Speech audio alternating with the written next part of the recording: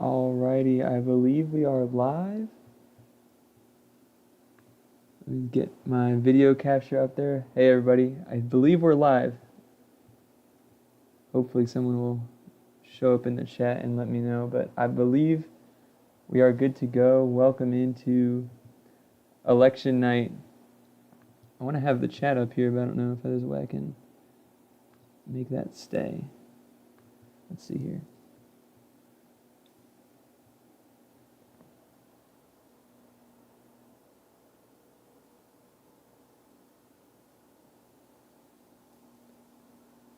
Give me 1 minute. I want to try to get this live chat up here, but if I can't figure it out, that's okay. Let's see here.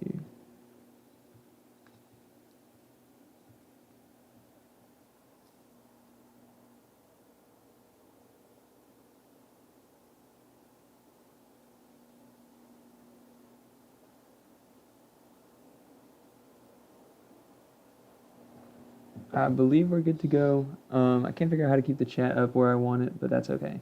We'll just work with it from there. I'll try to check it kind of periodically. Let's see here. Can I not move around here? I'm using the Guardian because the New York Times is on strike right now, or the Tech Guild is, so I'm trying to use the Guardian's map. But anyways, my name is Spanhak. I'm the VP of Texas Aggie Democrats. I'm going to be doing the election night coverage as best I can for y'all tonight. We're going to try to react to the results kind of as they come in. We're starting to get some of our biggest meaningful results now. We'll kind of go through county by county, look at things that are important as they're coming in, and hopefully by the end of it we'll have a Vice President-elect Harris. I don't know if it'll be decided tonight or if it will take until tomorrow morning or maybe a few days into the week.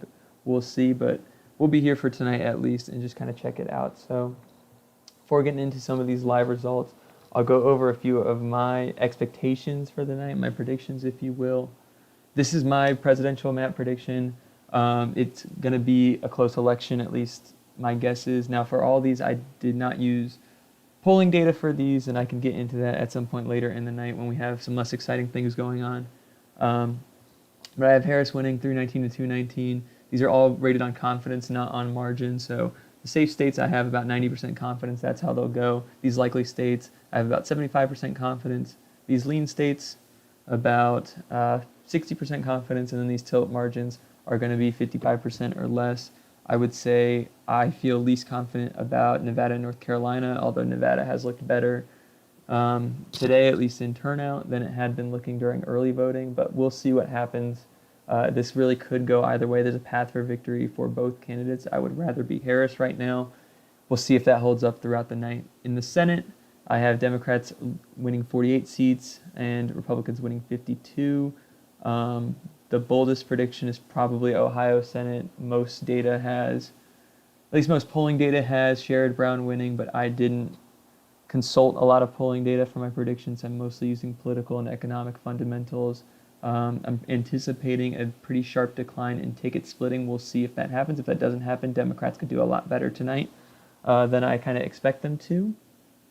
It's kind of a tough map for Democrats, but this is kind of honestly what we would expect, at least at a fundamental level. And this is still pretty good for Democrats considering Nevada, Arizona, Wisconsin, even Michigan and Pennsylvania should all be competitive seats as well. And I have Democrats doing very well in those. My House ratings, we'll go into these kind of later on in the night as we're looking at some of the more competitive seats. I have Democrats winning the majority, 225 to 210.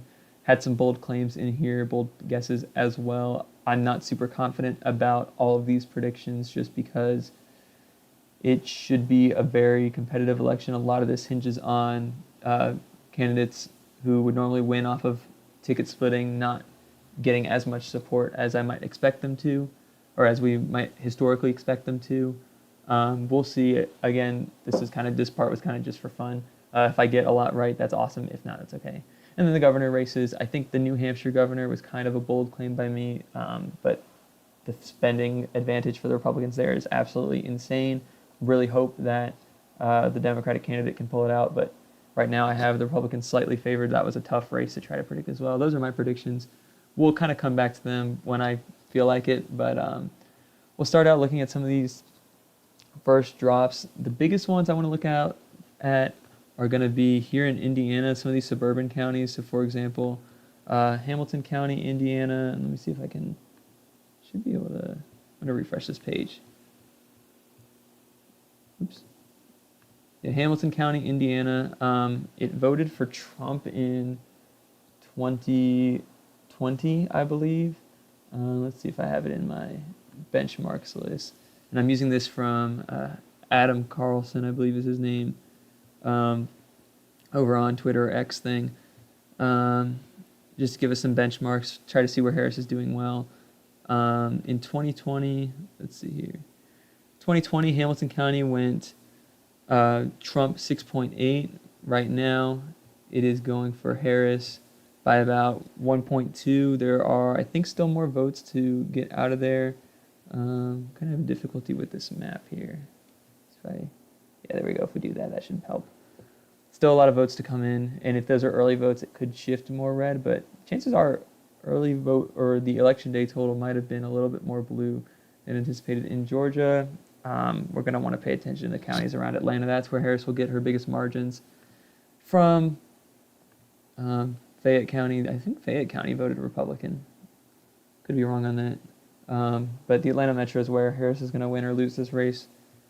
So still too early to tell what's going on there. Florida, not looking super good for Democrats. I didn't expect it to, but again, this is still pretty early.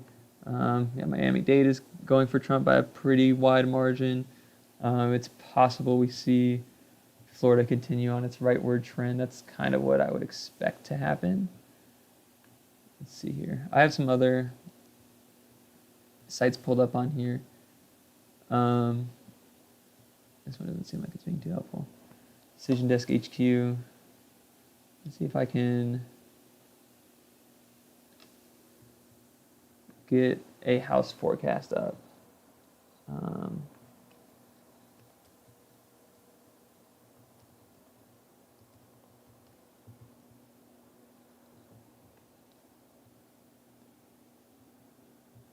Let's see. I would like a better map than that. So let's try. We'll try NBC.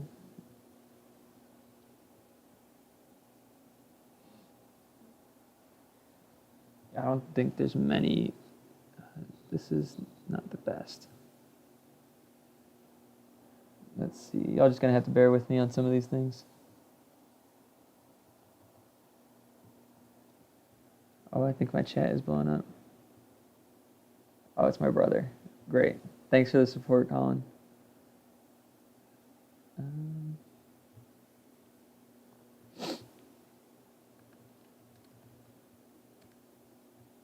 We might be able to use Politico. Let's see here. Oh, this is even worse than I anticipated.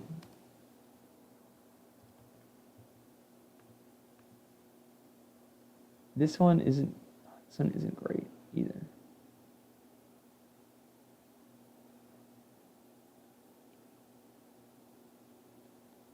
We can probably, let's see. No, I don't want that. That's horrible. Okay, we might just have to stick with the Google one, which is not great at all. Just because, oh, it's really laggy too. Might have to pick a different thing. We'll come back to that a little bit later. And let me get a US.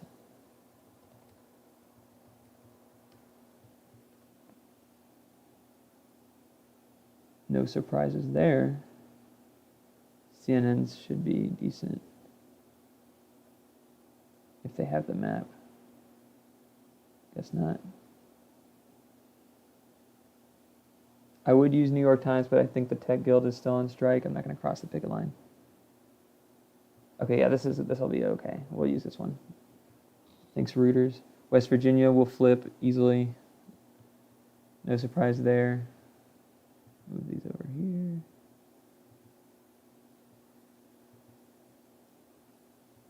Alrighty. But yeah, now we pretty much just sit and see what happens. What is it? Oh, control plus scroll. Come on, the Guardian.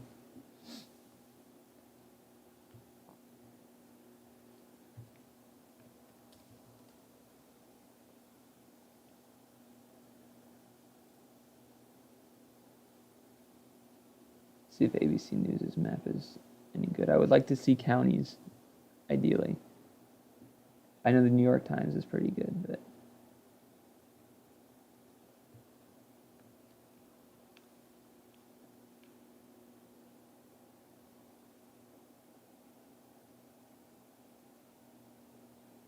let's see. Will Axios come to my rescue? I click on Indiana. Will you show me counties? No, you won't. Okay. Guardian it is.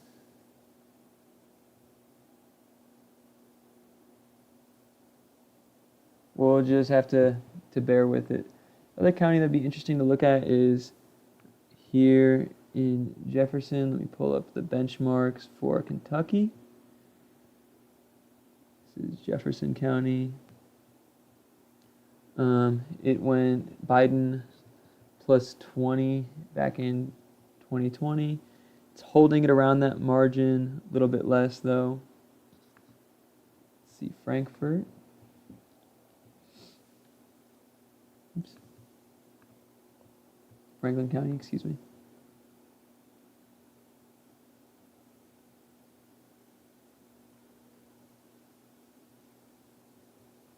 Franklin went Trump plus 1. It's blue right now by a decent margin actually, but not very many votes in Franklin yet. So that's that. Alrighty. But that's pretty much what tonight is going to be. A lot of sitting and waiting just as results come in. That's kind of the thing. We just have to be patient and kind of see what happens. Unfortunately, things are going to be slow. It's just the way it is. It takes a lot of work to count all the ballots that are going to be counted up. I see some interactions in the chat going on.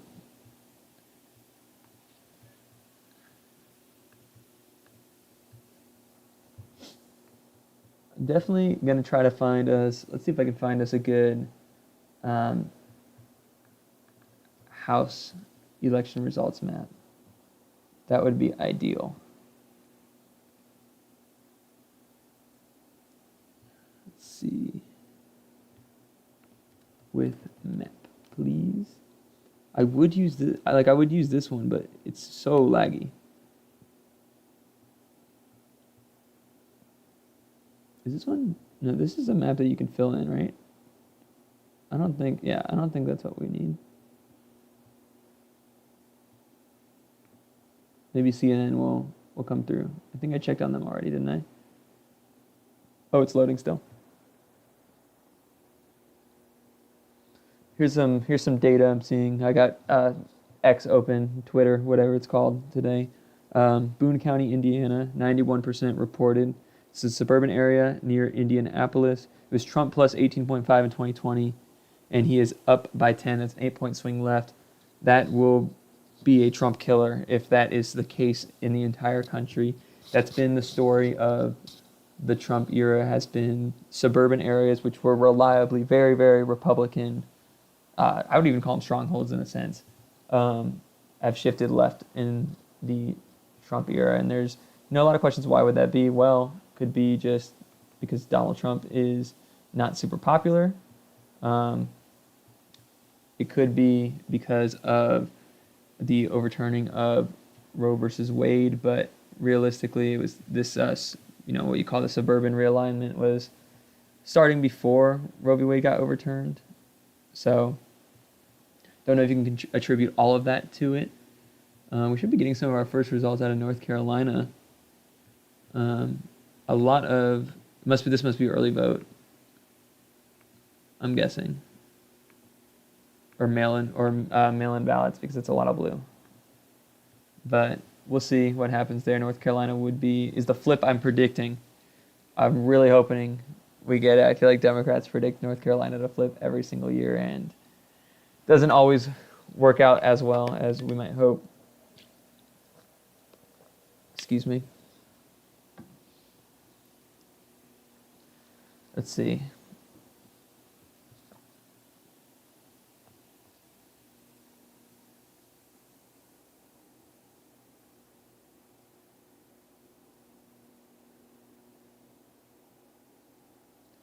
Be interesting to see those ballot measures in Florida. Right now, Amendment 3, which would legalize marijuana, is up 56-44. They need 60% to pass. And Amendment 4, which is abortion rights, is up 59-41. They also need 60% to pass. And, as we talked about, Democrats are not doing well in Florida. Miami-Dade, this is unreal, catastrophic numbers. This is not a great sign. I think it's what I feel like a lot of people expected.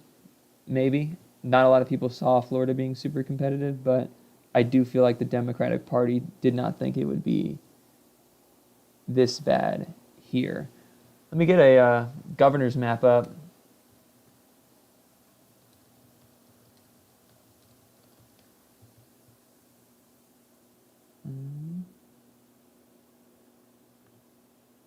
See if NBC News has a good map for us. This will do, I guess. Oh my gosh, Stein is up by 50 points. That's insane. Only 2% reporting. That's expected. His opponent is one of the most insane people I've probably ever seen nominated for a gubernatorial race in a swing state, but there you have it. We'll see how much he outruns Harris by. Let's see here.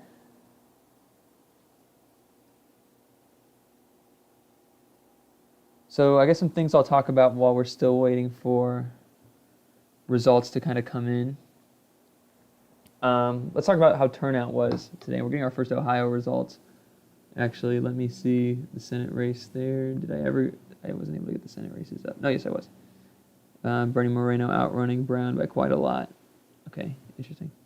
Let's talk about turnout today. So now a lot of this is just coming from what I have read online, what reports were saying from state officials across the country. Turnout looked really, really good in Pennsylvania, specifically in Philadelphia, which is going to be one of the major kind of Democratic Party vote centers there.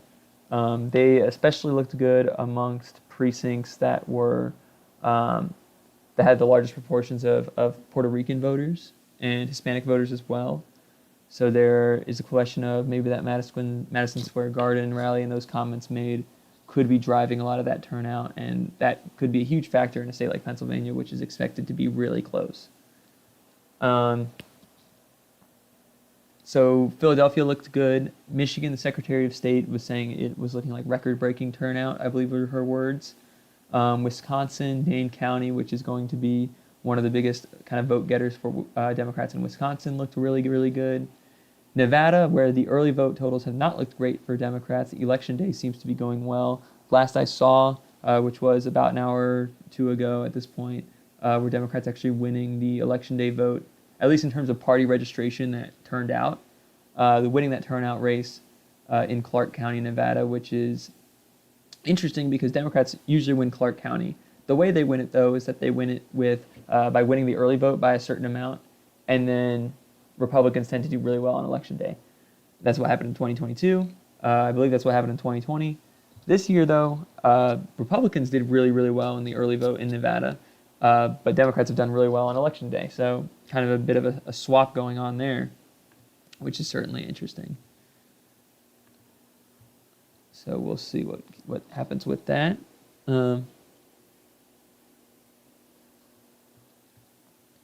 Let's check out one race that is getting some traction on Twitter, or on X, Twitter. I'll call it Twitter. Anna Paulina Luna versus Whitney Fox. This was considered a decently competitive race. I think I had it as either lean or likely Republican, though, in my ratings. Let's see here.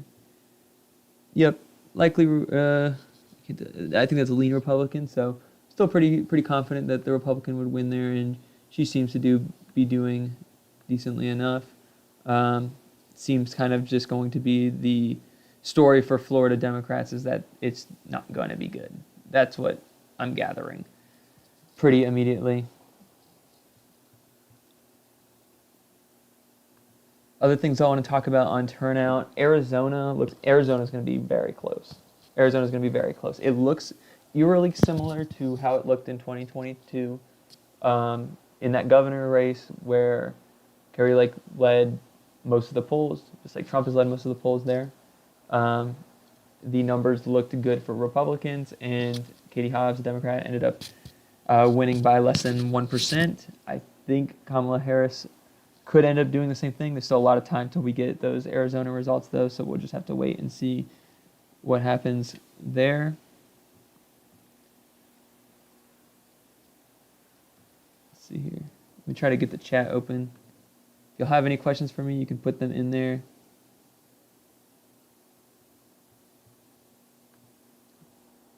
If not, that's okay too.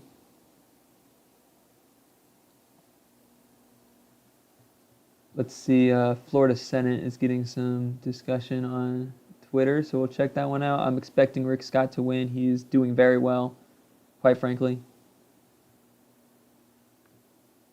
I know Democrats tried to compete a little bit there. There was some talk, maybe DMP can make this competitive, but I didn't see that. Usually you're not supposed to extrapolate from midterms, but 2022 in Florida was one of the craziest results I think we've seen. That is what like a midterm year should look like, and then some. And it kind of only happened for Republicans in like Florida, New York, and California. To see them kind of making those same margins is definitely a tough sign for Florida Democrats who have worked kind of hard over the last few years to try to kind of rebrand. Because you got to, I mean, if you think about it, like 2018, that governor election was decided by pretty slim margins. It was decently close in 2020 presidentially. Before that, it was considered, the swing state. Back in 2000, it is literally decided by less than 1,000 votes or something like that. And now to see it just kind of keep moving right has to be kind of frustrating for Florida Dems, especially if they've put a lot of effort into that. Tim Kaine doing pretty well in Virginia. These are all really early, though. 4% in, 15% in, 19% in. Bernie will easily be reelected. No surprises there. Really, the one we're going to want to pay attention to will be Ohio. Sherrod Brown needs a lot of ticket splitting to survive. He needs a lot of ticket splitting to survive. We'll talk about Montana later tonight. That's where you need probably twice as much ticket splitting for Jon Tester to win, which is a huge ask. Now, these candidates have done it before in 2012, but that's when you had Obama running. He was more popular in the Midwest here. I think he did okay in Montana too. But in these two states, which Trump will do pretty well in, he should win Montana by 15 points. He should win by Ohio by somewhere between 8 and 11, probably 7 or 11 between there. That's a lot that you're asking them to do to hold on. They're popular senators. They have great electoral records, but it's the question is polarization going to kind of come for them? Trump seems to be doing well in his rural areas, is what I'm reading on here. Let's see if we can find an example of that. This should be a pretty rural county. Ripley County, Indiana. That's 35% reported. That's 93% Decatur County. What's the population like? It's still fairly rural. We go to our chart here. Again, this is thanks to Adam Carlson on Twitter at ADMCRLSN. He's made all this public for people to use tonight, which is really awesome because I would not have been able to compile this much information. Decatur County for Trump, 78%. And he got... Oh, wow, he really improved there. He had a 58% margin of victory, and he is at... he might be around 60 still, or 50 or 60. Yeah, about 60. So he's holding or improving. So that's what I I don't think many people expected rurals to shift left. I think the biggest shift left would be these suburban counties, and this has gone back to favoring Trump now as more of those votes come in by less than a percentage still.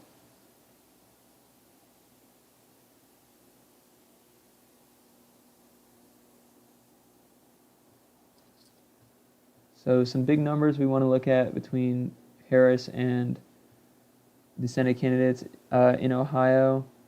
We probably want Sherrod Brown to be outrunning her by 8 to 11 points. Again, just depends on the margin Trump gets there. She is losing right now by 16. And Sherrod Brown is losing by less than that. He's losing by, I think, 9. About a 6 to 7 point overperformance. Don't know if that's going to be enough. We will see.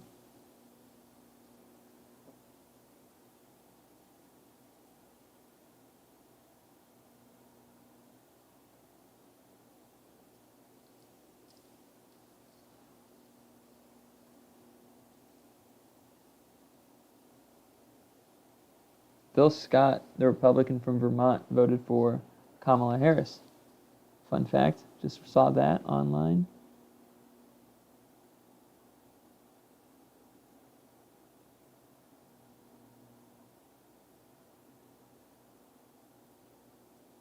Oh wow, they've already called North Carolina for the governor race. Who is it that just called that? Fox News just called that. Oh wow. The NBC has it is too early to call. Fox News has already called North Carolina for Josh Stein. That is very interesting. Won't matter here how much Harris under. Yeah, there's not that much unless my website here is delayed. That seems very early. I mean, I would expect Stein to win either way, but I don't know.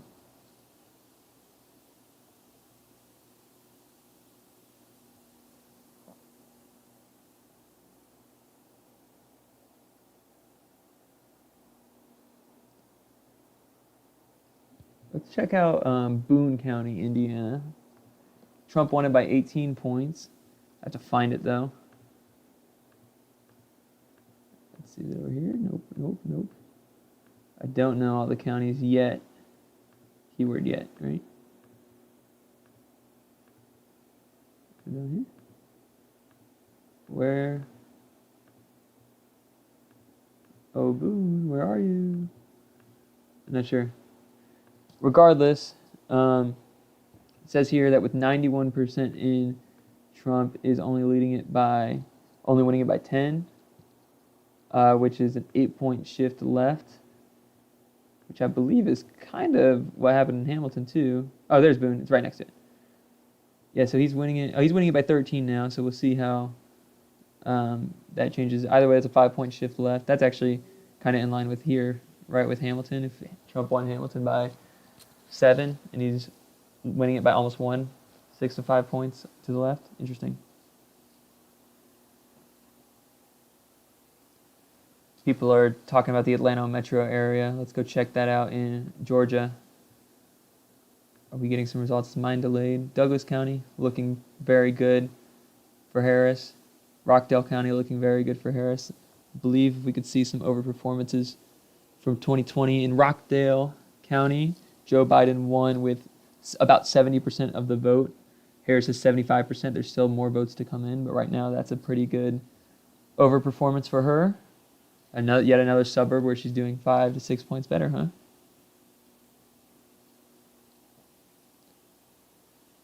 I believe we're projected already to exceed 2016 raw turnout. I'm guessing, I think we'll either hit 2020 or exceed it. At least in raw turnout, we should. I don't know what the turnout rate will actually end up being, but we looked pretty good to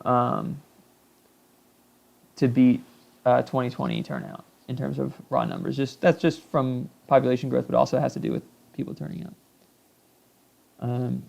And people are really upset about Florida, which, I mean, it makes sense. It sucks to see, a state that was this competitive shift Republican. And if you're a Democrat, obviously, but here in Tampa, this is Hillsborough County, Harris is winning it by 1. Biden won it by 7. Miami-Dade, Trump is winning it by double digits. That's insane. This tends to happen with Florida. Don't freak out too much about it, in my opinion. Still have a lot of time. It's going to be a long night, I feel like, in terms of when we get these results and when we can be comfortable. It should be close. I don't think anyone anticipates this to be a blowout one way or the other.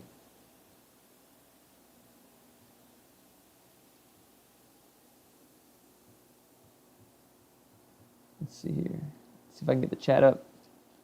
If there are any questions in there for me. I'm guessing not.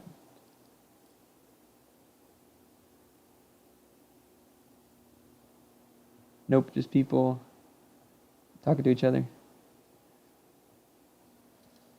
Give me 1 second. I need to plug in my iPhone. I will be right back.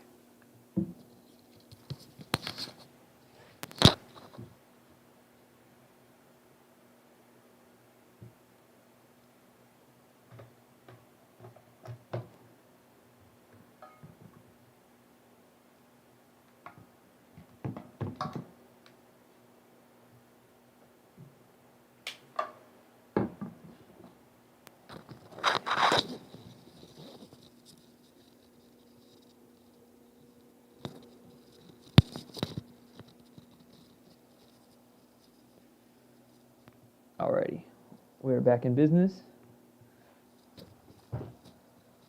Let's check out some. Are there any other competitive House results we can look at while we're waiting for more to drop? Let's check out Ohio. Up here, Ohio's 9th district. Marcy Kaptur's doing very well. Still pretty early. I have her winning right now. This is actually a district Trump won in 2020. But she's been an overperformer for quite some time. So that's one of my rare cases of having someone survive the ticket splitting. I believe Trump won the district in 2020. This is another competitive race too. Ohio 7th. I believe I have. Did I click the wrong one? Oh no, it's this one. Ohio 13.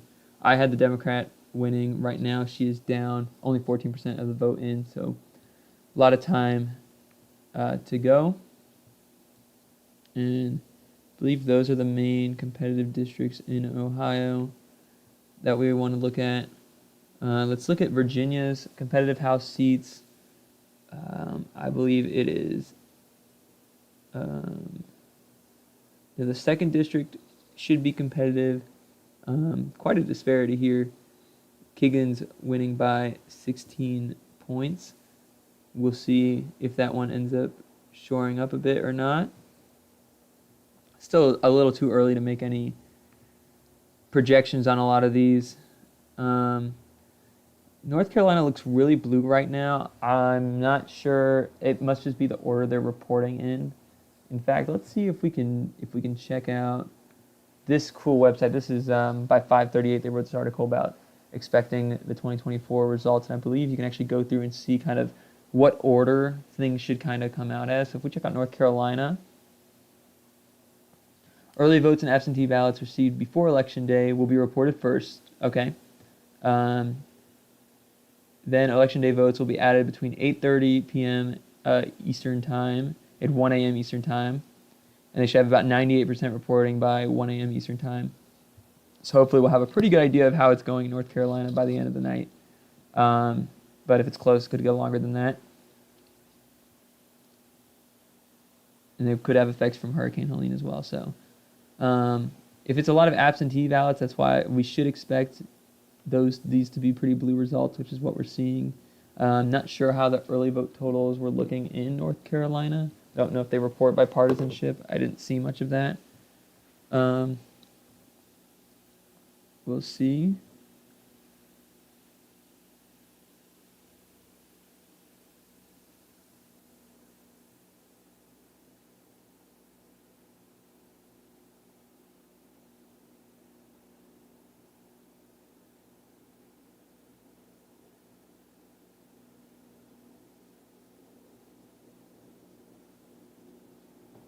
Looks like we're getting some results out of Virginia that people are a bit concerned about. Here in Loudoun County.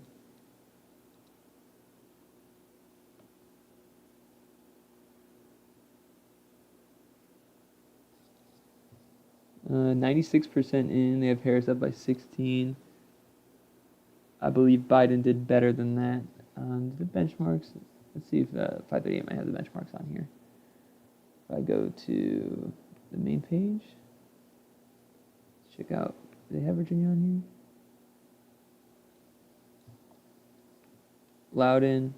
It says benchmark margin was D plus 11, and she's hitting D plus 16, so that's okay. A little confused on why people are freaking out about that.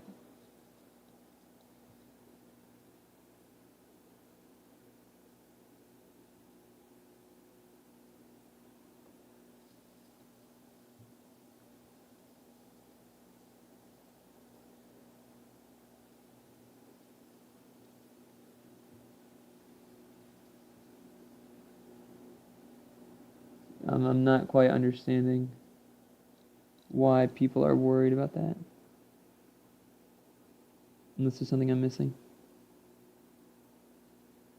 People are saying Biden won it by 25. That would be concerning then.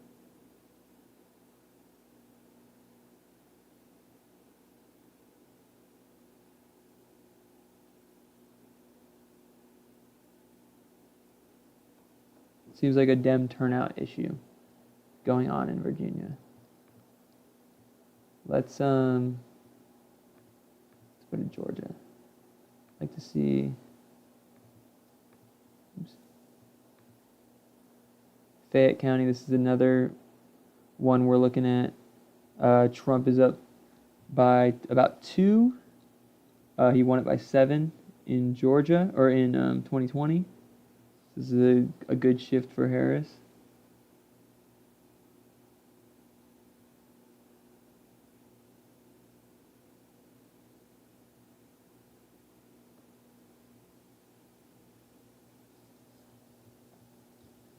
Still pretty early with a lot of these.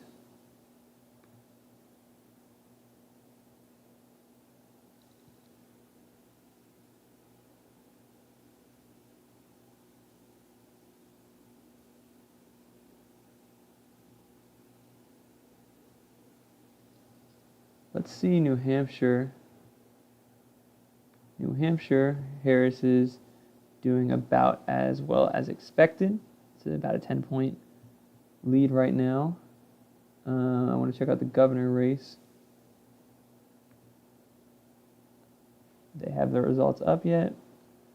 They do. AO is outrunning Trump for sure. It does come down to where. That should be a really close one. We'll see what happens.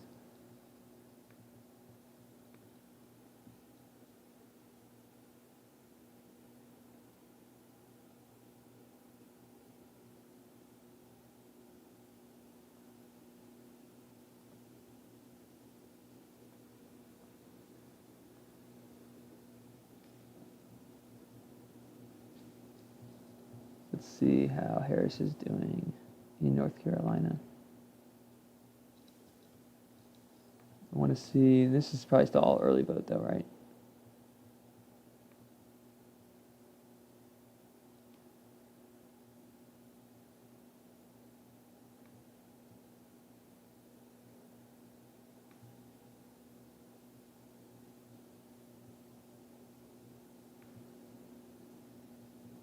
That was, the benchmark is about, let's see, D plus 36. She is doing a tad better than that. This is all still early vote though. Might be more blue than the rest of the results will be.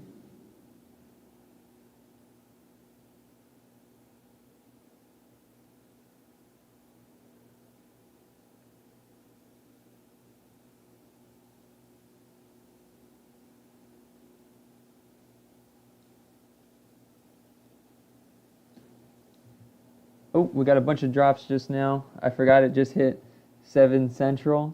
Texas drops. It's going to look blue because just the way they report it, I believe. So don't overreact right now. Yeah, I don't think we're seeing blue Texas tonight. If it's a really, really, really good night for Harris, then maybe that would require like one of the best performances possible.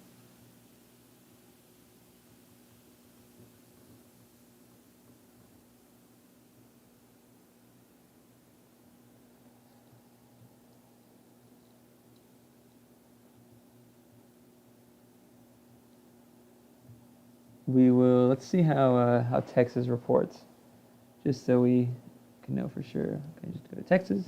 Perfect. Early votes and mail-in ballots that arrive on or before Election Day, immediately after polls close. Because early voting is popular in Texas, this will account for a big chunk of the final vote. Then they'll count Election Day vote, and this can take several hours. I will say, I believe the Election Day vote in Texas might actually be pretty good for Democrats. So we'll see what happens. We're getting a lot out of DFW right now. Seems to be the first kind of areas to report. This is with half of their vote share in. I don't think they had a very good. I don't think Dallas County had a very good turnout today. I think I remember reading that. Let's see if we could pull up the Senate map and see how. I'm gonna get rid of these ones. See how Allred is doing. Is he overperforming Harris? This is in Dallas. This is where he's from. He's overperforming by 2 points or so. Okay, that it's too early to tell. I don't want to say for certain that would be the margin that he needs, but 2 points is pretty good. If he's going to end up outrunning her by that much throughout the state, that would be great. Or should I disclose? I don't know. Okay. Let's check the benchmarks.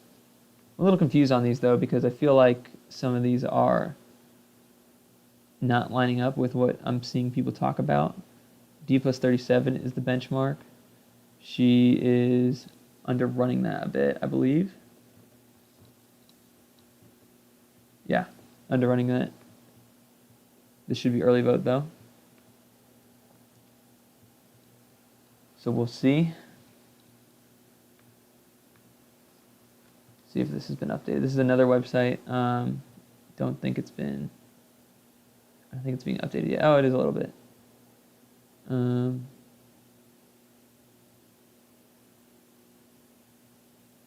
this county swung. Okay. A lot of information on there. We'll look at that later.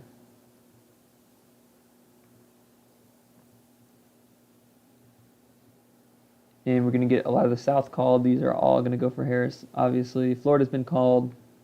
Don't fret too much. It's not a swing state anymore. It was expected it would go for Trump. Loudoun County seems to be a data error. I'm reading. Potentially a data error in this county that everyone is freaking out about.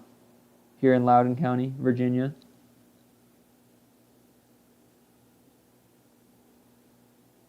It may be a data error. Okay, we're going to keep our eye on that.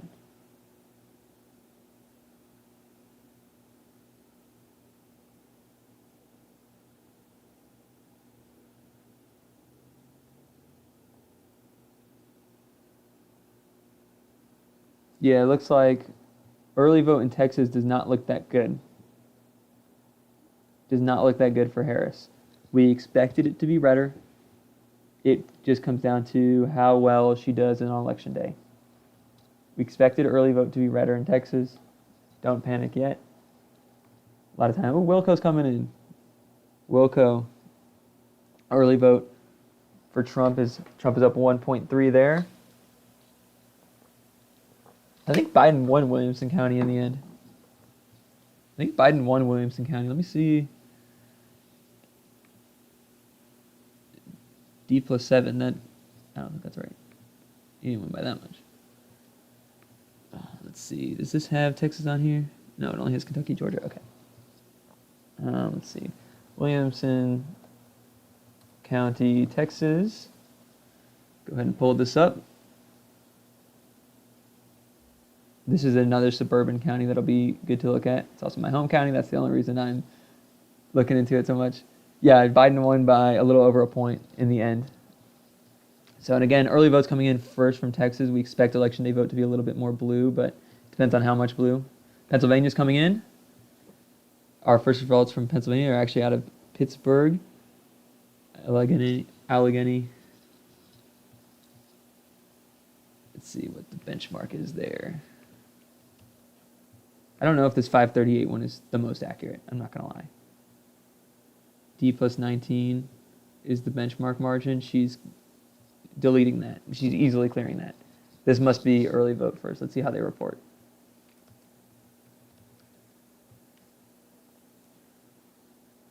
Mail ballots cannot be processed until election day.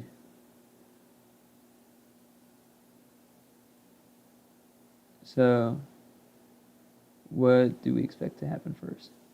I thought this would tell me if they should look more blue or more red first. I think I had pulled it up somewhere. Let's see if I could find it. Oops. See if I could find it pulled up. Bookmark. Let's see here.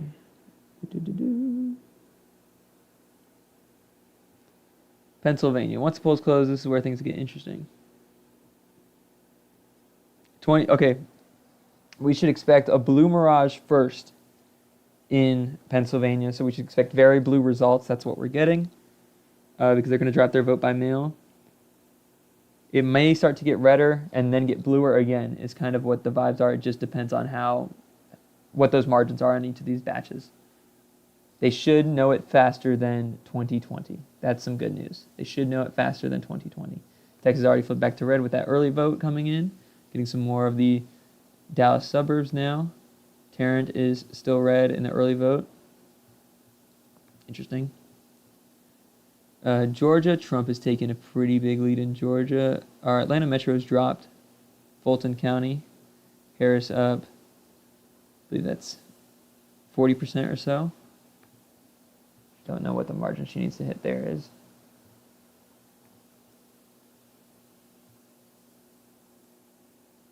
She's underrunning it a little bit.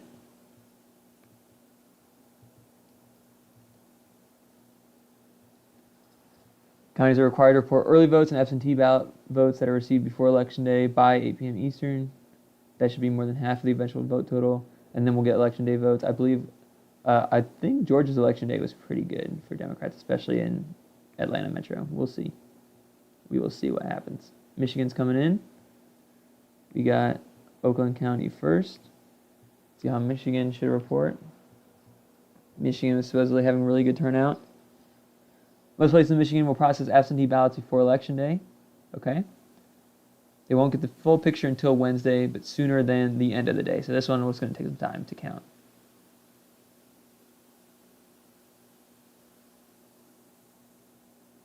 Okay. So that one should take some time, supposedly. We're just going to have to sit and wait.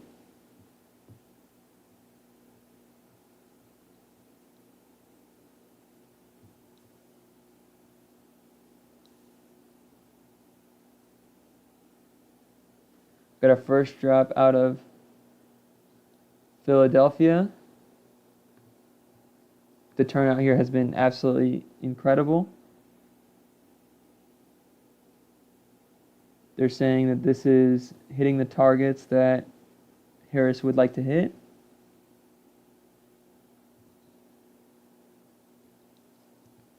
Hearing that we might be having a red mirage in Georgia. Harris doing better in the Election Day vote than she is in the early vote totals.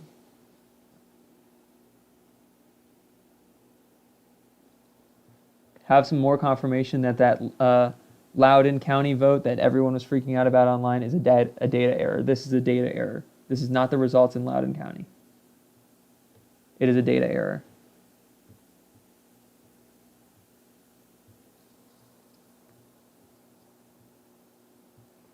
Let's move over to some of the Senate races now and check out these. Allred is honestly, let's see. Allred is doing very well in terms of what's been reported. He's winning Wilco. He's doing very well based on what's been reported. This should be early vote. He is outrunning Harris by quite a bit. That's good. That's a really good sign for Colin Allred. That's a really good sign. A lot of time, way too much time for this to be extrapolated, but that's a good margin to be hitting.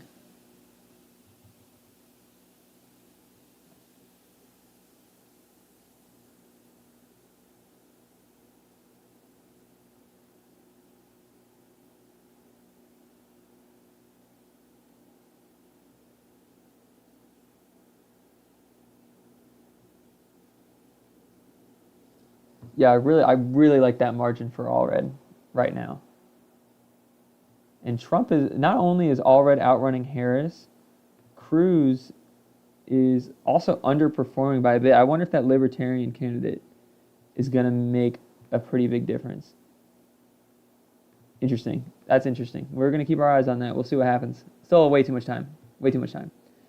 Pennsylvania, Bob Casey doing very well in the early vote. Lisa Slotkin doing very well. It's all early voting. Sherrod Brown is back in the lead. We have a lot of votes out of Ohio now. Cleveland is reporting. Columbus is reporting. I don't know. Let's see if he's outpacing Harris by what he needs to be. We said around 8 points. We'll say he is currently leading by 8. Okay, currently leading by 8. And Harris is currently leading by, what did I do math? 5. He's only outpacing her by 3. That's not quite where he wants to be. Not quite where he wants to be yet. Gonna be a tough one. Let's see if we can look at some House races now that some more results have come in. Let's start off with, let's see, where's some competitive, this is a competitive race up here that I was really curious about how it's going to go. These two, Michigan 7 and Michigan 8. Michigan 8 hasn't reported yet. Michigan 7, 1% in. This is not enough to decide. I had Hurdle winning, tilt margin, or not tilt margin, but tilt level of confidence, I guess you could say. Other one that should be close is Michigan 10. I expect John James to win here, I think. I think he will win. We'll see how it goes. Not enough information to do much with those. One of these races is decently competitive. I think it's 17. This is all early vote by mail, very blue. Not much to learn from any of those. New Jersey's starting to come in, but I don't think any of the races that we are particularly interested in are coming out yet.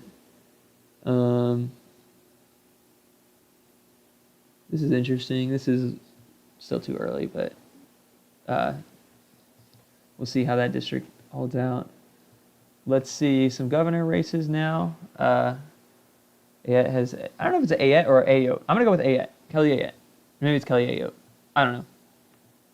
The Republican taking the lead there. Again, she had a huge spending disparity between her and her opponent.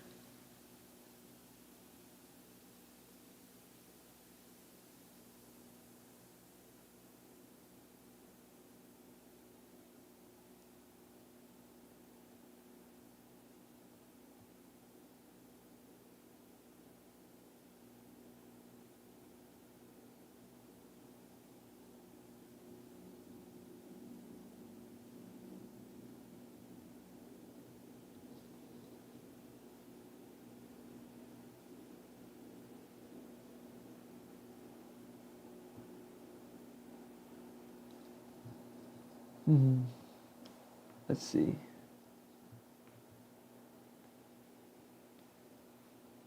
Looks like Allred's margin has shrinked a bit. Shrunk again. Down to just a 2% lead. Harris is down 2%, only outrunning her by 4. Yeah, him winning would require Harris to do very, very well in Texas. If that's all he will outrun her by, that's a good margin to be outrunning her by. But it's not enough yet. Still way too much time to be deciding how things are going to go. You see anyone saying, oh, it's over, oh, someone won, so on and so forth. Way too much time, way too many votes to come in. unless you're in one of these counties that are going to vote Republican by 60, or one of the Democratic cities that are going to vote Democrat by 60, you can't be making calls. I'm still pretty surprised that North Carolina got called so early, even though I fully expect this to be the results.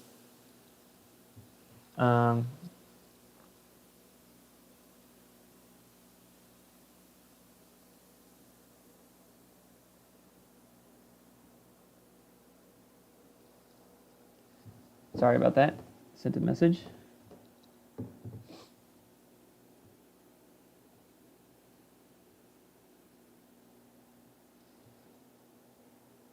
Way too early for a lot of these races to be going anywhere. We're just going to have to wait and see what happens.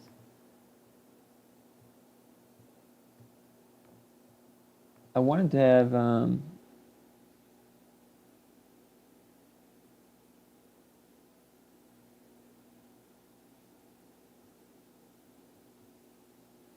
have Decision Desk HQ up so I could see the races being called. It should show them on all these sites though.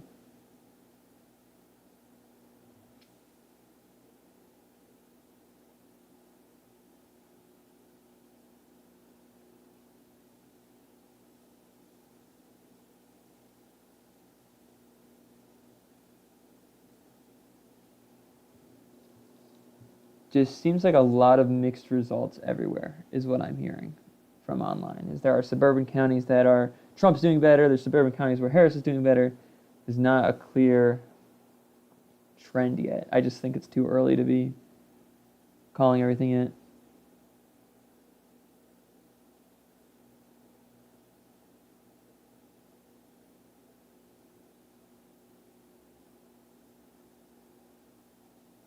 We'll just have to wait and see.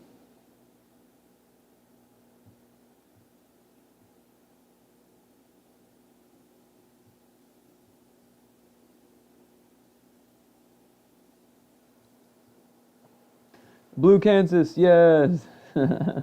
No, this is just the early vote coming out of the cities, I think. Let's see how Kansas votes. Kansas should not go Democrat. There was a poll that had it close. I will say that. Vast majority of ballots are tabulated on election night. Mail-in ballots postmarked by election day can arrive as late as November 8th. That's not helpful. Come on, 538. What are we doing?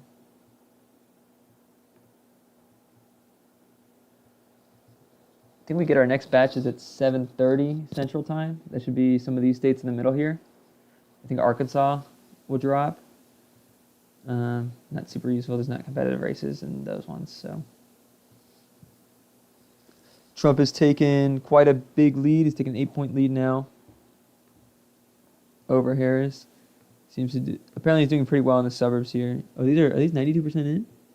Oh, that's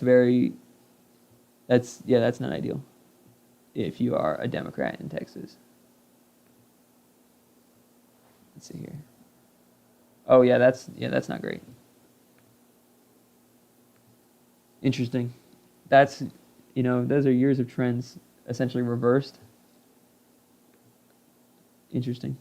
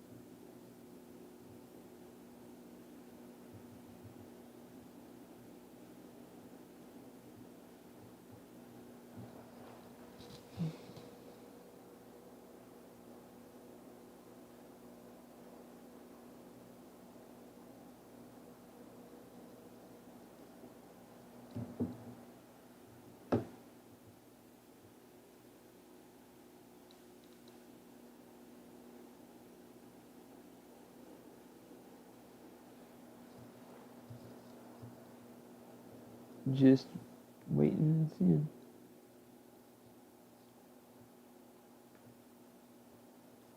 Ohio is still blue.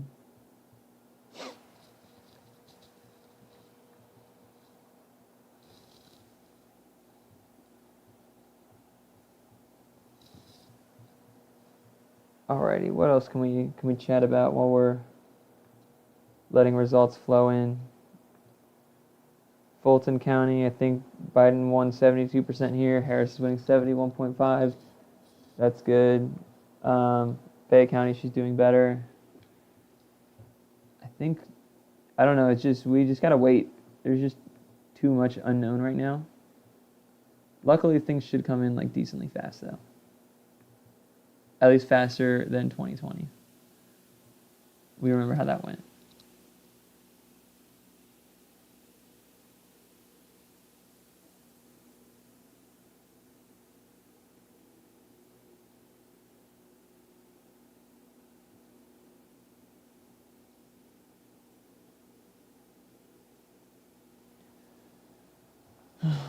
Let's see if I can find anything interesting on Twitter for us to discuss.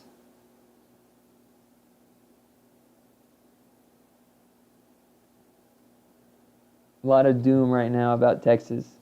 These suburban margins are not where you want them to be. Again, this is a county that Biden won it. Harris is losing it. 91% in. That's most of the results are in. Tarrant County was a close county in 2020. Trump doing pretty well.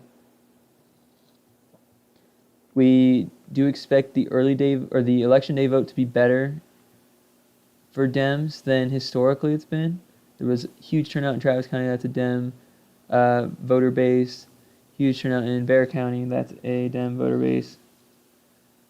I think Harris County looks pretty good. Dallas did not. I don't know what's going on in DFW. So we'll see. Let's check out some House races. Oops, it's governors.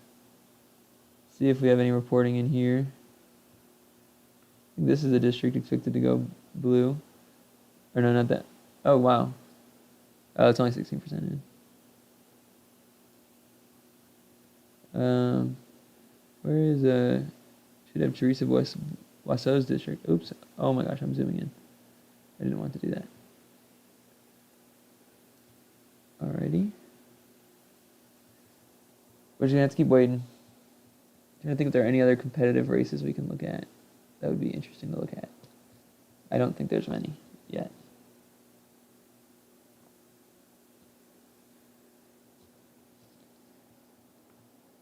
A lot of places are now calling North Carolina governor for Josh Stein.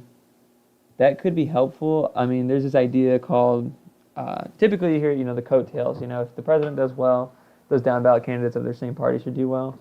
There's rumblings of this phenomenon called reverse coattails, which would be, well, if Josh Stein does so well that maybe Harris will do better.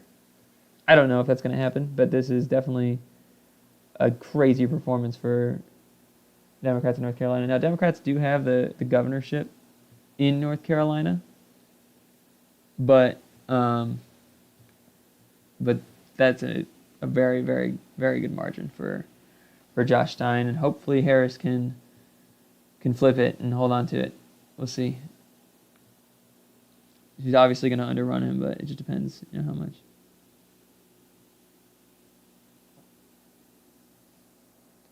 Okay, it looks like there's some issues with Virginia in that they're not showing the early vote totals, or I'm reading they're not showing the mail vote totals or something. But they're not on. I'm not understanding. It says they're counted, but they're not on there. I don't know how that makes sense. But like I said, just be patient. We just got to see what happens.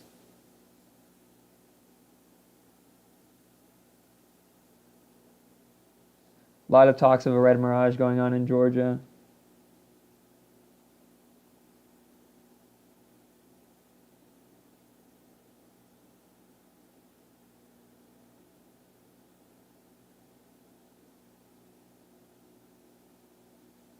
Democrats are really struggling in Florida across the board at state legislature. Those ballot referendums are struggling a bit too.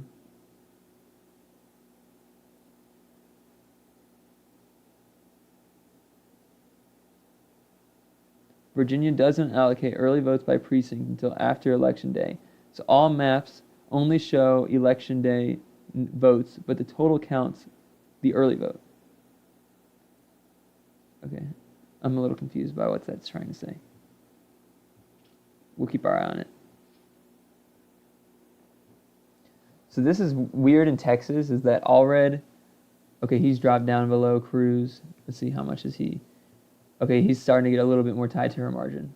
Oh, no, he's back up. Okay, so whatever I say, it just changes. Allred's doing better than Harris.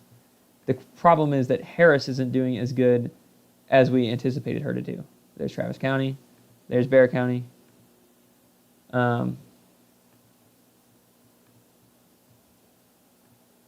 So this will be a race to watch for sure.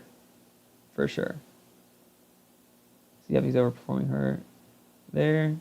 He's, I think, doing a little bit better in these DFW suburbs, but that's where he's from. I would expect him to do better there, quite honestly. Let's see if we could pull up some Texas state legislatures and see what's going on there. Secretary of State.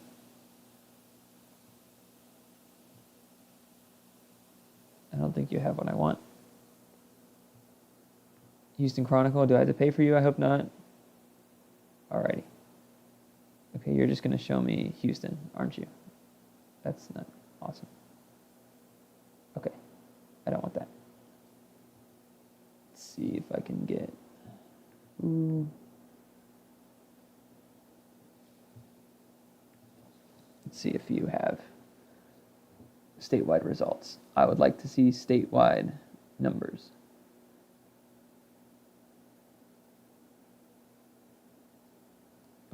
Okay.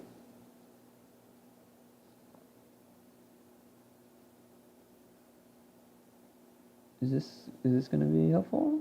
Maybe? Oh, we got a map. Okay. I would like state races via the AP. We will take that. Oh, there are so many ads. Let's see if we can fix that. Get out of my face, please. Thank you.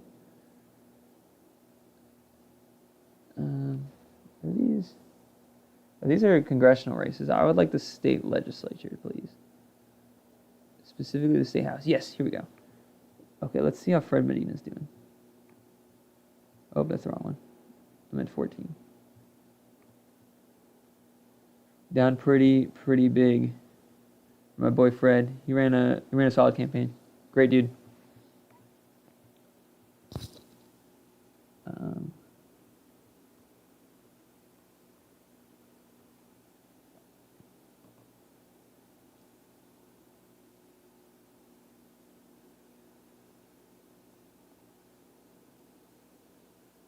Yeah, that Brazos County margin is insane. That's where A&M is. That's a big underperformance by Harris. So, it's a really big underperformance by Harris. That's 8% in. We'll just have to wait and see.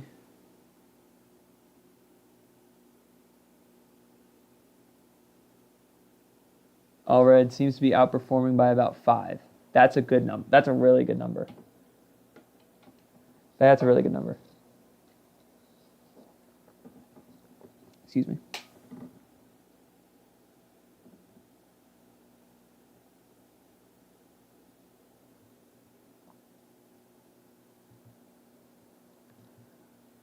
Florida, I'm getting word that we could have an upset result in one of these races. Let me find, where is Moskowitz? Nope, that's the wrong one. Okay, back out, please. Where, I wish I knew which one he was. Maybe it's red. Maybe that's why I can't find it.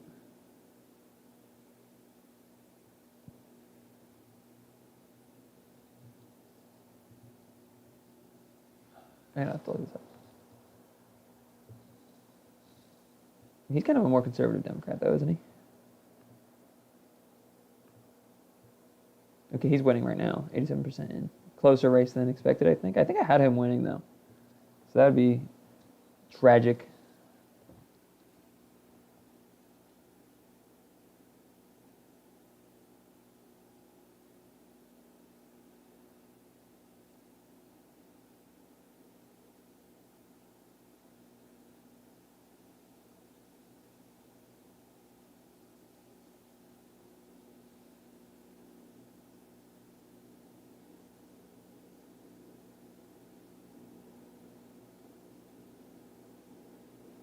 another good point, just read.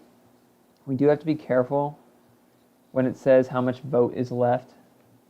Sometimes these news companies don't have the right number. It's not their fault. They just don't always have the right number available. It's kind of working on what they do have. So,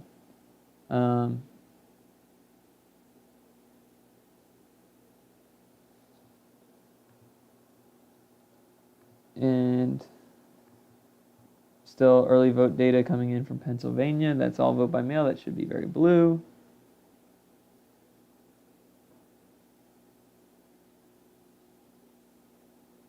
Another thing people are saying about a lot of, this is showing Virginia as red. Don't think that will remain the case, but we'll see. If Trump wins Virginia, he probably wins the election. So,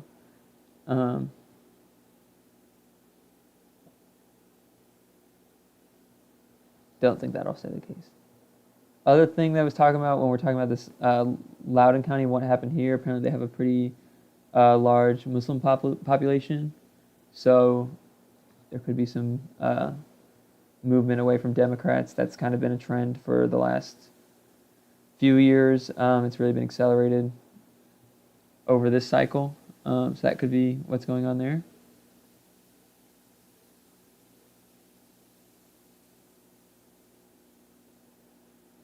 I believe Tim Kaine may have just got his race called by some outlets. We'll keep our eyes on it. He's outrunning Harris by enough, and Virginia should flip back to blue by the end of the night.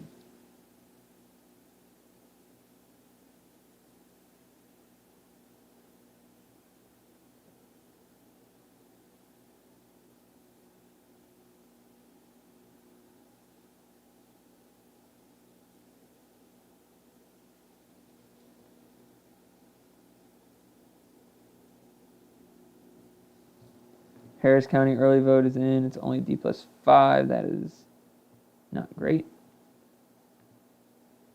Just have to wait and see.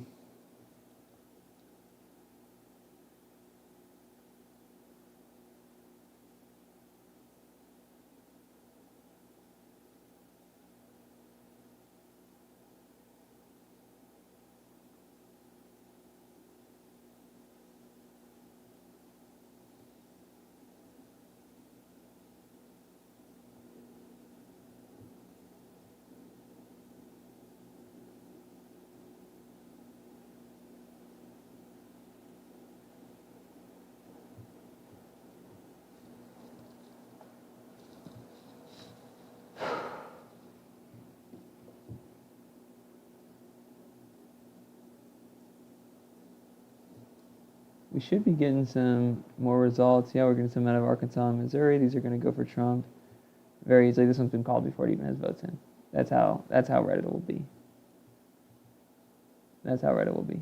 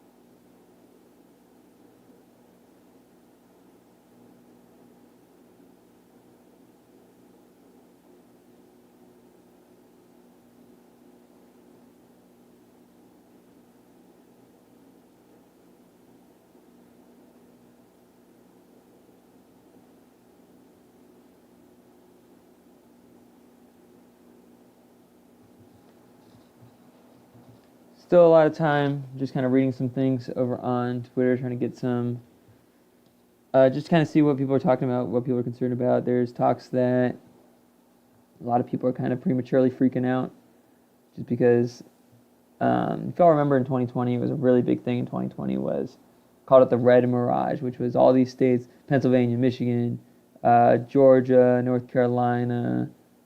The way they were counting their votes, they counted votes that tended to be very Republican, and they looked very, very strongly Republican, and they counted all the absentee ballots tended to be very Democrat, and that's how we ended up getting the final margin. So I'm not going to start freaking out too much until we get some final results. They're tied in North Carolina.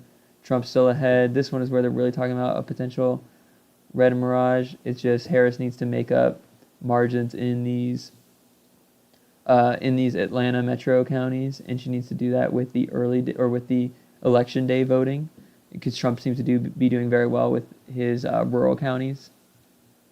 So she needs to make up those margins and then just win it out in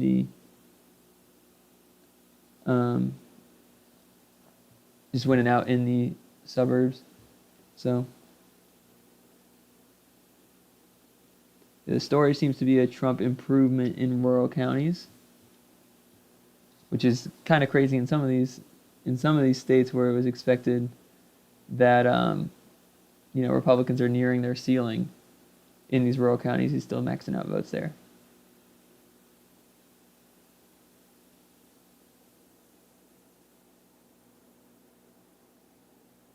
See what else we got being talked about.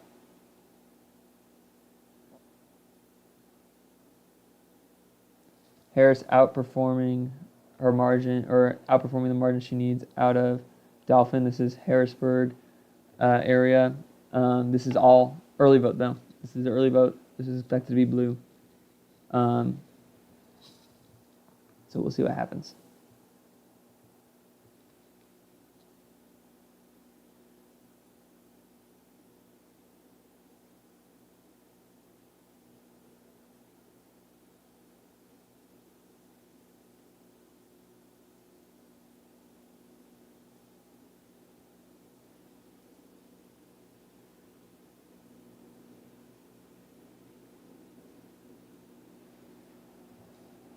The general consensus is that it's just too early to tell anything.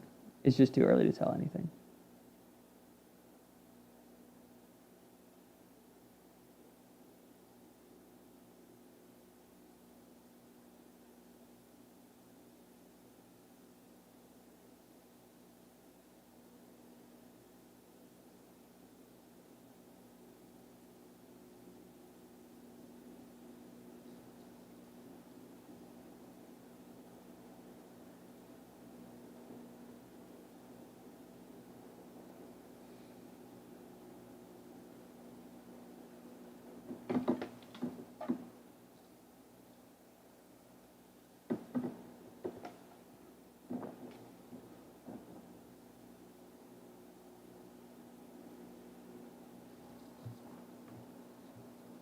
These Texas results are pretty disappointing so far. Not gonna lie.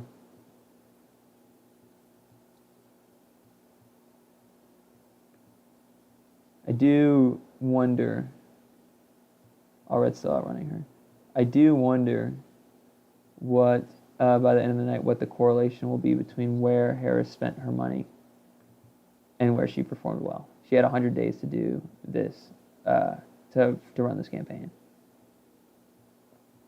So I'm very curious to see how that plays out.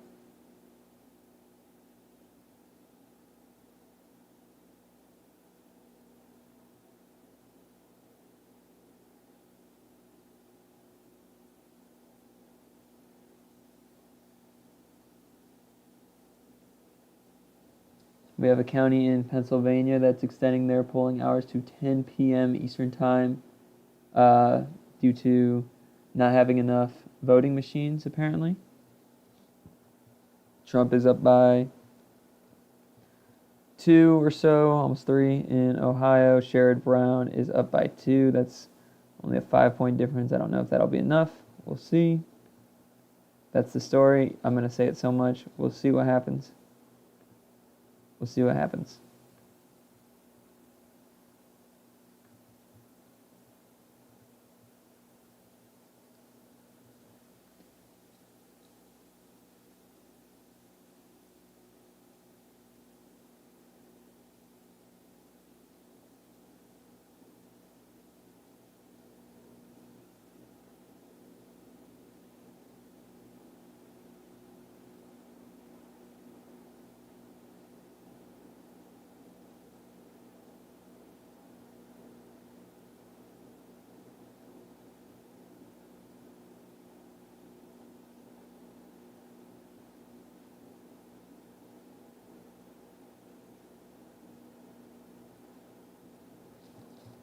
Let's check out some Virginia House races that are competitive.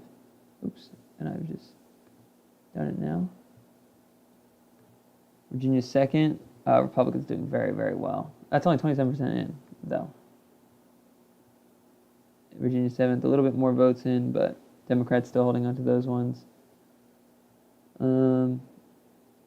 Let's see, in Texas, the Valley is red right now. I had these two districts. He's under indictment, the Democrat there, by the way. He's underperforming.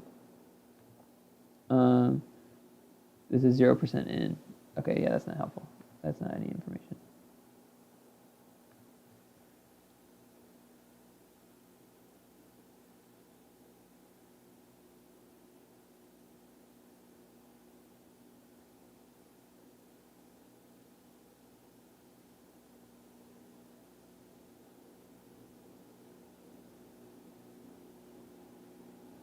Indies who voted by mail in Pennsylvania broke for Harris overall. They have most of the Allegheny County early vote in, is what I am reading.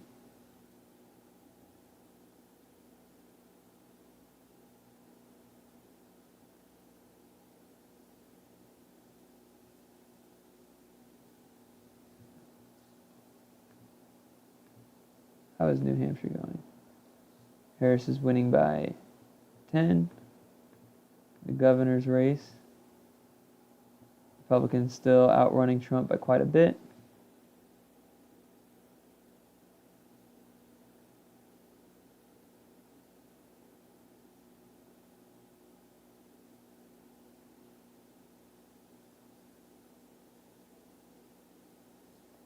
Montgomery County, Pennsylvania comes in pretty strong for Harris. This should all still be very blue results we're seeing.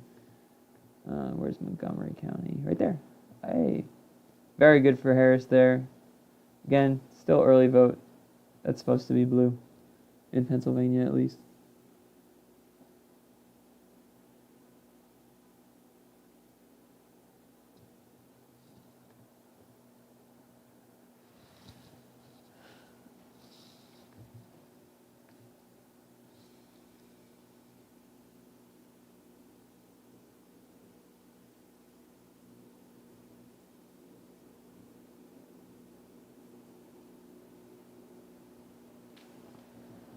If y'all have any questions for me, you can put them in the chat. I'll try to answer them as best I can.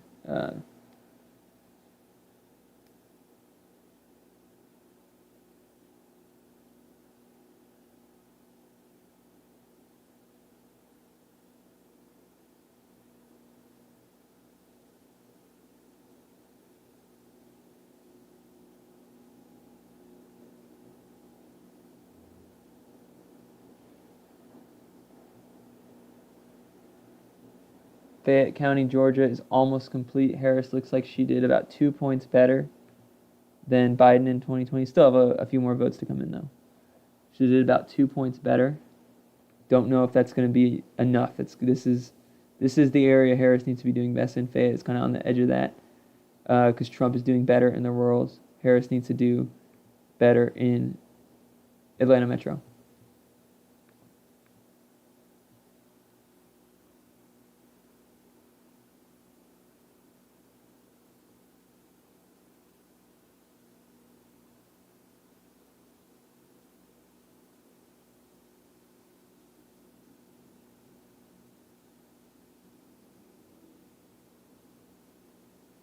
If you're on the internet right now and you're on Twitter, just be careful who you're following because a lot of people don't know what they're talking about. Like, quite frankly, I don't know.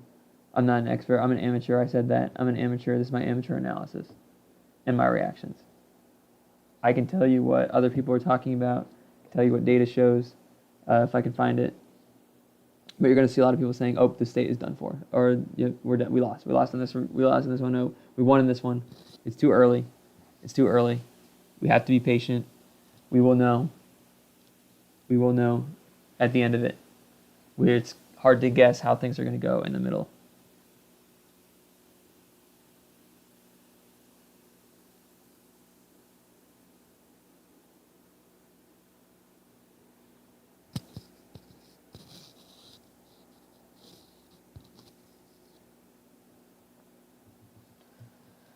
Go to the Senate map. Let's see how these are going. Allred, has he come down to earth? Still outrunning Harris by about 1.5 points. That's not enough if he wants to win. It's not enough. How's he doing in Houston? He's doing better than Harris in Houston, at least, as far as I have seen. But this margin's really disappointing in Brazos. I'm really a bit surprised by that. Only 61, or only 82% in. So that's interesting. He's still doing well in Williamson, but yeah, he's just not outrunning Harris by enough yet. Still too early. Too early to tell.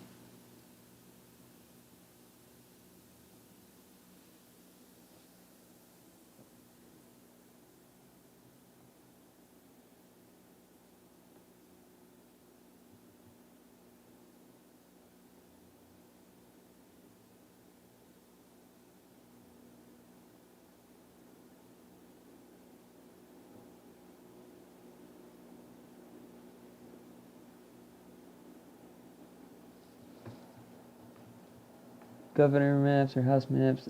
I'm interested in, I wish I knew how Kansas counted, because this race should be competitive, but I think Republicans should win the 2nd district. It's still really early though, but I think Kansas has been kind of bluer than it should end up being. Only a quarter in. I wonder what vote totals those are from. North Carolina, Trump started to slip ahead. Georgia, we're expecting these to be kind of red mirages, but the question is, can Harris do enough to bring those back down?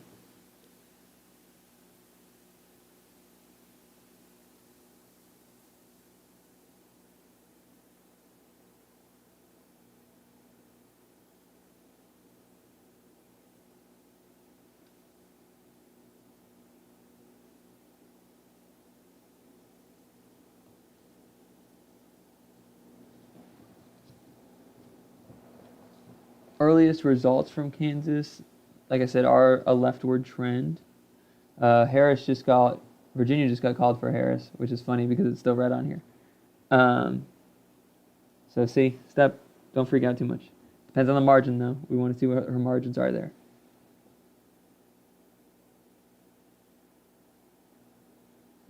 Just seen that Kentucky rejected Amendment 2, which would have been a private school voucher type thing. They rejected that.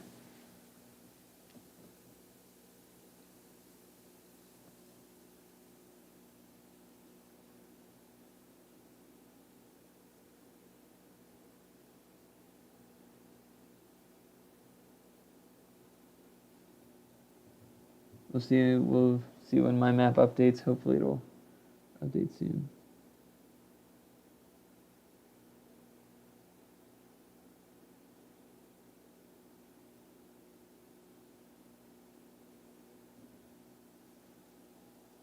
The states that are going to get called first are going to be the states that we expect to know where they're going to end up as. That's why you're seeing all the northeastern states that have closed their polls get called. These are all Democratic-leaning states. Illinois, very Democratic-leaning state. These southern states are all very Republican-leaning. So far, the most competitive state that's been called, at least historically competitive, is probably Florida. But we've kind of seen that maybe Florida isn't going to be that competitive going forward. This is probably the 2nd election in a row that we've seen that happen. Maybe 3rd if you count 2020. But it was still closer in 2020. I anticipate Georgia, North Carolina, Pennsylvania, Michigan taking longer. Let's see Maine. They have like 1 vote in. Yeah, 0.1%. Okay. That's not going to be helpful. New Hampshire will be interesting. This is a state that Harris should win. Question is, how much will she win it by? 29% in. She's leading by 9.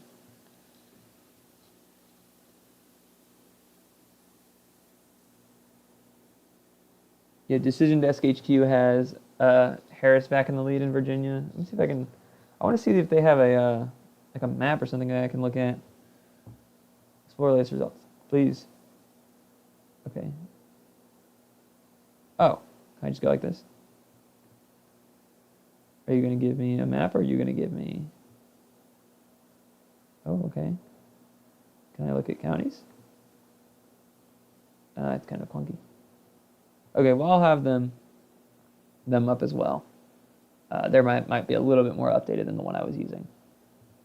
In fact, let's see if it will load. Yeah, their map should be a little bit better than what I was using. So it's got a lot of ads that I don't really want to have all over the place. They currently have Trump favored in their margins. That'll shift back and forth. Missouri is blue. Yeah, I don't think so. That won't stay blue. But it's cool to see. Will we know results tonight? That's a good question. I don't know. It depends on what you count tonight as. If you say, by midnight Central Time, probably not. By 2 a.m., maybe. My best guess would be we'll find out sometime tomorrow. Either tomorrow really early in the morning or tomorrow in the middle of the day. That's my best guess. I don't know yet. It depends on how these states go. That's a good question, though.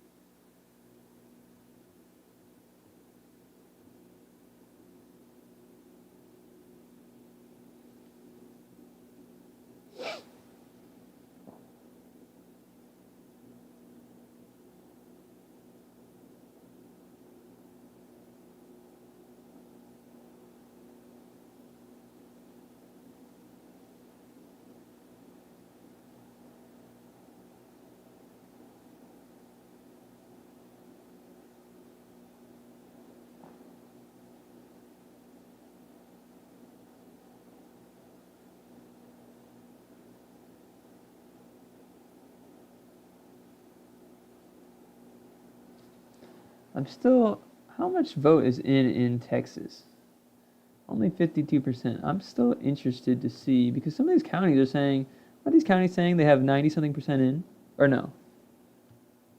That's Oklahoma. I didn't want to click you. I wanted to click Texas, please. Oh, 68%. 75. Yeah, no, see, 90% in Collin County. 51% down. I'm interested. It's interesting because I don't think the early or the election day vote is in yet. But also, some of those counties, like I said, are kind of showing, I'm going to have to refresh this page, are showing that they have a lot of their votes in where Harris is doing not so well.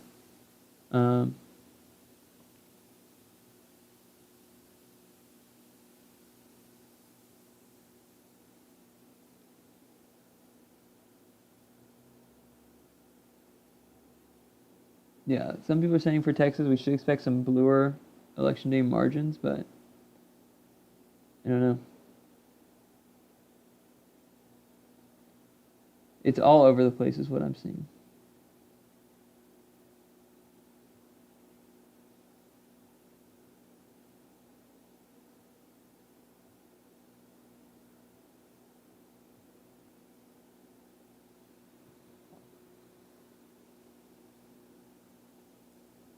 State legislative races in Texas are starting to come in.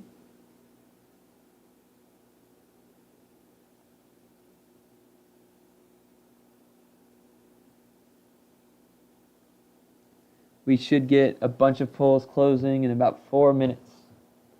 4 minutes. We will get Arizona polls closing. We will get Iowa polls closing.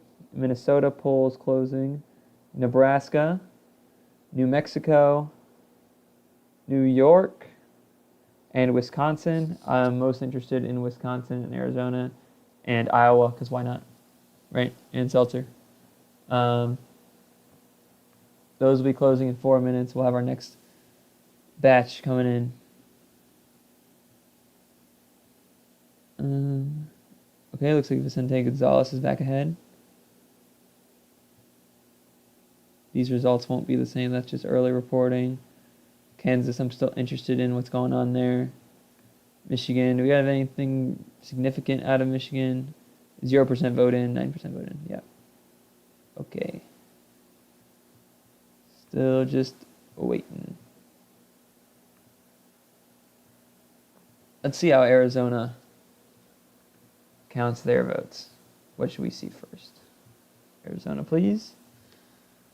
Arizona does not post any election results until all precincts have reported or 1 hour after or 1 hour. Okay, so we're not going to get results instantly. Usually 10 p.m. Eastern time. Okay. Shortly after that time, counties are expected to release results from mail-in ballots received days before Election Day. Okay, so we should get Election Day first, and then we will get mail-in ballots, and then after that, it takes a long time. Arizona will take a long time to call. Oh wait, no. They're going to do mail-in ballots first from before Election Day. So early mail-in ballots, then Election Day. Maricopa County says they might take until 5 a.m. Eastern to report the full Election Day vote. Okay. And then mail-in ballots received on or before Okay, so they just count them like, sure. Thanks, Arizona. Arizona's going to be slow. We will not know Arizona. Missouri.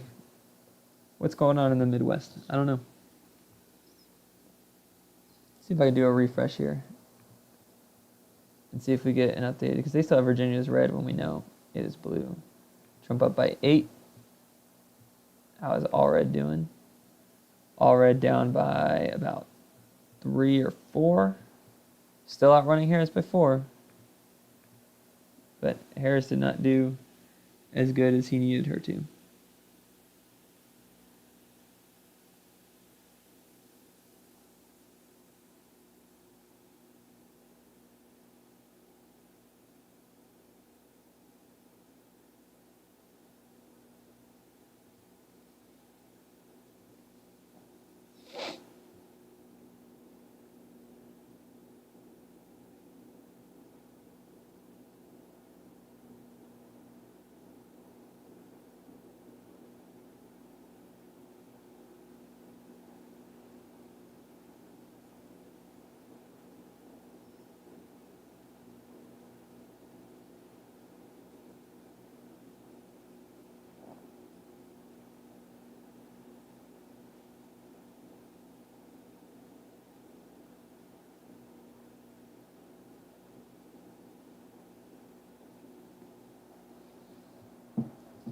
Polls just closed in those states I mentioned earlier. We'll see which ones start to report first.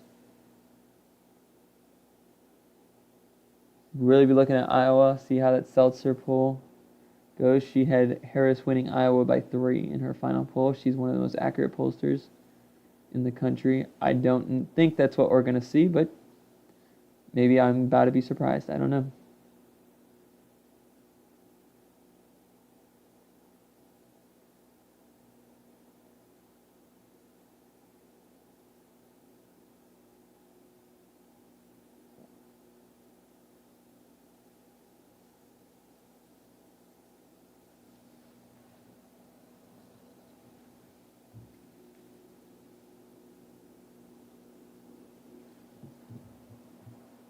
We should get some results soon from there. Georgia, the margin's starting to come down. Harris really needs to do well in the metro. Trump is doing really well in the rural areas. Harris needs to do really well in the metro.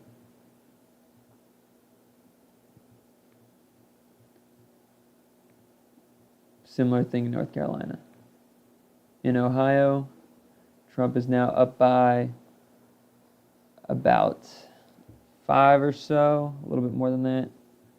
Sherrod Brown is down by 0.5, half a percentage point, excuse me. So Bernie Moreno outrunning Trump by 6. Sherrod Brown, or underperforming Trump by 6, excuse me. Sherrod Brown needs to do a little bit better. We're getting these calls starting to come in. Nebraska will be interesting to look at. Nebraska's 2nd district especially.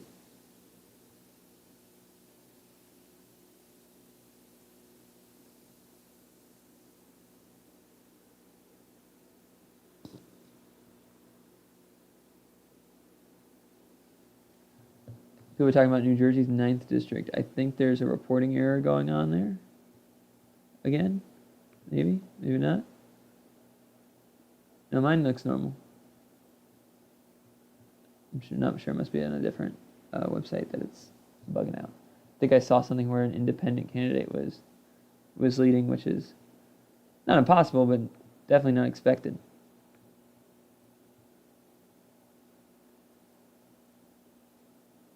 I'm still on New Hampshire here. Like I said, if you all have any questions, feel free to ask me them in the chat. Stop being sleepy. I'm not, I don't got something to say. I'm not going to sit there and yap.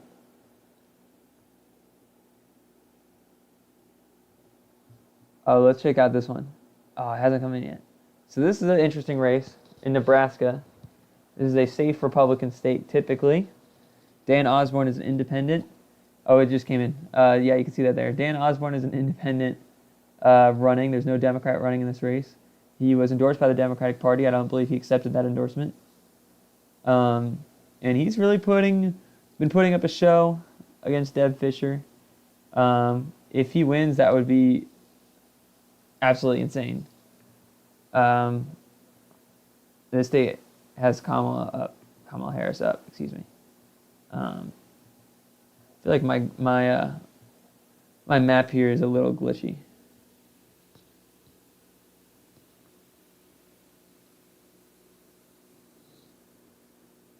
So.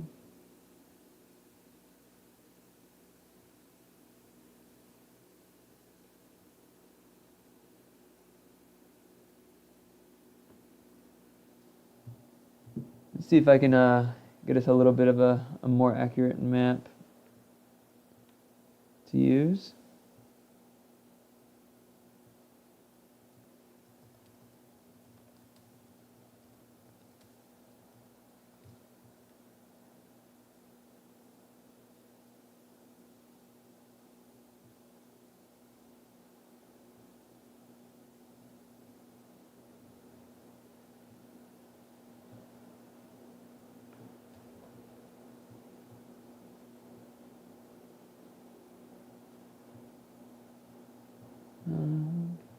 See NBC News. I might go to Decision Desk HQ. This only has called races.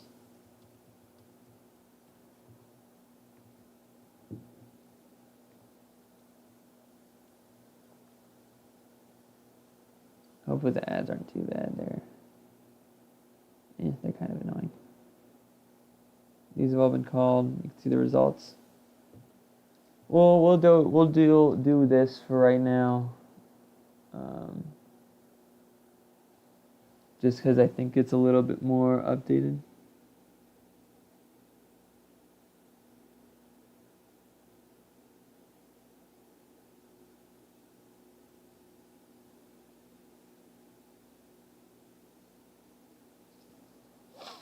But yeah, the ads are annoying for sure.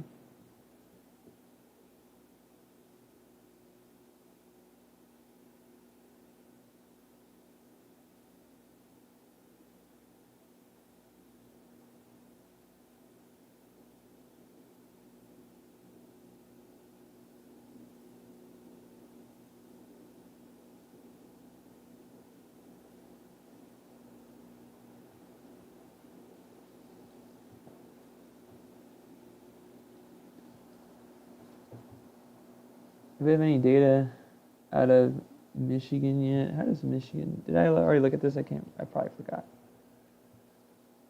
Yeah, we did look at this. Absentee ballots should come in first, and then the rest of the state.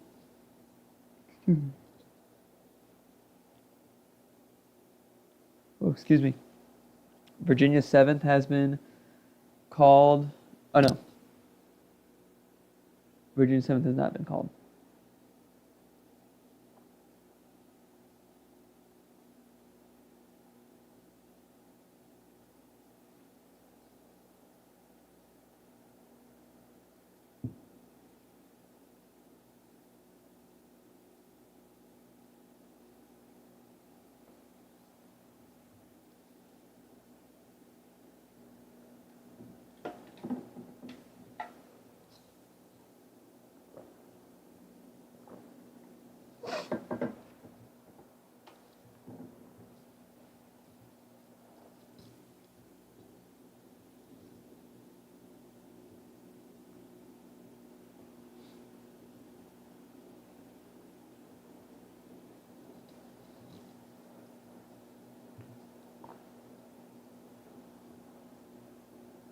Pennsylvania. Let's see here.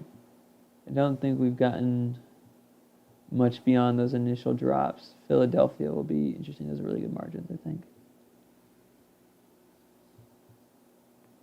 Let's see if we can see some House races in Pennsylvania. I don't know how much they have been looked at yet. This one will be interesting. I think this is a... Actually, I don't know if Trump won. I think it's a Biden won district. We'll see if Harris can win it, and if the candidate here, Stelson, I'm away with it. I think I had her winning, which is bold pick.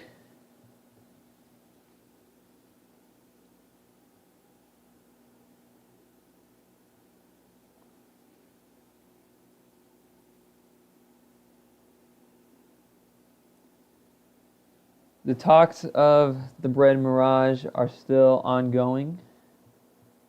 We just don't know yet how that early vote is going to go. The guess is that it's going to be more Democratic. Harris needs it to be more Democratic than the early vote, the election day vote, excuse me. The election day vote needs to be more Democratic than the early vote has been. That's what is going to decide these races in North Carolina and Georgia. It'll decide the margin in Texas. Texas has been called for Trump at this point. Hasn't been called for Cruz yet.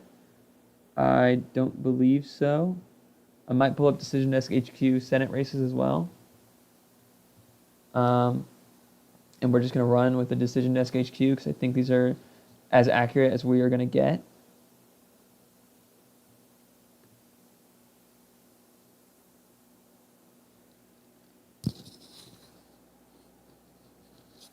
Looks like Amendment 4, the right to an abortion in Florida is going to fail despite only winning 43% of the vote.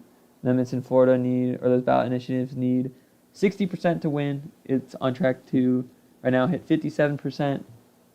Kind of some insanity, but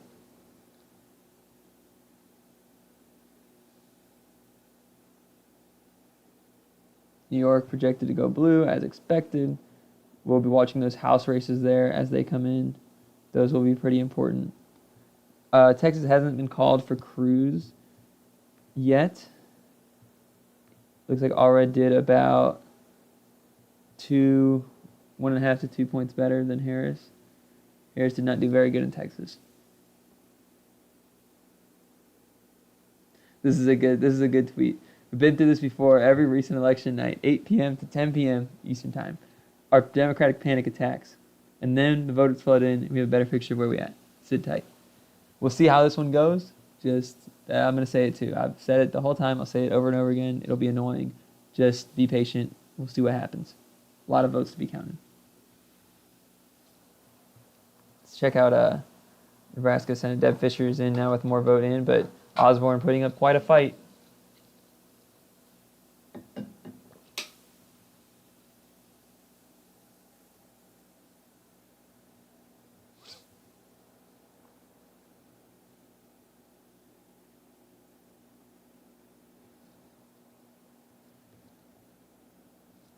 Colorado should be called for Harris pretty soon. It has been at the presidential level. I don't think they have a Senate race. No surprise there. We'll see how her margin is there. We're getting some more talks of Dems doing a lot better with the election day vote in Georgia. That's what Harris needs. I'm going to have to send a reminder to the Aggie Dems discussion chat because they're freaking out.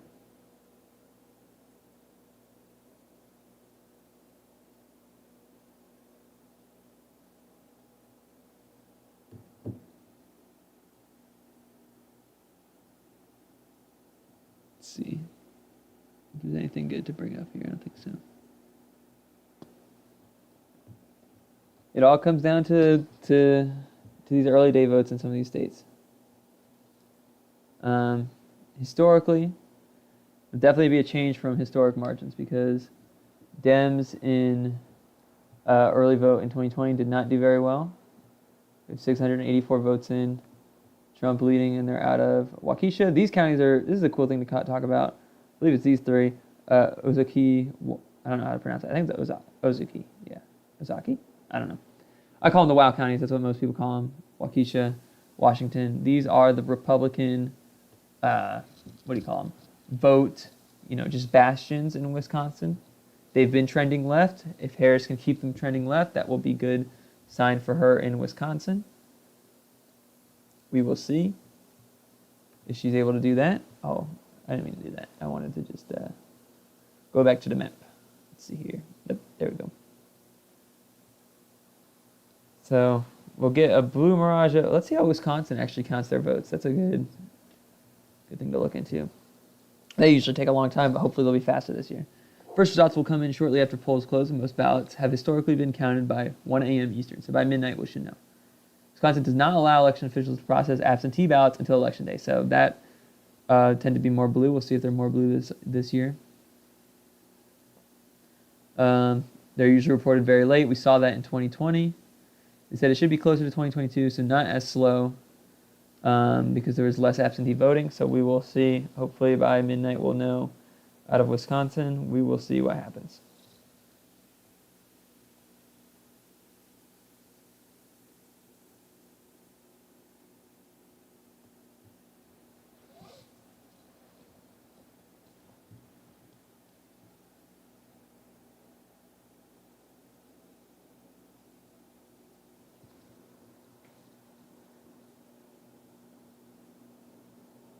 Iowa first drops are in. Trump winning by a lot. Just some small counties reporting for sure. Trump should win Iowa, just to be clear. Ted Cruz might be projected to win. Not on decision SHU yet. I think once they call Texas for the GOP, they can't call the Senate yet for them, but it will be pretty dang close. Nebraska, the independent, back ahead, 18% in. Let's check out, this is what I want to see. Yes. Okay. Don Bacon here in District 2. 50% of the vote in. Democrats winning by a good amount. This is interesting because if hopefully y'all have heard about this. And I wish I'm kind of confused or a little shocked a bit that Decision Desk HQ does not show this. Nebraska, actually gives out its electoral votes by congressional district. So it gives 2 votes for whoever wins the state overall, and you get a vote for each congressional district to win. So Biden won Nebraska's 2nd district. Clinton won. Clinton lost Nebraska's 2nd district, I think. Did she win?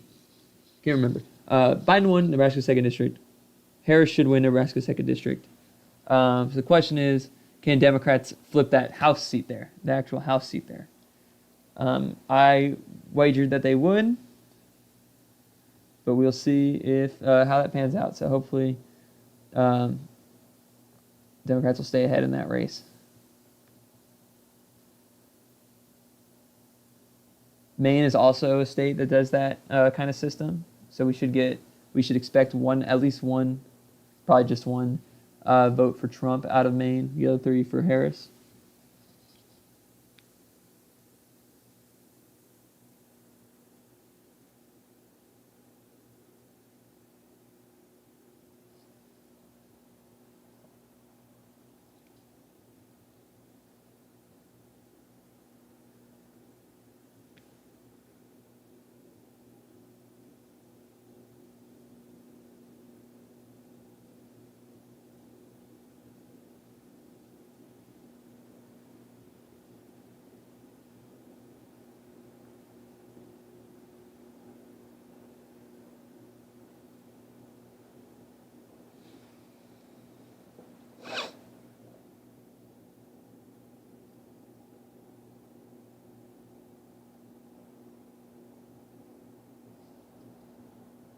Just trying to read some stuff if there's any interesting things to bring up, but we're just going to keep waiting and see as races get called.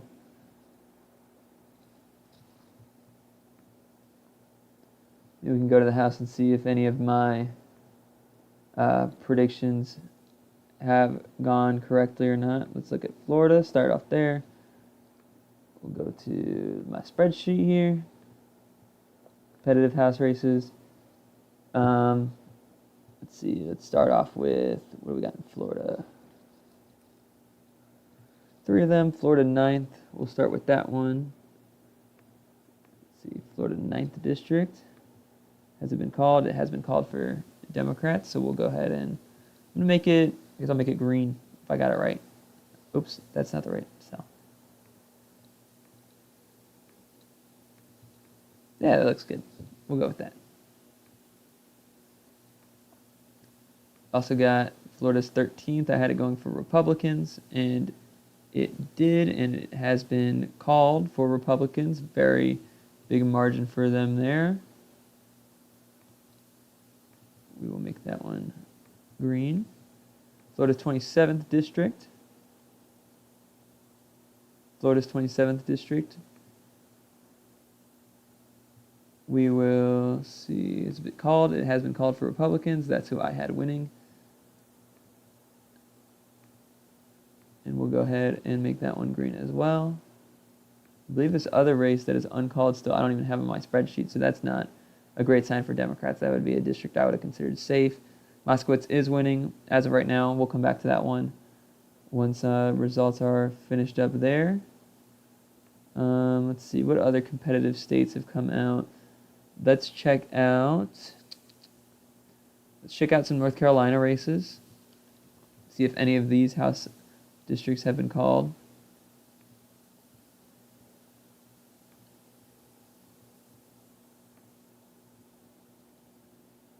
A little bit of lag, but we should be able to get through that. North Carolina, let's see. Do we have North Carolina done yet? We do not. Do we have North Carolina's first done yet? Nope. No races to call there.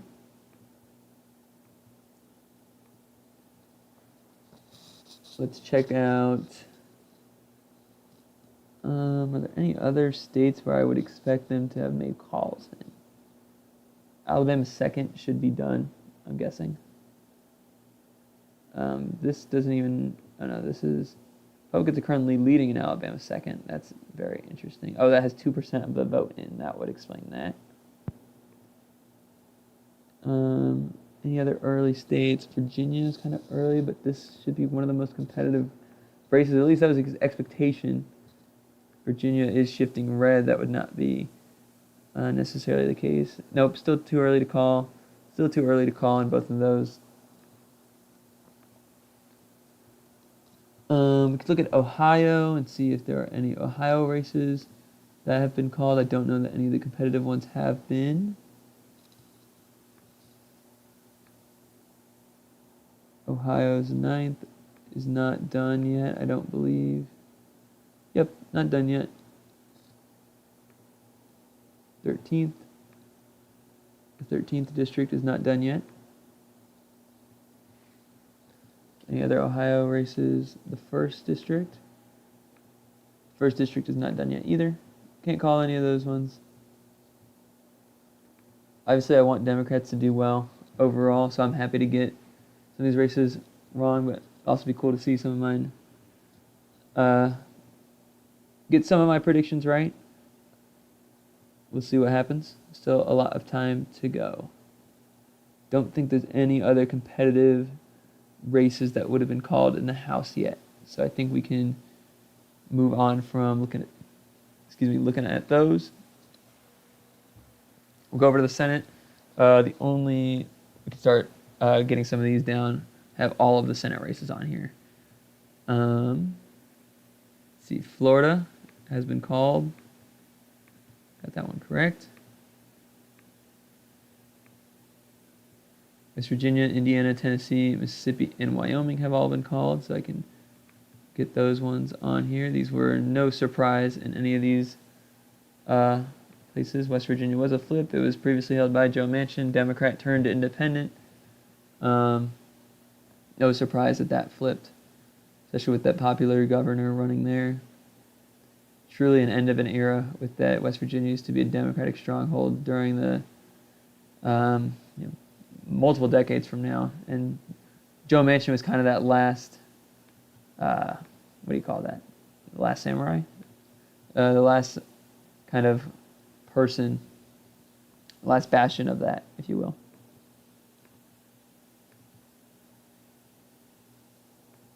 New Jersey, these have all been called at this point. these are not surprising at all that these races have gone the way that they went. It'll be interesting to see the margins, of course, but Vermont will be differently colored on decision SHQ, as will Maine, because they're technically independents, but they caucus with the Democrats. So for my purposes, I just put them, in the Democratic column, because that's who, they aid to the Democratic majority. They are key parts of that majority. That's what they're expected.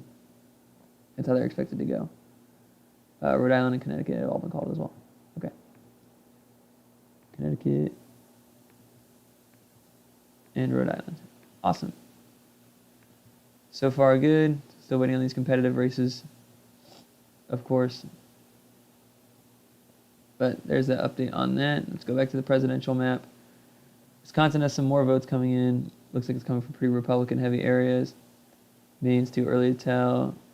Michigan and Pennsylvania are still holding up, but we're still waiting on votes to come in.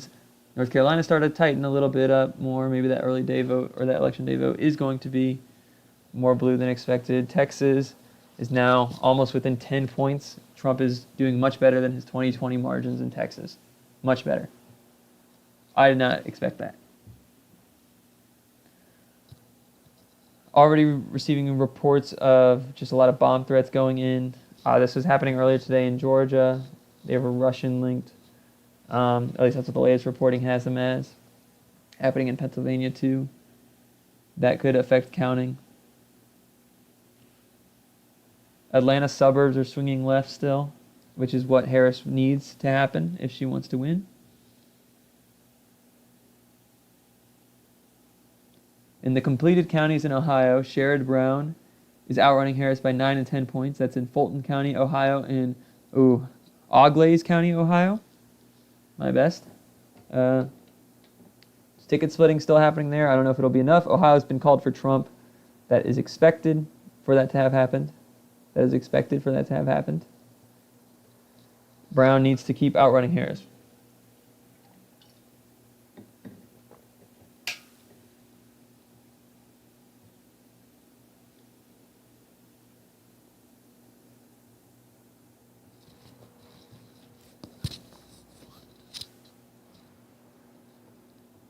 Just got to keep waiting, y'all. If y'all have questions for me, you can ask them. Send them in the chat. I'll do my best to answer them. Is it over for the Dems? It's definitely not over. It's still way too early to tell. We don't know how early day voting is going to go. It could go a lot more blue. That's kind of what the expectation is. That will change. We saw something like this in 2020. Call it the Red Mirage, which is where a lot of states looked very Republican before the rest of the votes get counted. Other states looked very Democrat before the votes got counted. We just got to wait for votes to count before we were making anything certain. North Carolina's been called for Trump. Oh, wow. Oh, wow. That's very interesting. That is one of the swing states.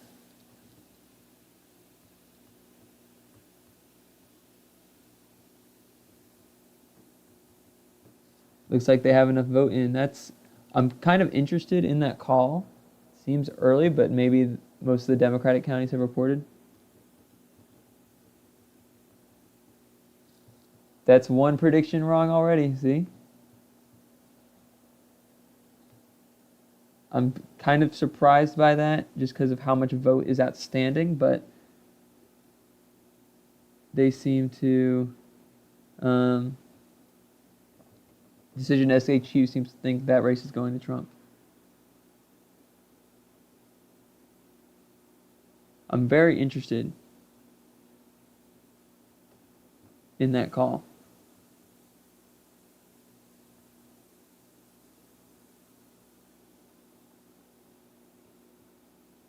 I'm really curious about that.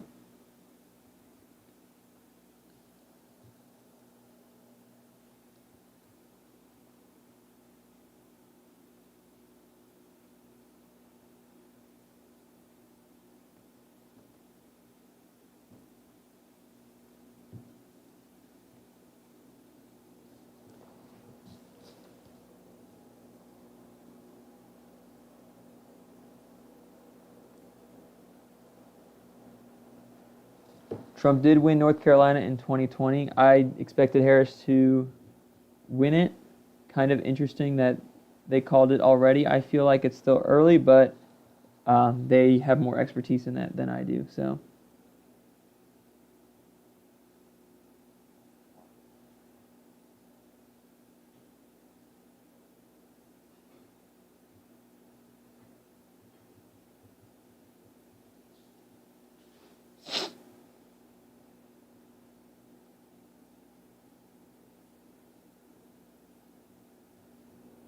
I'm surprised that I'm not seeing people talking about this yet.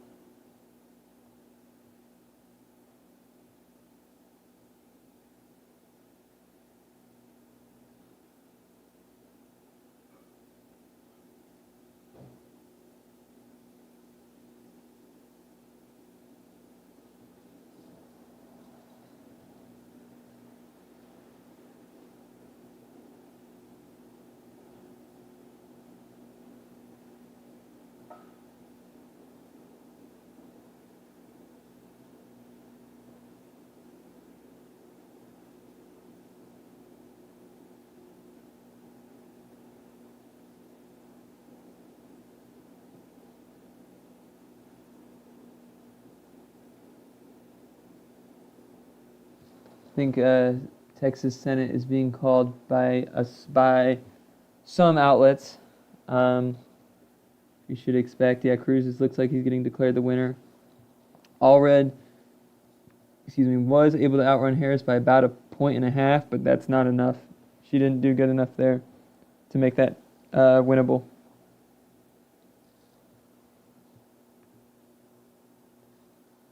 Harris leading in Iowa. I don't think that will maintain, but who knows? I'm really surprised by that call, but and it's to the left of Georgia, but Georgia has not been called yet, so it must just be where the outstanding vote is. 25%. So yeah, there's still a lot of. I'm just interested. It must be the raw numbers, like what they anticipate to come out of these counties still. I feel like there's still quite a bit of vote left. But I don't know. I'm not an expert on this, so I don't know.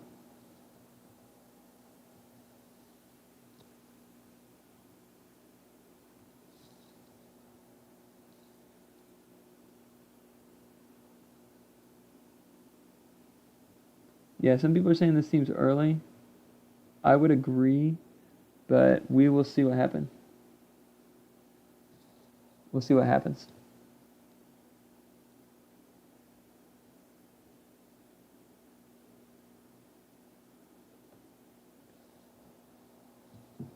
Maybe we just get a exact copy of the 2020 map. That would be crazy.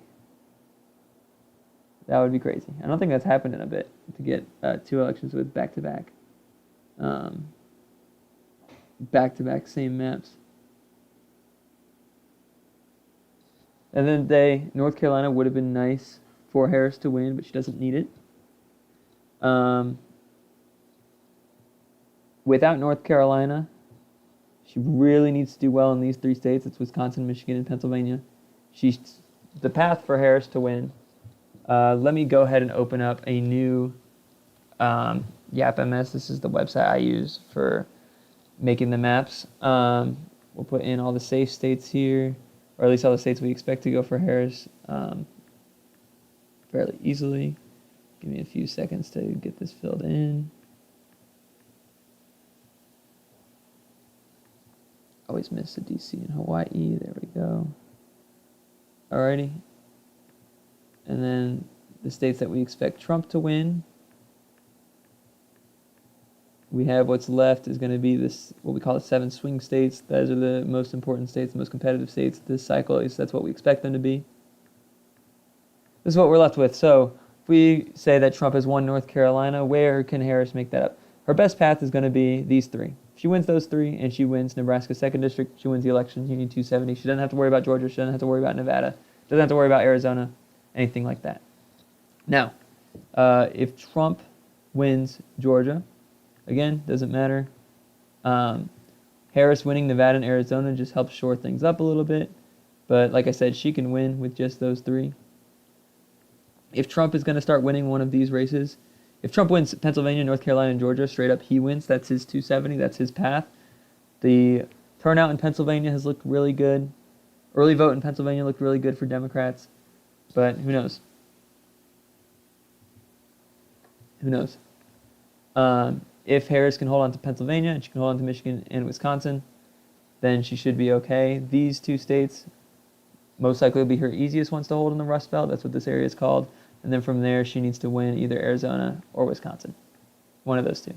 If she wins Nevada, this isn't enough. That's not enough. She has to win either all three of these ones or she needs to win Arizona.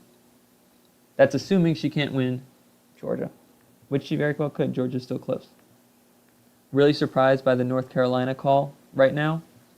But, like I said, I'm not the expert. So we'll see. Some more votes coming in from Wisconsin.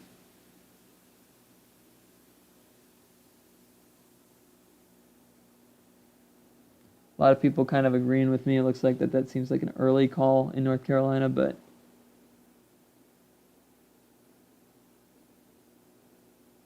yeah, a lot of people saying it feels early. But you know what? That Decision Desk HQ, this is literally their job, is to call these races.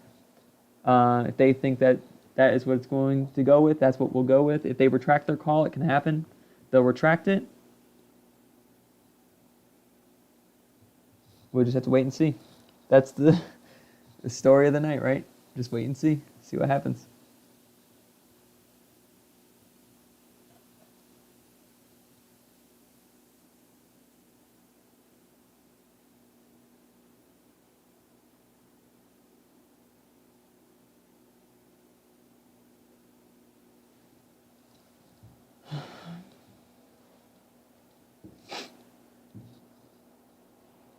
In the Senate, Sherrod Brown is now down by 4.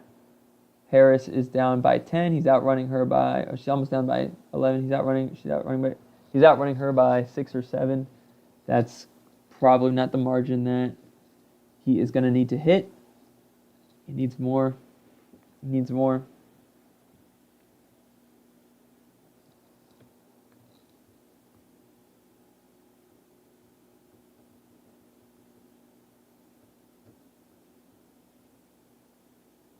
Not an Iowa truther.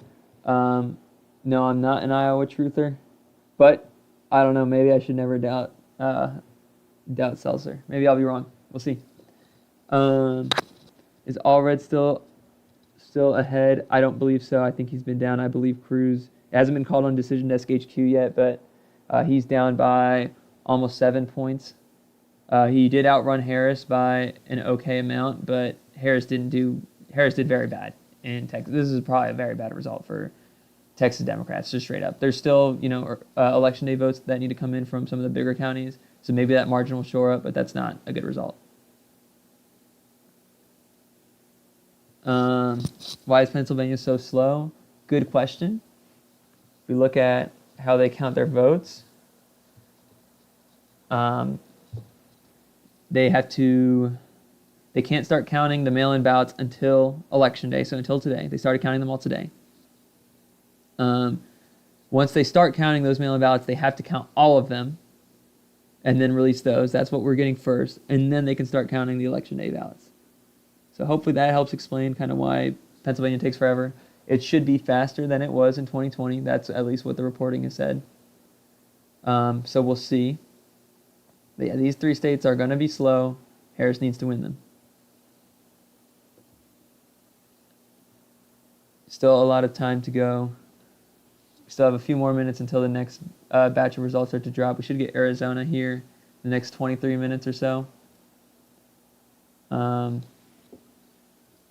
Yeah, we're just going to have to keep waiting.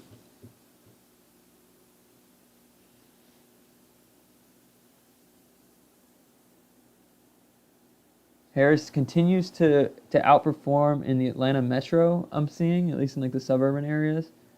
But there's still a lot of votes that are left outstanding. This is where she needs to make up margins that Trump is doing better in the rurals. She needs to do a lot better in these Atlanta metro areas if she wants to win. Georgia's going to be really close, I think. Should be really close. I think North Carolina will be close too. That's why I'm still surprised that they called it.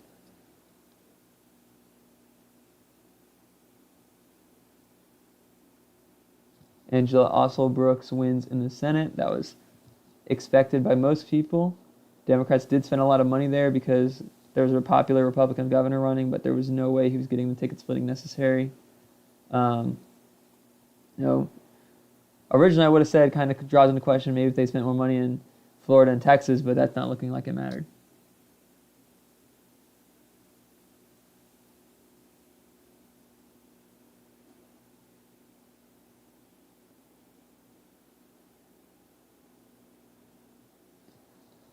Sherrod Brown's race will be close.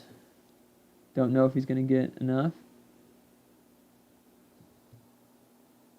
Dan Osborne's still leading. I think a lot of the Dem-leaning counties have come out. Harris leading in Iowa. I'm guessing Des Moines came out first, right? Yeah, okay. That makes sense. I was going to say, I don't know if that's going to hold. But that would be so cool. That would be cool, for sure. And we're at the point now where there's only a few electoral votes in terms of what Trump is expected to get for him to pick up. There's 4 here, 3 here. Yeah. Is Idaho at large, or they have 4? They might have 4. A few votes here, Alaska. And then from there, it's just swing states, basically. So that's what we're interested in. That's why we're interested in North Carolina so much, why we're interested in Georgia. Trump projected to win North Carolina to hold on to it from 2020. Feels like an early call, but Decision Desk HQ are the experts in this situation. So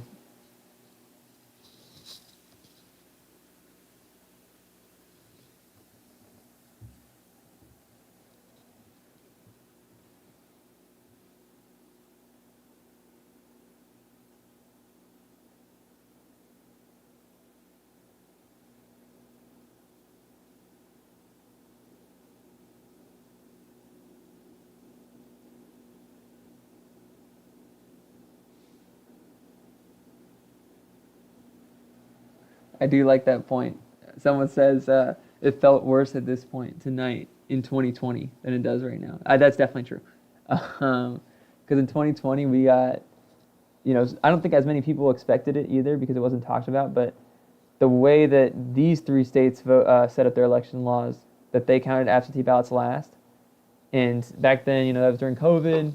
Democrats were only voting by mail, basically. So it was like insanely Republican. Like it looked like it was beyond over. And then as time went on, counted those Democratic ballots, we got the final results. We'll see what's going to happen tonight. Still a lot of time. Still a lot of time. How is that already projected? I don't think that's accurate. Yeah, that's not been projected. Someone was saying Arizona has been projected in the Senate. I don't think that's accurate because they have not even started reporting their information. Come on now.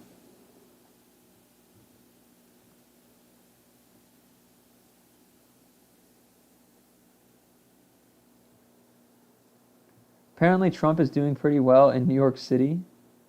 That would make things weird because if Trump can claw away margins, he's not going to win New York, but if he can claw away the margins in New York,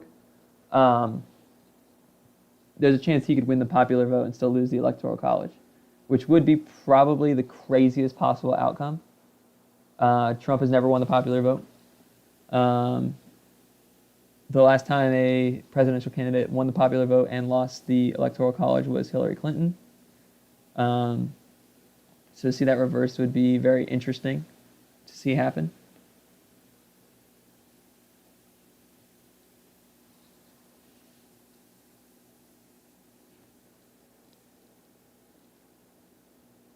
I will be sad if North Carolina stands because I was a 319 truther for quite a bit, which was the idea that Harris would sweep all the swing states. I thought they would be really close. You could look at my projection.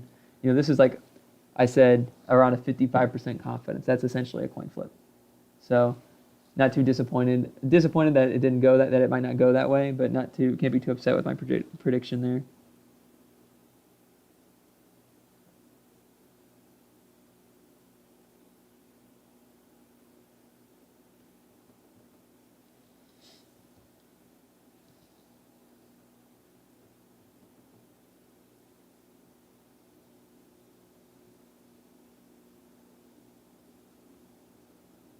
y'all have any more questions, I'll try my best to answer them in the chat.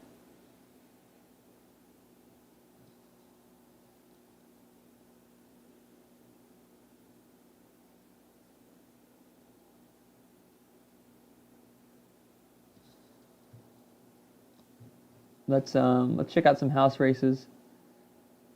Let's see how this one is first. It's basically stayed the same. I don't know if there have been many updates. We're getting some. Just looking through for competitive races, if any of them have been called. I'm not seeing any off the top of my head. Bama back to how it's supposed to be. This one should... Yeah, not seeing any competitive races yet that we can put into our list. We might start doing some of the presidential ones and just getting those down. Let's see. Which has been called so far? We've got Wyoming has been called. North Dakota, South Dakota, these have all been called. Nebraska's third, I think has... I'm not sure if that's been called yet. I'm sure it has, though. But Nebraska at large has been called for Trump. Kansas, Oklahoma. Has Kansas been called? Yes. Yes, it has. Okay. These all go for Trump. Yep. Kentucky, Indiana, West Virginia. All of these.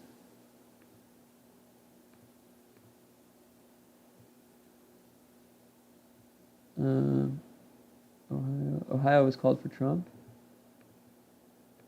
Florida was called for Trump. Oops.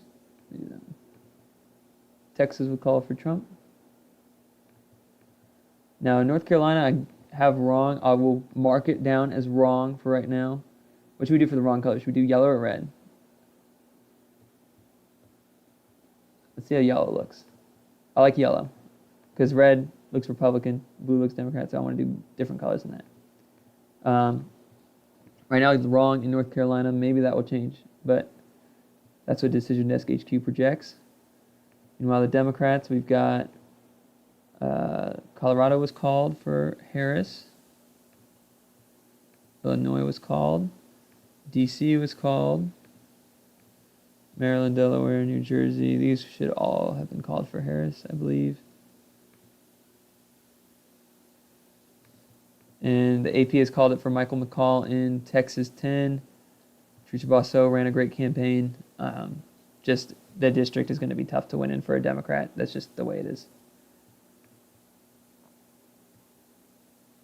Virginia was called. Yep. Has New Hampshire been called yet? It has. Alrighty. I think that's where we're at. Now, already one thing wrong. Look at me, I don't know anything. It's oh, they have the Nebraska. Oh, they have them up here. Okay, Nebraska third has been called. Awesome. Another thing to add to the list. Going over to U.S. Senate now. Do we have any other calls here that I have not added on yet? I don't think so. Maryland was called. There's one. Delaware was called. Was Maine called yet? Maine might not be reporting enough yet. Nope, not reporting enough yet. They also do ranked choice voting, so that should be... Might take some more time with that. Okay. In terms of governorships, we could do those. A lot of these are really easy to just go through. North Dakota, Indiana, West Virginia. Vermont was called as well for popular Republican governor there. He did vote for Kamala Harris, he announced today. He's a pretty liberal Republican, one of the last of that New England kind of Republican tradition, which is pretty interesting. Delaware was called for the Democrat. North Carolina also called. North Carolina is going to be absolutely... It's actually insane how much Stein is winning by in the state. Again, this is a state that AP projects is going to be won by Donald Trump, and Josh Stein is winning by 13 points right now. So, pretty interesting. Pretty interesting. A lot of ticket splitting there. That's a place where there's a lot of ticket splitting. I'm guessing though. Be interesting to see how much of that is Stein doing better than Harris versus Robinson just doing worse than Trump.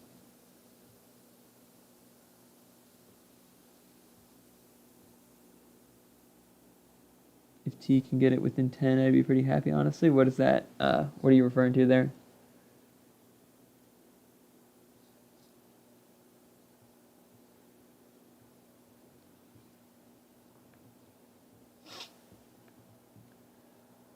We're 12 minutes away from our next drop of results.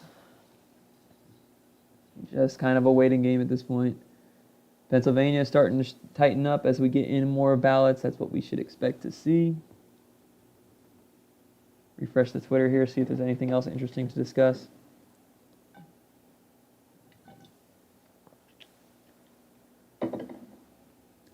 Another person, this is someone I really respect. If you aren't already subscribed to Split Ticket, they're free. It'll send you information right to your email.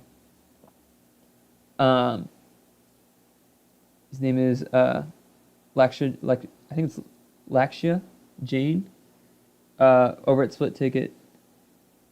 He says that this feels like too early of a call in either North Carolina or Georgia. I don't think there's been a call in Georgia yet. They're tilting Trump right now. You would rather be Trump than Harris in those states, but there is a path for Harris to win. I think this is jumping the gun. I think that's a fair assessment. We'll see what Decision Desk HQ has. Kind of like, I definitely agree. Like, I think Trump is definitely the advantage in these two states. There's no doubt about that, but there's too much outstanding vote to say that Harris can't win it.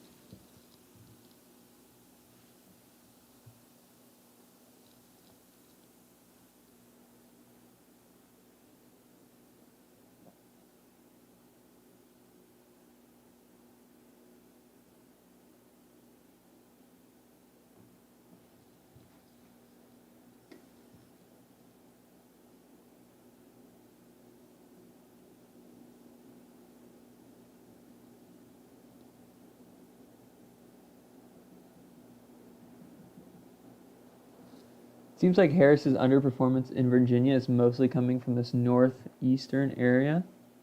Talked about Loudoun County already. Still not sure if that's a data error there or if that is the margin.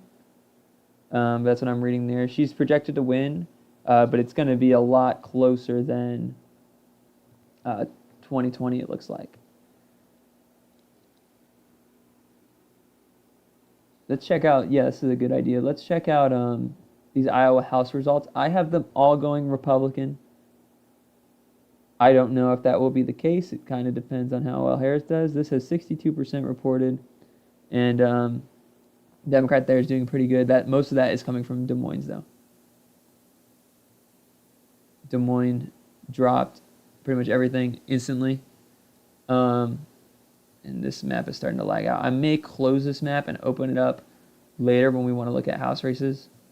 It's a bit laggy.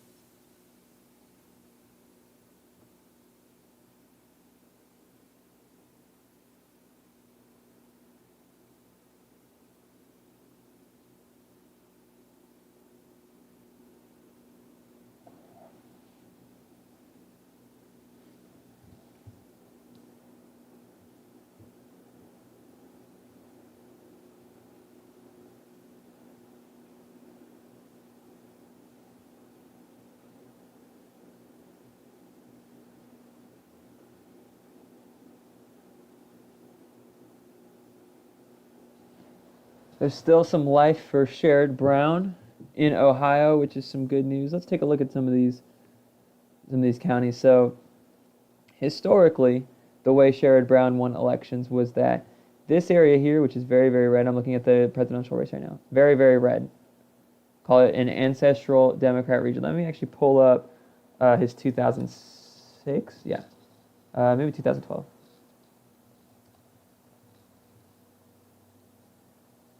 Yep, this is when I believe this is when he first won, right? Yep. you can see this whole side of the state, especially down here. This is where he made up a lot of his margins. This was a blue wave-ish year. 2012, this is a presidential year. This is our closest comparison, I guess, technically to now. He also did fairly well in this region. He cut down the Republican margins. You can see all here. He still got some Democratic support out of some of those counties. In 2018, a lot of that starts to evaporate. But that's going to be the region where if he can make up some ground there with these, what you call the ancestral Democrats, people who used to be Democratic Party and kind of shifted away, then that's going to make it close. So let's take a look at some of these counties here. Let's look at this one, for example, Morgan County. This is one of the smaller counties here. Trump winning it by over 50 points. Sherrod Brown doing a little bit better. He's only trailing by, 42 here, 8 points better. That's the margin we said he needs to hit. Now it does depend on how good Harris does in the entire state to know how good Brown's chances are, but those are margins you want to see if you're Sherrod Brown. So that's going to be something to keep an eye on. I would say Republicans were favored in the Senate from the beginning, so kind of comes down to how much can Democrats back up their losses. Oh, I just got word I'm live for all the Aggie Dems. What's up, guys? Keep the faith, hang in there. It's still early, still a lot of time left to go, so don't give up hope yet. But hopefully y'all aren't stressing out too much.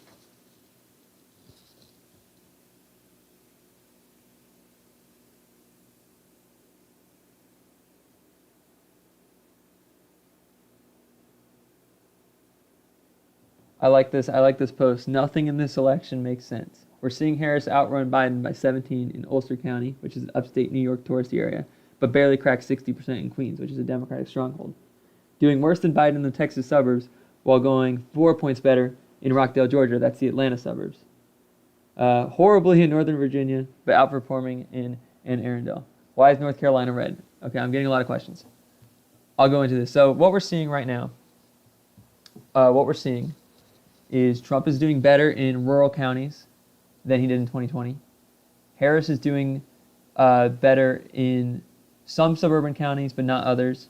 And she's doing better in some cities, but not others. It's kind of just all over the place. This feels a little similar to 2022 in terms of state-by-state analysis, where like you have Florida and Texas just bolting Republican, and then other states kind of aren't doing that yet. So North Carolina, Decision Desk HQ is called. I've seen a lot of people who I respect their analysis quite a lot say that this feels like an early call, even though Trump appears to be the favorite here, just based on where the vote totals are. But this feels like a very early call and that Harris could still win it. In Georgia, what we're seeing is that the early day vote was more Republican, which is kind of what we expected. The question is how much more Democrat is that election day vote going to be? Trump is doing better than he did in 2020 in some of these rural counties. Harris is doing better than Biden did in 2020 in some of these Atlanta metro areas. It just comes down to how many votes can she get out of there to make up this margin. So it's just going to take time is basically what it comes down to. That's why I'm very interested in the North Carolina call with 65% of the vote in. There's still quite a lot of vote outstanding, especially in some of the suburban counties, that if Harris hits enough margins, she could end up still winning. There's still a path, even though Trump is favored in North Carolina at the moment. So the important thing to remember, and as I was kind of talking about over here, these are the swing states. I've got North Carolina filled in red, just like Decision Desk HQ. Harris just needs to win these three, and she's won the election. It's a lot closer than we would like, but that's it. She's won the election.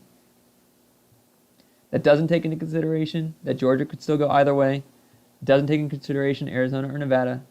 She wins those three, she's won the election. Most importantly, I think, is Pennsylvania. If Trump wins Pennsylvania, that path for Harris gets a lot more difficult. This is not a Harris win. This is a Trump win.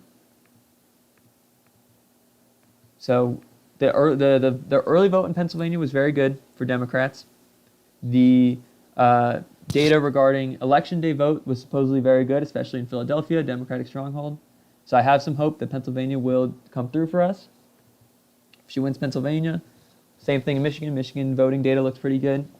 if we say that this is going to be the election plays out, well, what goes from here? She just has to win one of Wisconsin or Michigan, or Arizona, excuse me. So there's still a pass for Harris to win. This is still anyone's election. There's still a lot of time. We don't know what's going to happen yet because it is still too early to tell.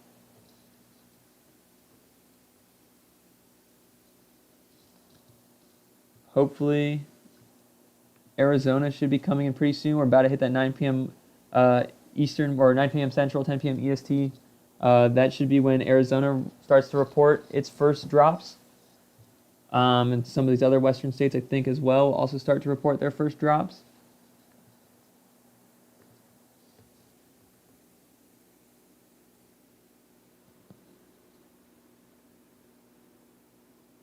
One thing that's really interesting I want to talk about is this New York margin. Trump is kind of repeating what Republicans did in New York City area, which is surprising. There is the door is open for a Trump popular vote win, Harris Electoral College win, which would be insanity. That would be insanity if that happens. Here's a result over in Georgia, Rockdale County, which is, let's see if I can find it, right there, Atlanta metro area. Harris up by quite a big margin. She is overperforming Biden's margin here. That's what you want to see if you are Vice President Harris. You want to be overperforming in this area, especially because Trump is overperforming in the rurals. Georgia's going to be really, really close. It's going to be very, very close.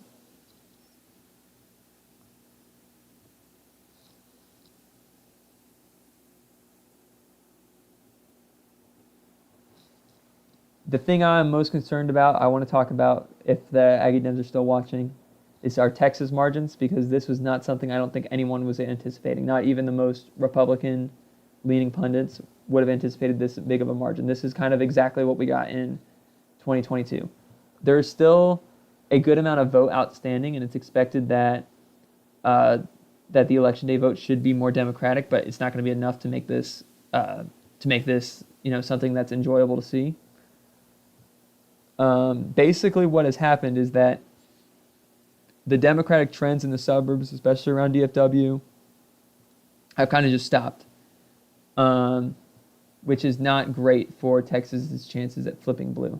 Allred did outperform Harris by about 1.5 points, but it wasn't even close.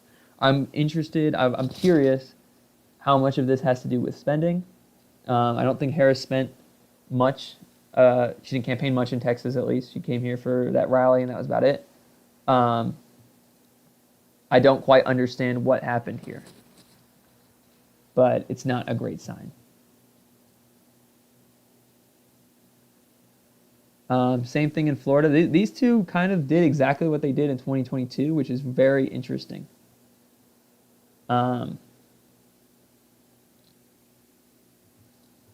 Where Florida has just become Republican vote center. And that's also what eats away at that popular vote margin, is the better they do in those two states. So Nevada polls have just closed. Arizona results should be dropping soon. Yep, there's some more calls. Montana, Wyoming. Montana will be the one to watch with that Senate race there. I don't expect Democrats to hold the Senate. I didn't expect that before. Pennsylvania has flipped red with some more votes coming in now. We should come down to, we'll have to look at, we still have a lot of votes to come out of Philadelphia, so don't fret yet. All these Republican rural counties are starting to report. So Democrats feel really good about Pennsylvania, which they need to if they want to win.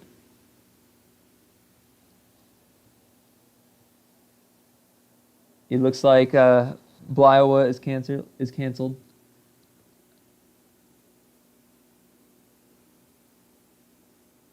Apologies if you were really gunning for it.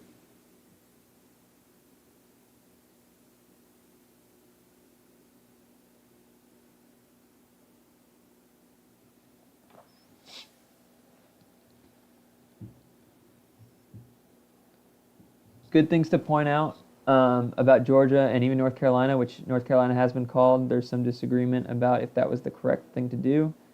is that right now Democrats are in a better spot than they were in really both of these states at this point in time in 2020. Now, the thing that's interesting um, is how those vote totals are going to be coming in, because in 2020 it was all those mail-in ballots coming in. In this case, it's kind of a little bit of mail-in ballots, but then also maybe the election day vote will be more blue. So we'll see what happens. Just be patient.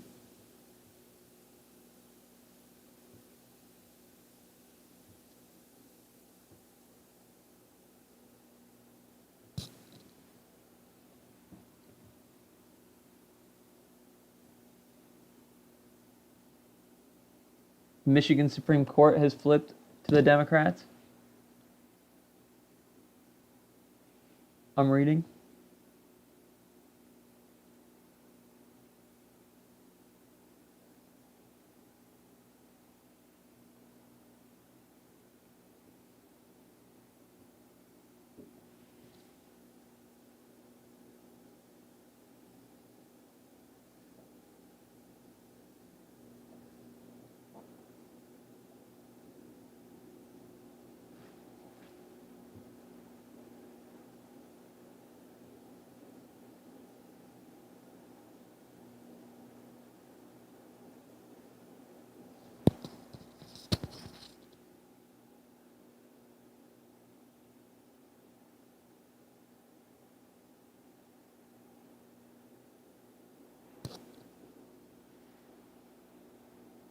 New York is being really weird in terms of where it's shifting. Democrats seem to be doing very good upstate, but doing horrible in New York City. Just some that's again 2022 kind of happening again, except they didn't do good upstate.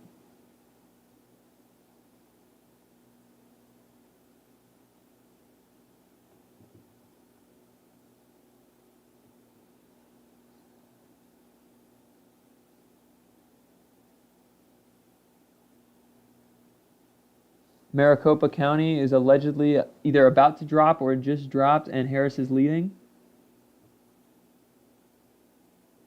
We don't know what vote it is. If it's early vote, that's probably better for Harris if she's leading with that early vote total, considering the Republicans had the turnout advantage. Pennsylvania's back to blue. See, it just keeps going back and forth. We have a lot of time.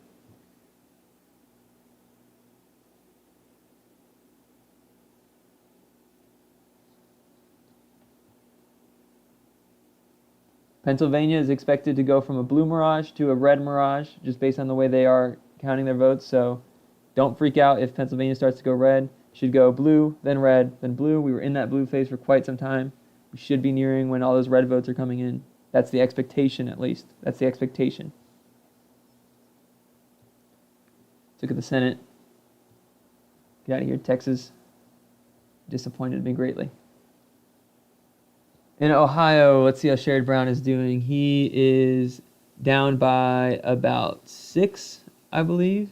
Did I do my math right? I hope so. Harris is down by almost 13.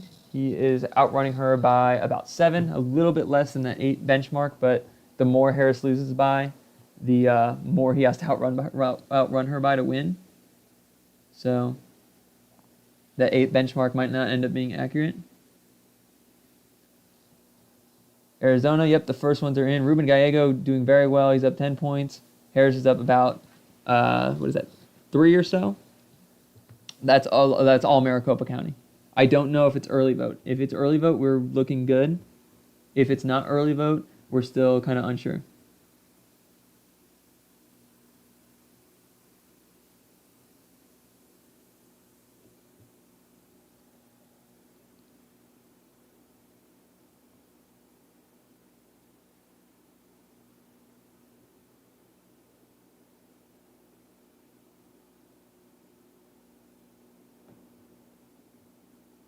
Trying to find out for y'all if this is early vote or not.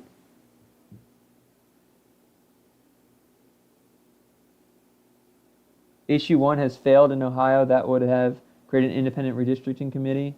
I would put some of that blame on the fact that the Secretary of State, Republican Secretary of State, wrote the way he wrote the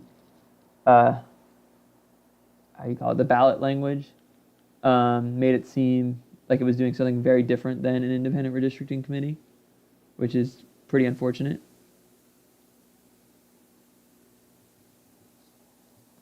I really want to know what this Maricopa drop is.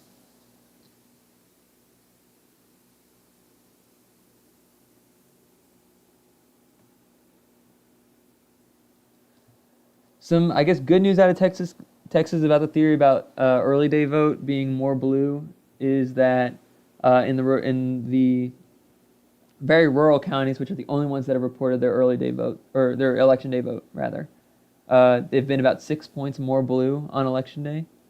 So maybe we could see those margins dwindle down. I don't think it will change who wins, but it'll be good to know. And we also would hope that the same thing is happening in North Carolina and Georgia, which are almost mirror images of each other in terms of results right now.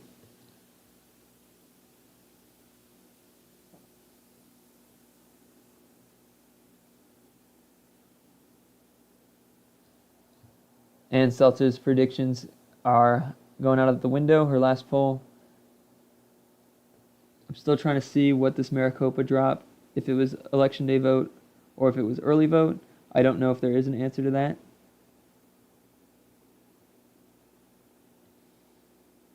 What's going on with the Senate vote in Montana? Only 2% of the vote in, but they're majority third party. Let me look. Decision Desk HQ doesn't have any votes in, so I'm not sure. It's possible that's an error. It's possible that's coming from some just like one county or something like that, and it's just kind of all over the place.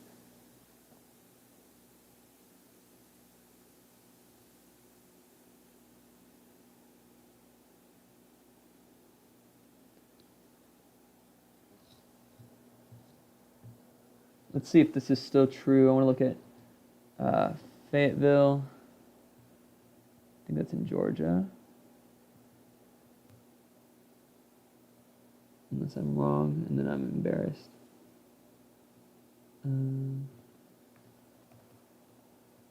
I said North Carolina. Whoops. See, there's a county that has the same name, so it's okay. Let's see, what county is Fayetteville in?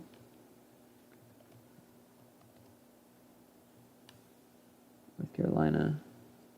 In Cumberland County. Okay. This is down here.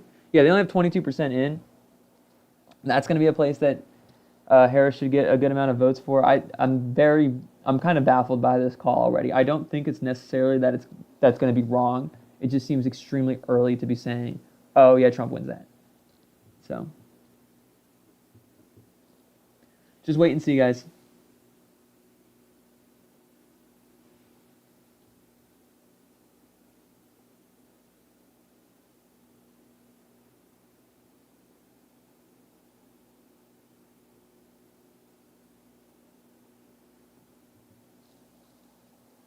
One thing that I'm really curious about, Harris is kind of underperforming in the Northeast. I do wonder what role, and this is kind of a discussion for after the election when we know the results are, but I will be interested to see what role the fact that she only had 100 days to campaign had. Because where is she spending those 100 days? It had to be in the swing states. That's where she had to spend them.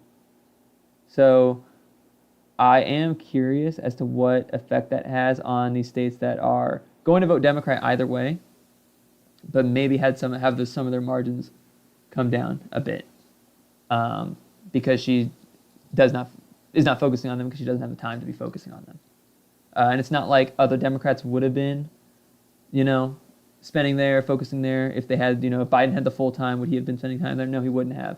But there's at least enough time for the understanding. There's at least more time, involvement in the primaries. They might be visiting these different states.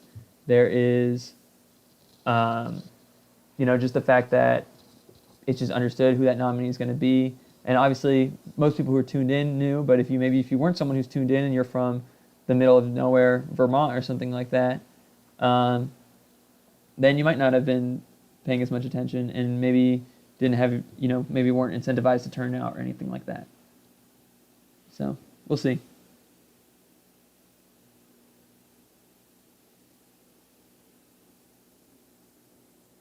So far in Texas, most of the counties that have completed their election day results are going to be all up in this area. These are all very red counties. Not a lot that have been completed kind of in the suburbs in the Texas Triangle here. We'll see. I don't think this margin is going to hold, but I don't think it's, I mean, Democrats aren't going to win, but we'll see what happens.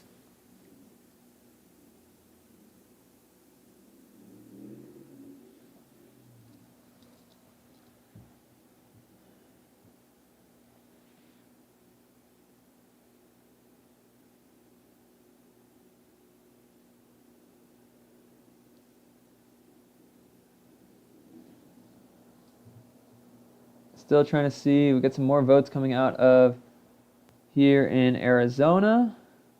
These are, let me actually look. Does it say if these are early votes? Shortly after, Arizona doesn't post any election results until all precincts have reported, or 1 hour after polls close, whichever comes first. It is almost always 10 p.m. Eastern. Shortly after that time, counties are expected to release results from mail-in ballots received daily. So these are early votes then. These are early mail-in voting. Okay, that's pretty good. I think that's pretty good for Democrats to be hitting, considering Republicans had a turnout advantage in terms of ballots returned and those sorts of things. That's pretty good. Rest will take a while. Votes cast at polling places on election day will trickle in over the next several hours. State's largest county, Maricopa, estimates it's going to take until 5 a.m. Eastern time. That is 4 a.m. here. I would probably not be up for that because I have class tomorrow. Report the full election day vote. Mail-in ballots received in on or just before election day will be released over the next several days. Could take quite some time to know in Arizona. Arizona is going to be one of the ones that takes the longest. We're seeing the red mirages start to trickle in across Pennsylvania here. What we expect, blue mirage, red mirage, and then the final result. So Ruben Gallego in the Senate is absolutely crushing Kari Lake. He's up by 10 in a state where Harris is only up by about 1. That's some insane ticket splitting going on there. Maybe ticket splitting is still alive, which would be good for Montana, for John Tester, and for Sherry Brown.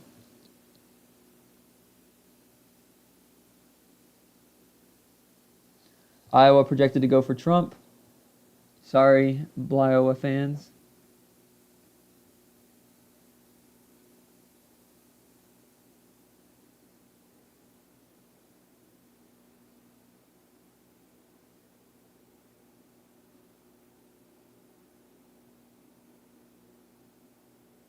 People are still in line in North Carolina where they have called the results, by the way. And that's going to happen in a lot of these, these safer states, but in a swing state, that's interesting that that's happening.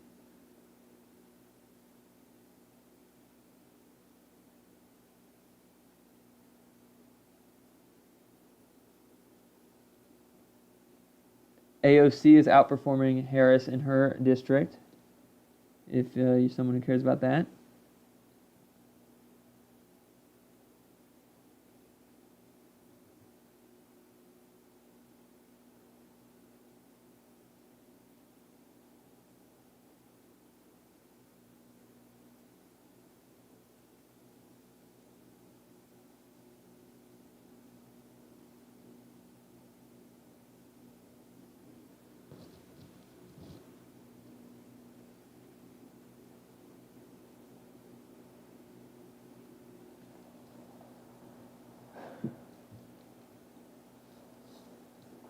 See when Nevada will start to drop.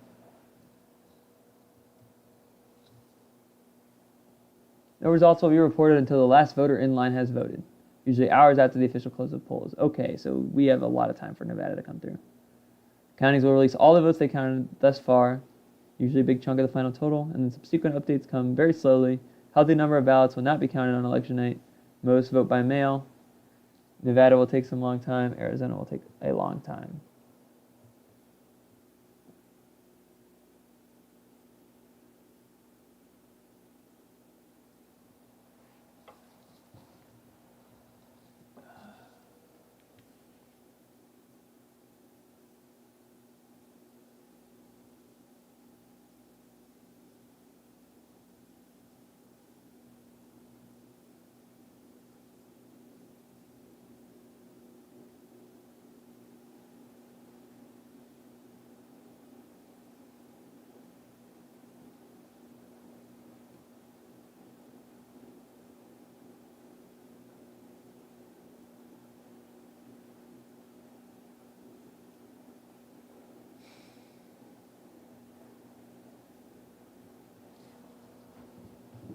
If y'all have any questions for me, send them in the chat. I'll look through. That's a crazy thing to say in the chat. If y'all have any questions for me, just let me know. I'll try to answer them as best I can. Gonna be a long night.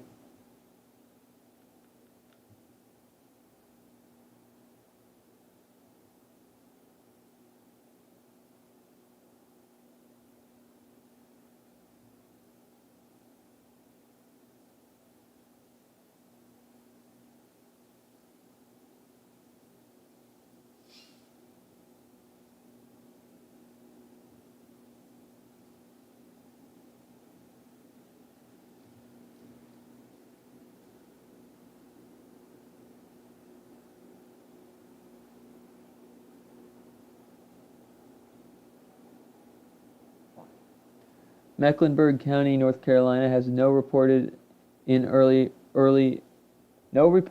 in-person votes. Should be about 426,000 of those.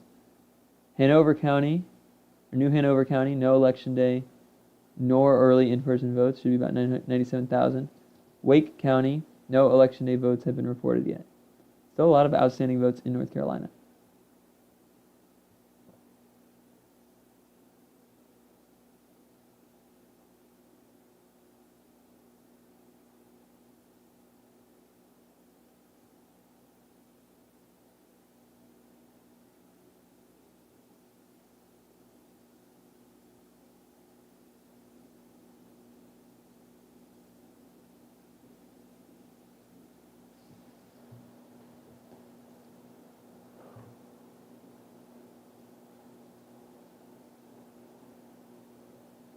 And this is what's really making up a lot of these Republican margins in Wisconsin.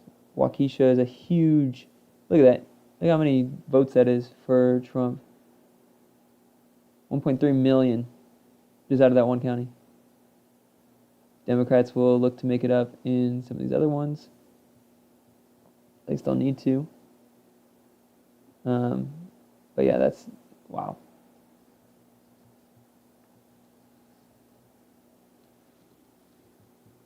We're starting to enter that red mirage of the blue wall kind of phase. So kind of hold tight. We'll see how everything turns out.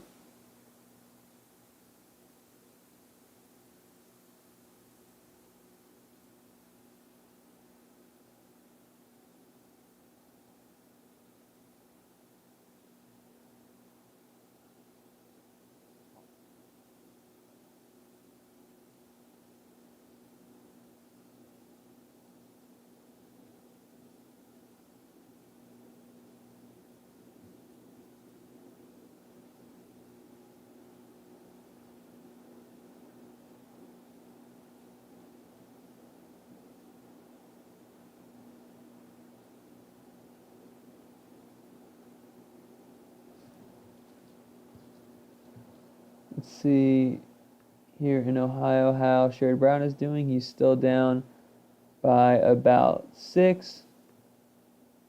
Harris at this point is down by about 12. Not enough. He's not outrunning her by enough.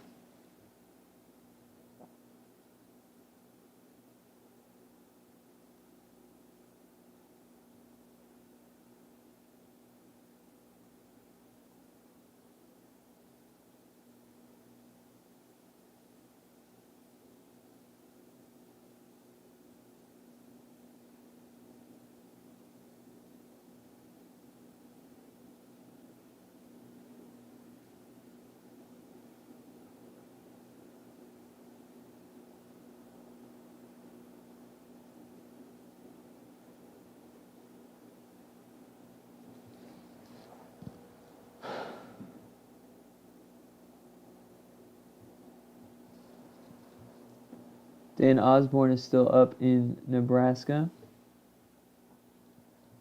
which is somewhat interesting.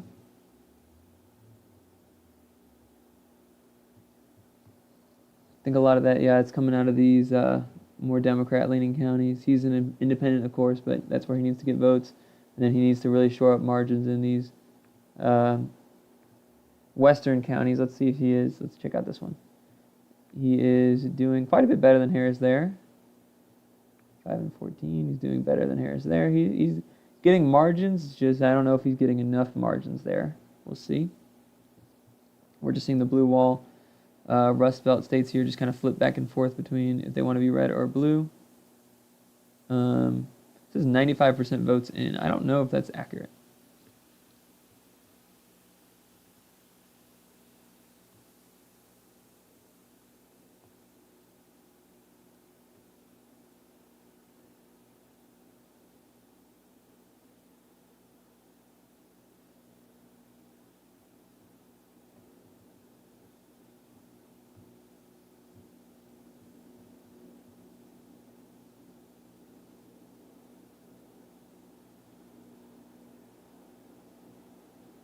Republicans are currently favored to win the House of Representatives, according to Decision Desk HQ, which would be a change from what pre-election forecasts most of them showed, at least.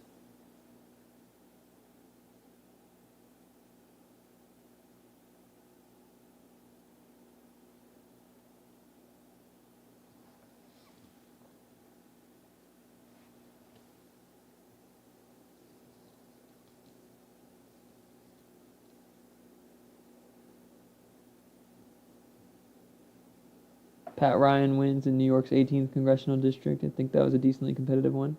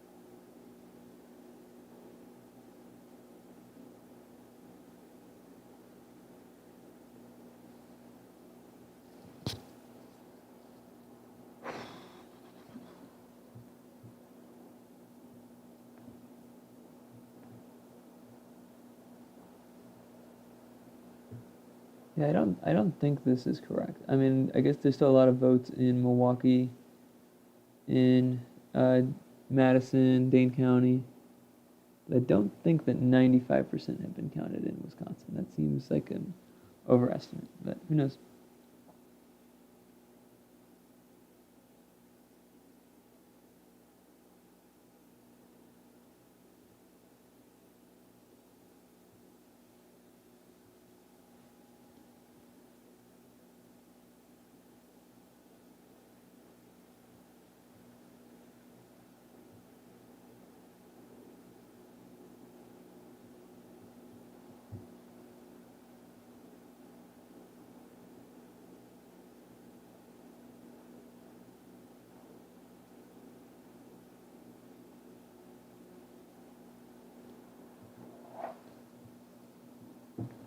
Georgia's looking a bit better for Harris now as kind of more votes get counted. If she can hold on to Georgia, that makes things a lot easier for her. If we check out our map here, she holds on to Georgia. What does that do? Well, in that case, she just needs to win Pennsylvania and Michigan, and she's won. Or let's say we'll give her Michigan because that one's usually the bluest of these three. From there, she can win with Nevada and Arizona. She can win with Wisconsin and Nevada. She can win with Pennsylvania. It just makes things a little bit easier for her. It allows her to lose one of these while also winning these two over here. We'll just give Trump Nevada and Arizona just for the sake of going through the scenarios. See, she just has to hold on to Pennsylvania. If Trump wins Pennsylvania, though, then it wouldn't be enough. But it just makes things easier for her. So we'll see how it goes. Still a lot of time left. Still a lot of votes to be counted.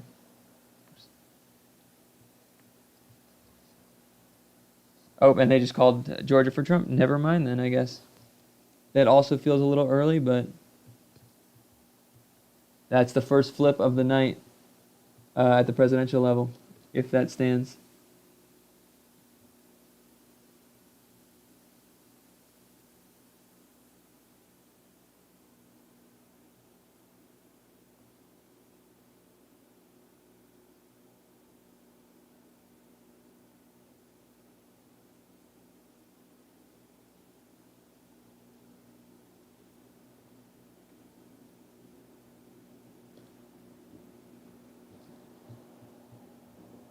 So throw everything I said just now out the window. Um, Harris basically needs to win the Rust Belt at this point, the blue wall. If Georgia stays red, um, which that would be a pretty thin margin that doesn't take into consideration these ones. But at this point, we could say that if she loses Pennsylvania, she's lost. Um, Besides that, it just comes down to the combination of states. But Pennsylvania is officially the tipping point state at this point. Whoever wins Pennsylvania will win. Right now, Trump is up. We're expecting it to look red for right now before it goes down to its final margin. But if once Pennsylvania gets called, if it gets called for Trump, that's the end of that.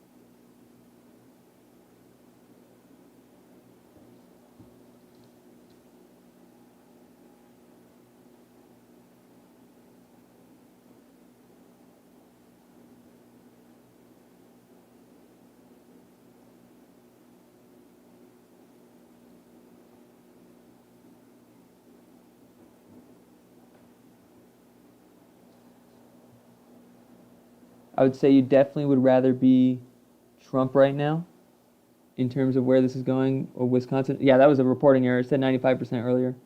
That makes more sense. Uh, Trump is definitely the favorite at this point, but there's still time, still votes to be counted. Um, yeah, I have a little bit of egg on my face because it looks like polling is looking pretty good in terms of forecasting the election accurately. I didn't expect it to be because of what it was showing, which was minority voters basically having a generational shift towards Trump in his third election cycle. So far, that's what's been happening in some states. New York, for example, Texas, I think. Um, so it's going to be a close election. It's going to be a close election at the end of the day. Uh, Harris needs to win these three. If she loses Pennsylvania, she's done. If she loses one of these two, she's not done, but she's close to it. So yeah.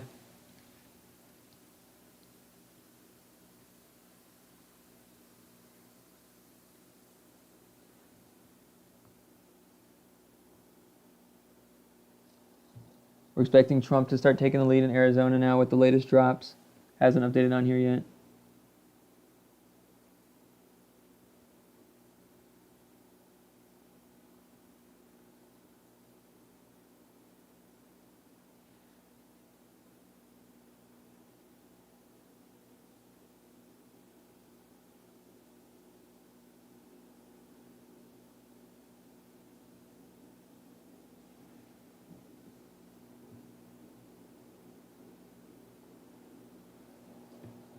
Check out the Senate races. Texas was called. I think that happened a while ago. Ohio, we're still waiting for. Democrats looking good in Arizona. Democrats outrunning Harris in Wisconsin and Michigan. In Pennsylvania, it's about equal with each other.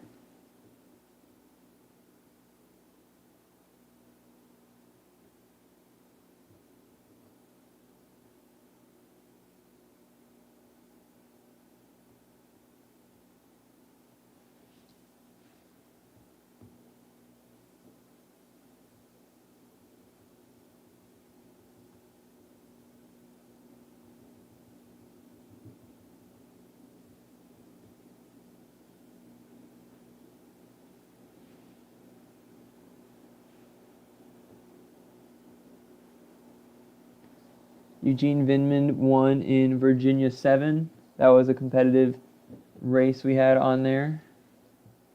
Kind of looked at that earlier.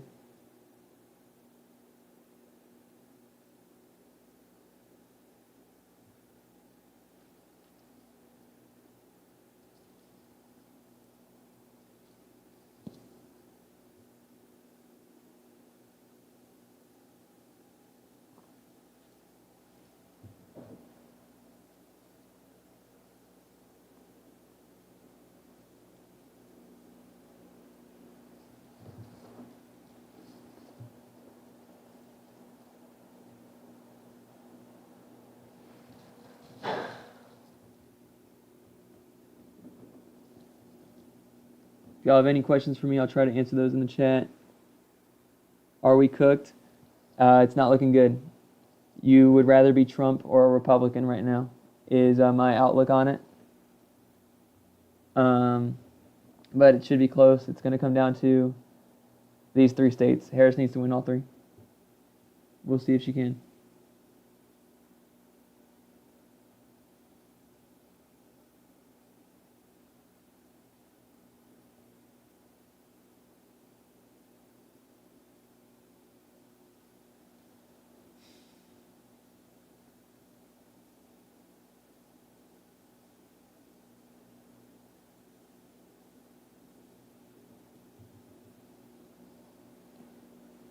Trying to get some more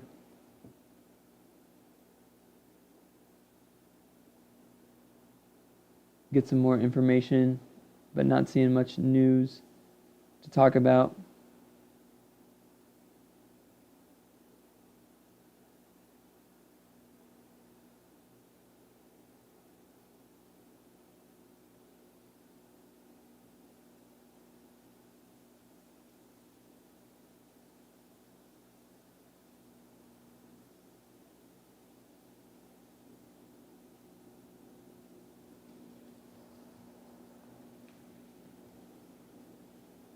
Not much new stuff to talk about.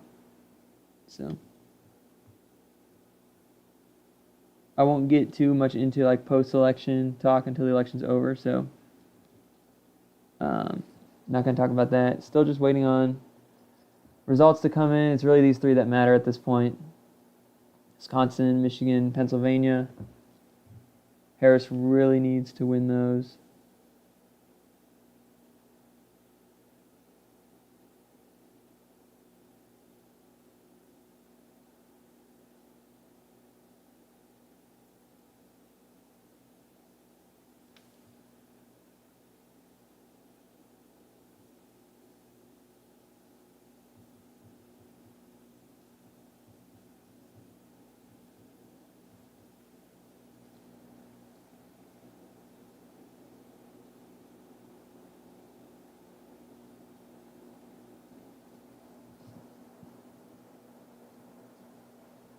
North Carolina is starting to shore up, but Decision Desk HQ clearly confident in its calls on these 2 races.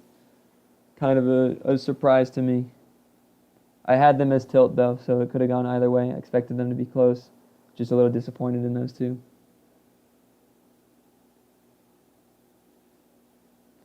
Guess we'll go ahead and start updating some of the projections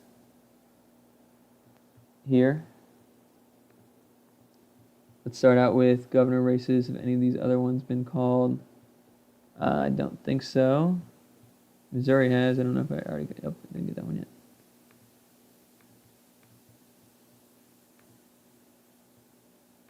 Let's check out presidential election. Georgia's been called. It's another one I got wrong. First flip of the night, by the way. Let's see, in Maine hasn't been called yet. New Jersey and Connecticut haven't been called yet. Did I write them down as they had been? I did. Oops. Let me get rid of those. They will go Harris, or they should.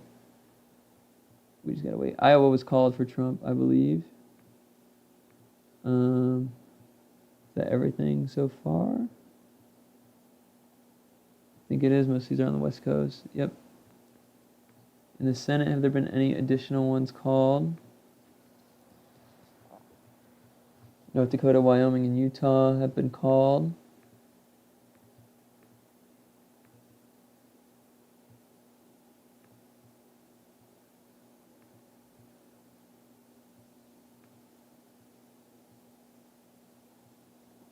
I think that's everything in the Senate. Is Nebraska called? Oh, that's a presidential. It has not been called yet.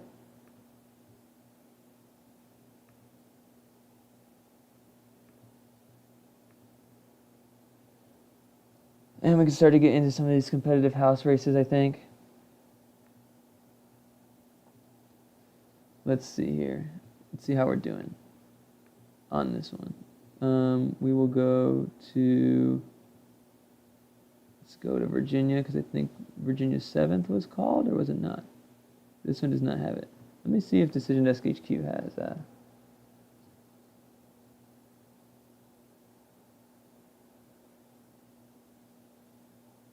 has the House races.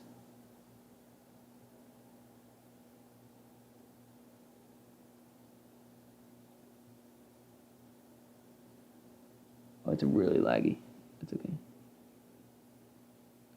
All right, so Virginia 7th did go as I had anticipated. Where is that? On here?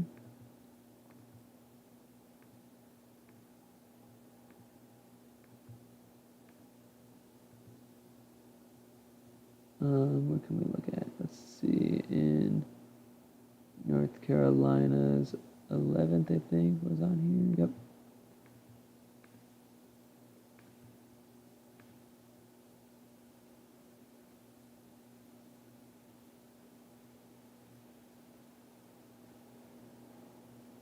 North Carolina 1st has not been called yet.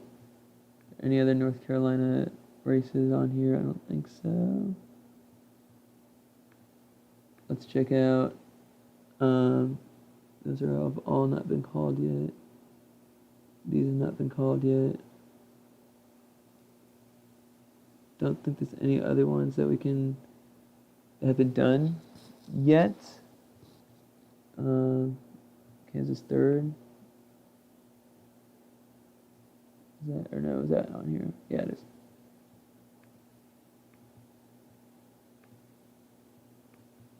Come back to those. Still waiting.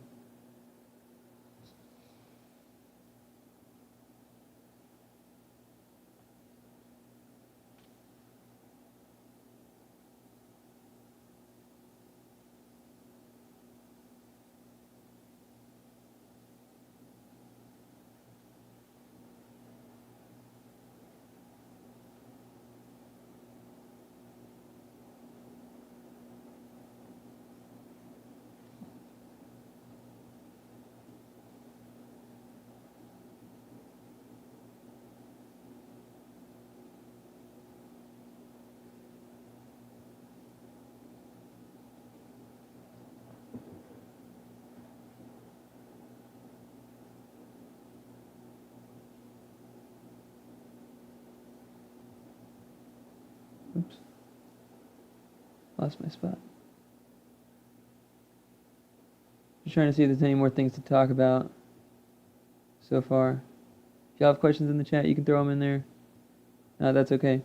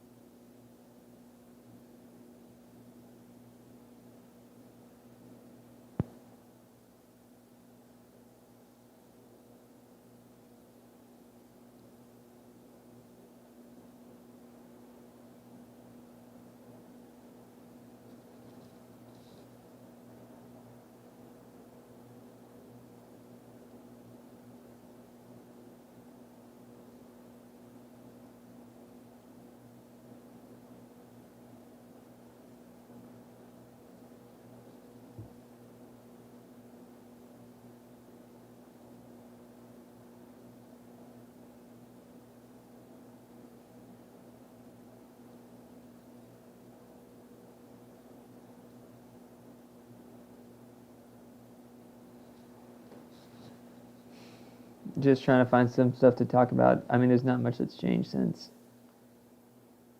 the last few minutes. We should get some more polls closing in 17 minutes. Ones that matter are going to be in Nevada, but those won't start coming out till the last person's voted. Arizona is looking really close. The Senate looks a little bit better in the Senate races there. Sherrod Brown looks like he's probably not going to be able to overcome the margins.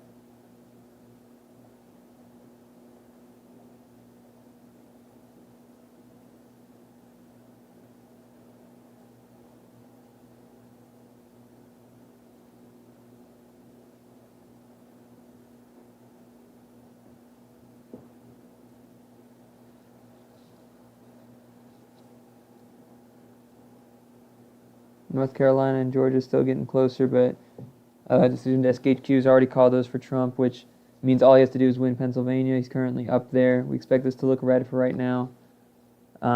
Question is, did Harris get enough votes to win Pennsylvania? That's the race we're looking at right now. Pennsylvania goes red, it's over. So.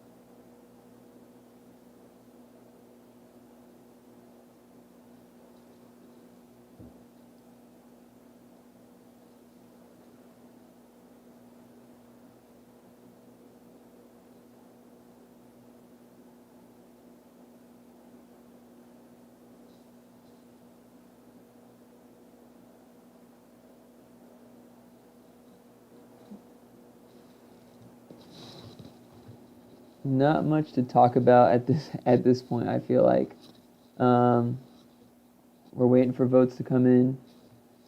In the blue wall, that's where this election is going to be decided at this point. Harris really needs to win these three. Like I said, if she loses Pennsylvania, it's over. If she loses the other two, it's not over, but it's close to it. So we're just waiting. The Senate looks okay in Wisconsin, Michigan. Pennsylvania might come down to just whoever wins Pennsylvania is going to win the Senate race there. Arizona looks good for Democrats. But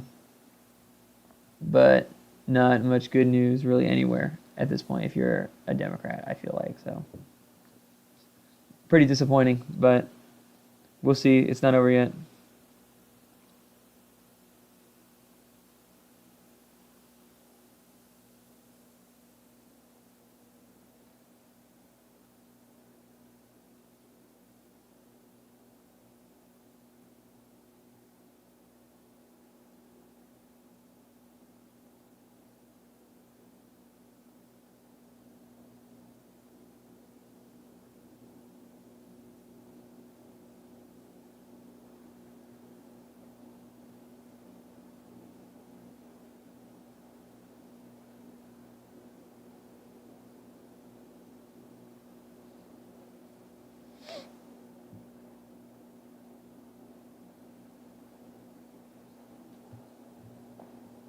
Looks like New York Dems in the House are doing decent. They're winning their competitive races here. At least some of them are. That's good. That's where Democrats lost the House in 2022 to make up those margins there. But I think what everyone really cares about is going to be the presidential result. So.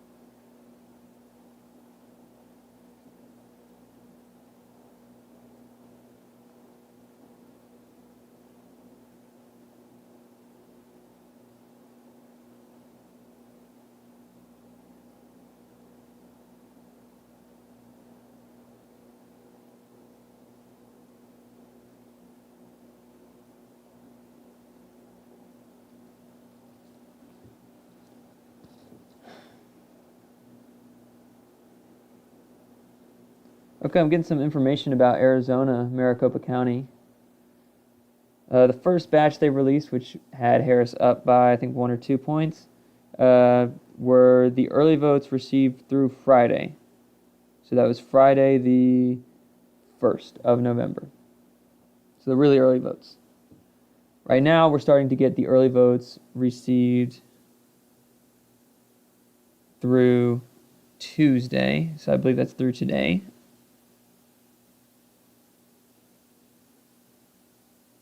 A little bit confused.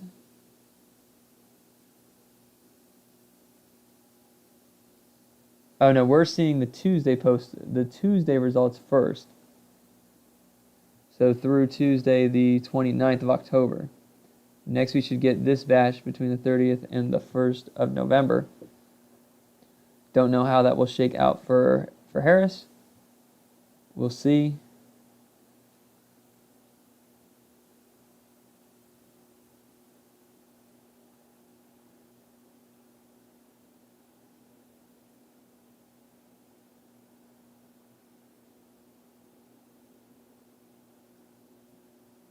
The story so far seems to be that the polls were overwhelmingly correct, so I have quite a bit of egg on my face because it didn't seem like that was going to be the case.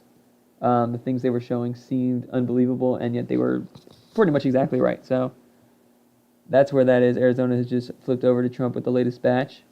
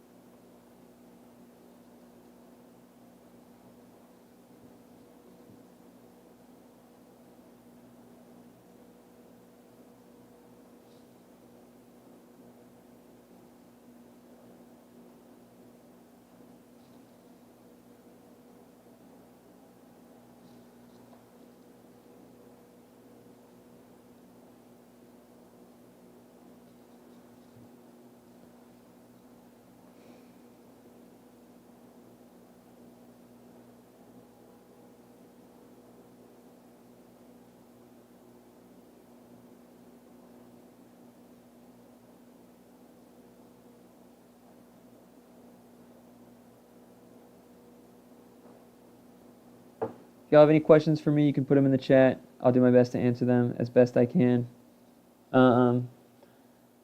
This is probably when it starts to get pretty boring because there's not going to be a lot happening until the states are counting them. Democrats are on the verge, and they've just called it for Bernie Moreno. So I got that one right, I guess. They're on the verge of holding or of flipping the Senate. They need one more seat plus the presidency or two more seats. Should pick up at least one in Montana once those are. How did those results not come in? Oh, they called it for Trump, but that was it. Okay, once they flip Montana, and then if they can get back Nebraska, they'll have won the Senate. There's a possibility that Democrats could still win the House, which would be, that would be a good sign in what has been a night that has not looked great for Democrats yet. It is not over, but it hasn't looked great yet.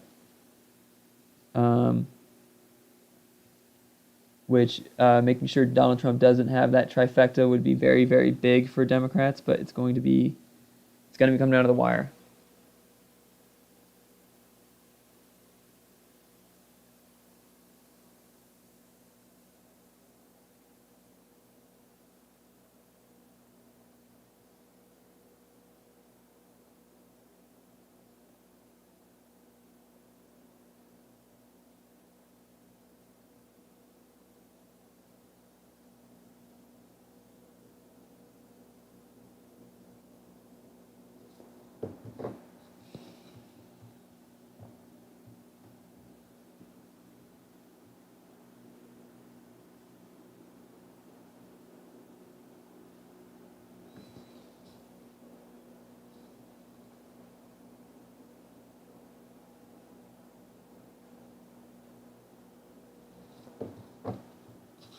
We're just gonna keep waiting.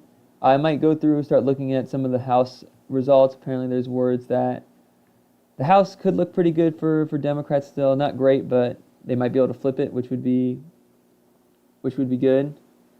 So we'll go ahead and start looking through some of those, see where I got it right, where I got it wrong. Let's start out with where do we got some competitive races.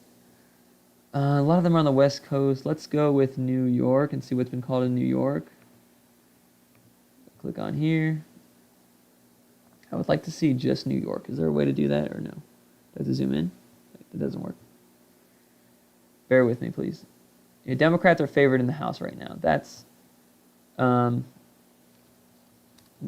definitely a good sign on what has otherwise been a disappointing election night for Democrats. Okay. I would like to see New York. Do I have to go one at a time? That's not helpful. Okay. Can I please? Let's see. Maybe I'll have to go with Google.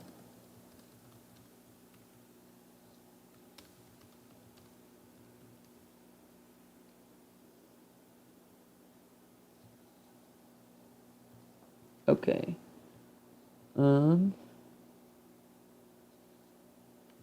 That's not good either.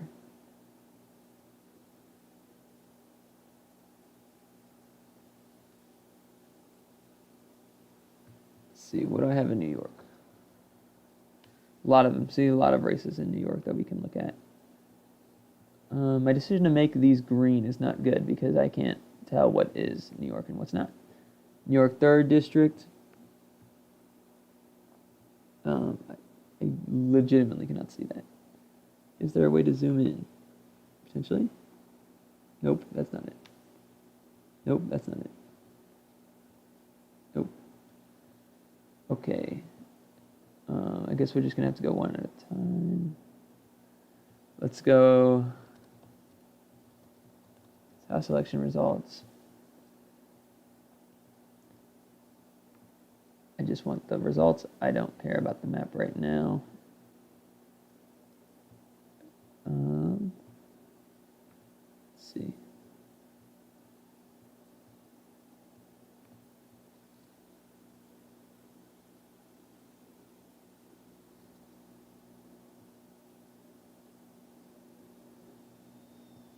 Can I please see New York, please?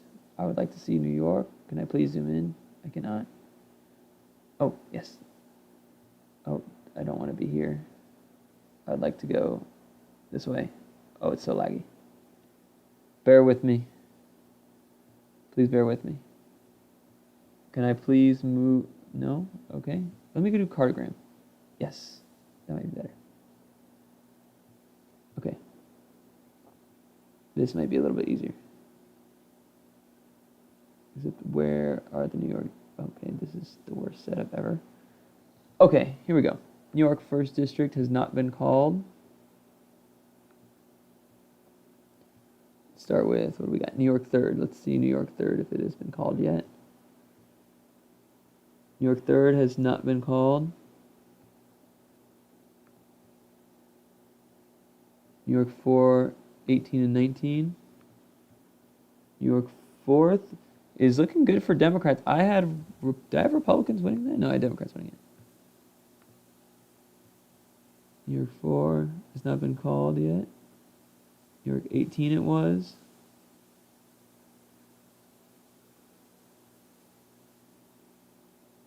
New York 18 has been called. Wow. That seems like a bit of an overperformance, but we will take that. New York 19 have Democrats winning it. It has not been called, but they're looking good there. New York 22. New York 22 has not been called either. Still looking good in that one as well. New York 17 had Democrats just barely winning it. And it has Republicans. See, I was on the fence on that one. I almost went. That was one of the hardest ones for me to predict. I almost went Republican, or with the Republicans on that one. Should have trusted my gut, but I didn't. Let's see. New York 1st District has not been called yet. I think that's everything there. Let's look at what other states have been pretty done so far. Let's check out Texas. Texas's 28th District has not been called yet.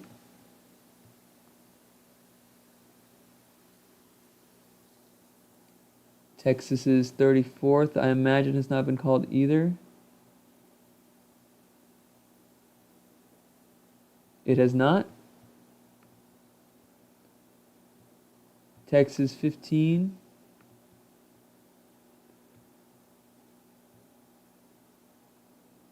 Has not been called. That's all the ones out of Texas that we can look at for right now. Florida. Florida races have all been called. So let's see if Moskowitz. Hold on, he did. I didn't even have him on my list. That's how uncompetitive I expected it to be. It was a lot more competitive than anticipated. Nebraska 02. Has that been called yet? Let's see. Nebraska 02. It is not. Vargas still doing well. North Carolina. Let's see if any of these have been called. North Carolina 1 is still up for grabs. North Carolina 9th is still up for grabs, it looks like.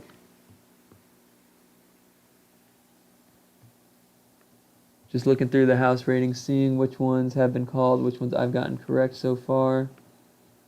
The House looks to be kind of the saving grace for Democrats right now, in the sense that they might be able to flip the House. Flip the House. In what has otherwise been a pretty disappointing night. Pennsylvania 8th has not been called. Any other Pennsylvania districts? Pennsylvania 7th. Let's see. Pennsylvania 7th, the Republicans are in the lead there. Have not been called yet. We're not going to do Stream Collins, probably. I apologize, though. Thanks for those of y'all who have stuck with me through this. Still a ways to go. It's going to be a long night.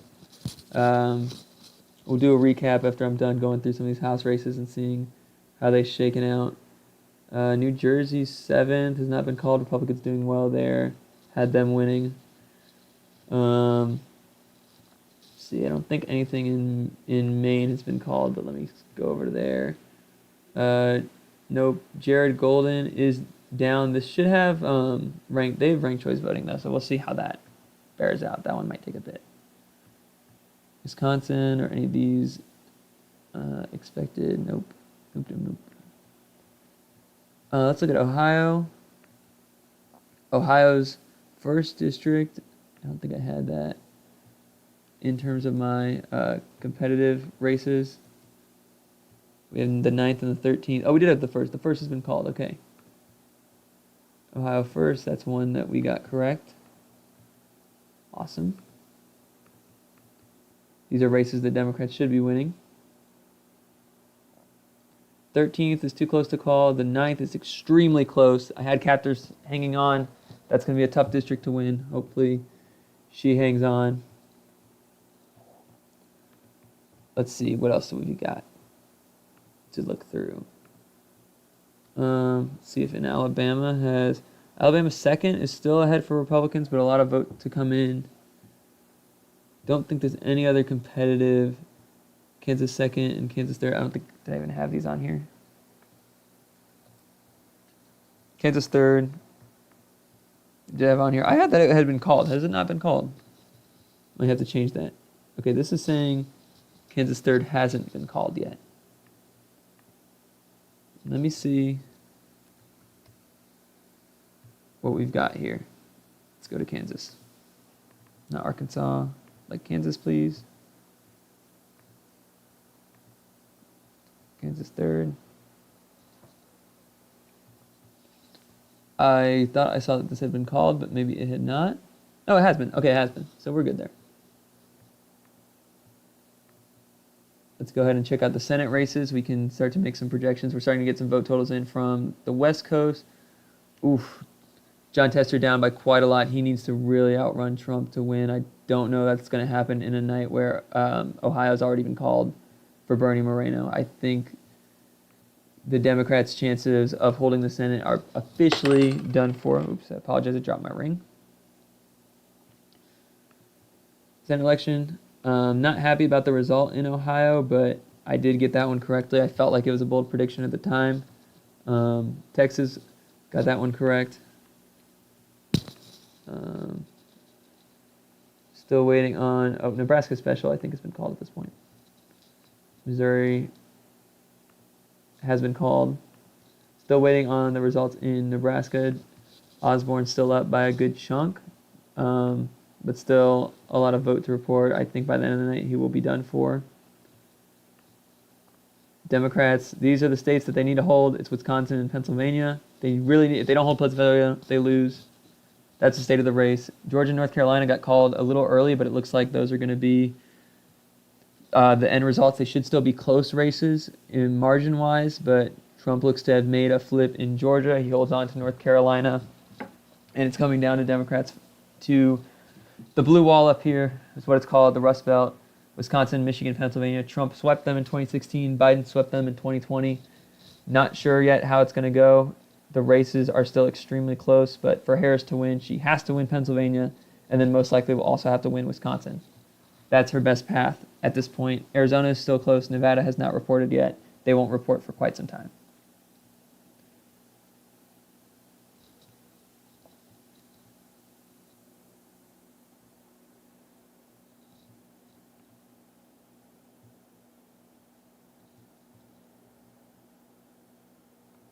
See if there's any other presidential races we can add in. Let's see here. California was called, so we can put that in to our correct column.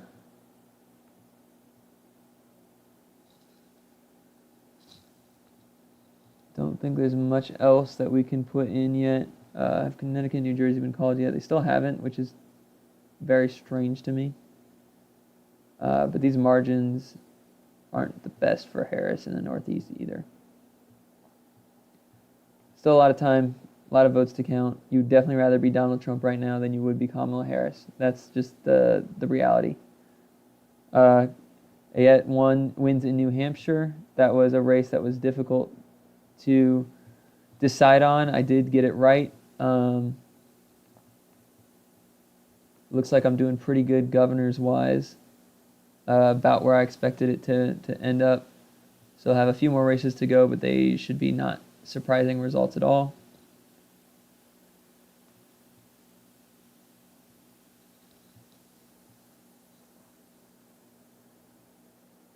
wow, Trump's margin in Texas expanded. This is like what you would expect in like 2012 and 2008 in terms of how much Texas just voted for Donald Trump. That's insane. Colin Allred did better, but not by much.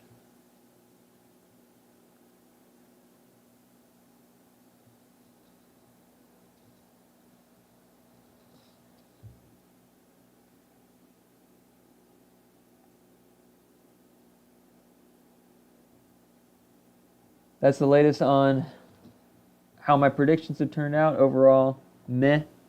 Not great in some. Let's at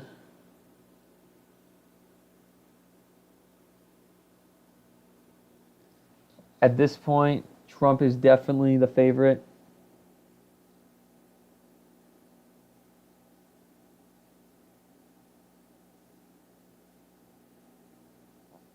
Harris campaign emails are coming out. They are projecting confidence in the blue wall. It doesn't matter what they project confidence-wise. It matters what the numbers are.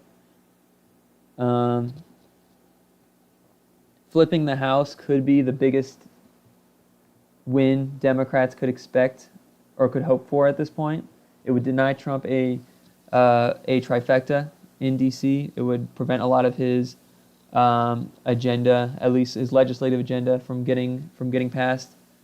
There's still the chance that they win the presidency, but it is close.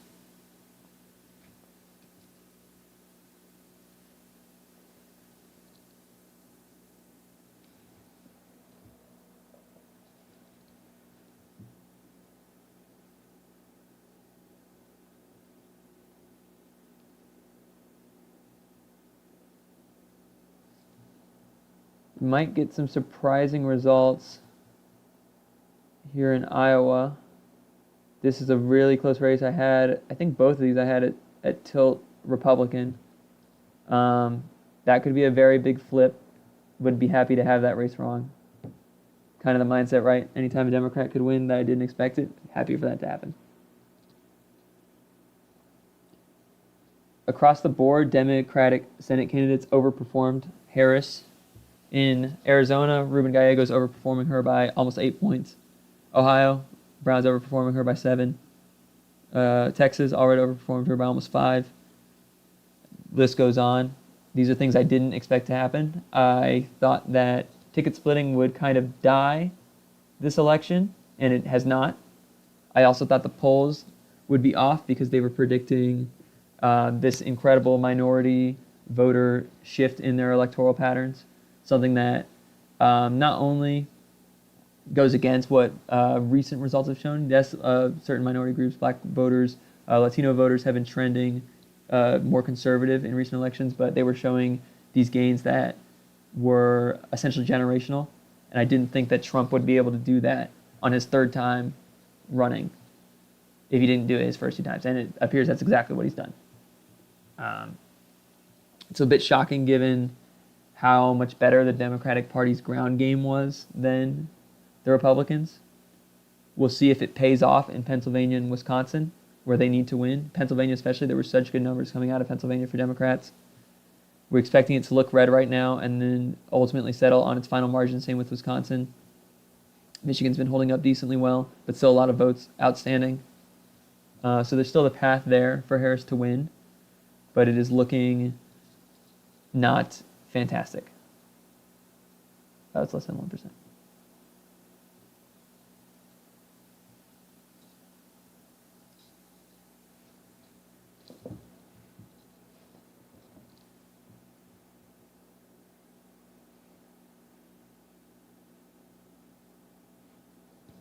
I'll save a lot of the post-election analysis for post-election. I'm not going to get into too much of why I think these things could be happening or what I think the party needs to do going forward, because there's still a possibility that the Democrats win the presidency. It's a slim one, but it's possible. So I won't try to make any takeaways about anything like that at this point. Maine is counting very slow. Minnesota has not started, which I'm a bit confused about. Nevada, I expect to not start because they don't start counting until everyone's voted in person.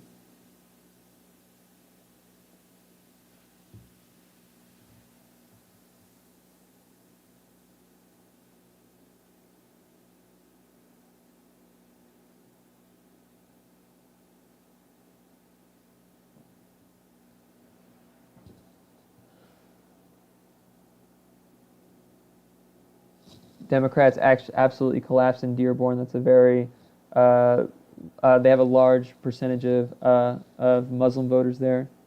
Most of them went for Trump. A lot of them went for Jill Stein, Green Party candidate. Very few went for Harris. Whether this is about the conflict in Israel and Palestine, or if this is just if that just kind of expedited, is that the right, or expedited the trends we've been seeing with this voter group, slowly moving back towards the Republicans. Not sure yet.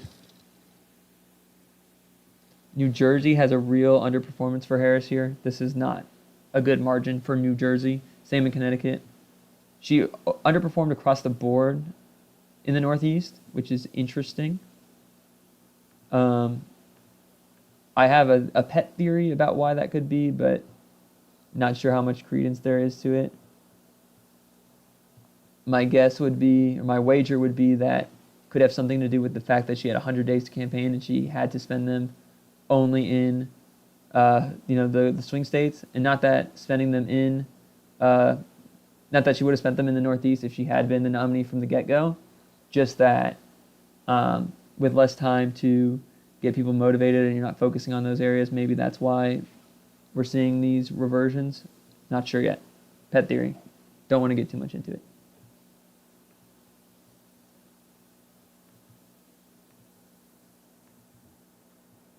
I think we got some more races called out west: Montana, Idaho, and Utah, all going for Trump as expected. And it's going to come down to these swing states. I thought they would go Democrat. We'll see if they do. We could see a Trump sweep in the swing states, basically the opposite of what I predicted. But I had a lot of these at very thin margins, so can't be too upset about that, besides the actual outcome of it.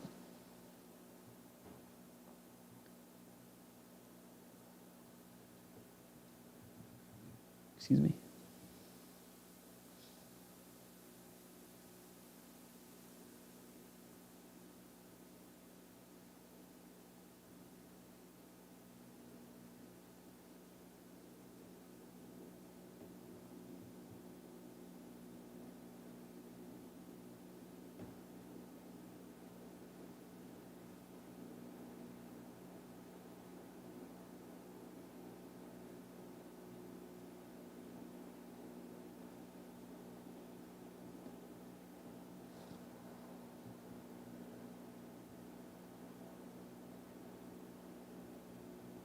You're going to see a lot of takes on the internet, in the punditry, about what's happening right now. Just my advice is just to wait, see how everything shakes out. We still have a lot of votes to count. It's not over yet, even though it doesn't look great. But we'll do the post-election talk post-election. That's my mindset.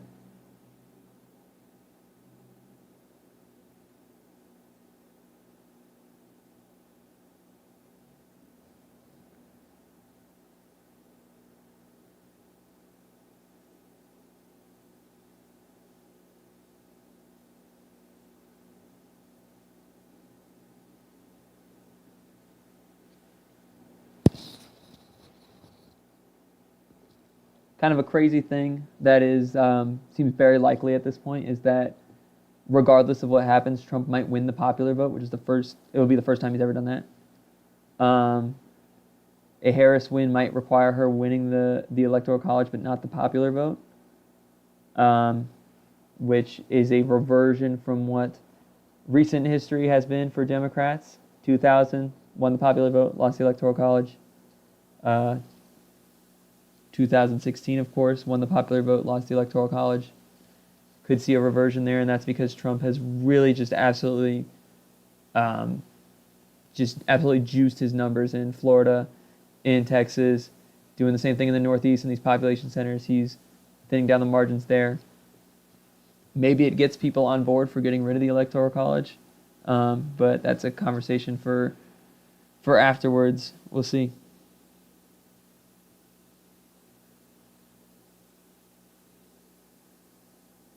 Democrats did win the Attorney General's race in North Carolina. They won the governorship as well. So it's interesting. Some of these states, like not, it looks like Trump is just doing incredible on the national level. Down ballot, it's kind of all over the place.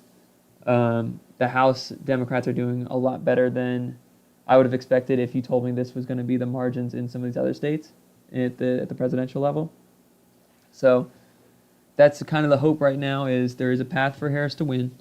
There's a path for Harris to win. It relies on this stopping. This red Pennsylvania needs to stop. If she loses Pennsylvania, we can call the election. That's it. That's the game.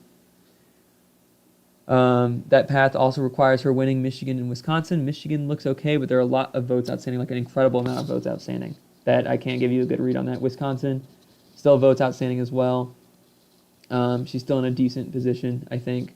We should expect these to look more red right now before they ultimately get to their final margin. They're supposed to look very blue, which they did, then look really red, which they did. That's what they're doing right now. And then finish out. So there is still a path.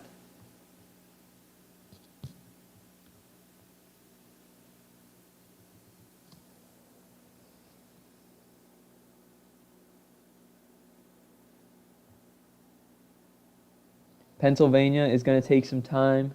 Most of the rural counties are getting done with their reporting. They're over 95% in. You can see that there. Whereas some of these other counties that Harris is going to eat away at this margin is going to be here in Dauphin, down here in Philadelphia, in Montgomery, Chester County, Bucks, Lehigh, etc., etc. This is going to take some time. It's frustrating, but this is the way elections work.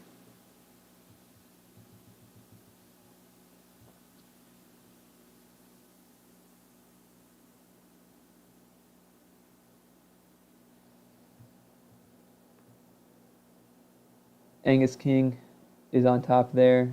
He should probably be projected to win pretty soon. It looks like at this point in the Senate, Democrats just want to make sure they win Pennsylvania and Wisconsin.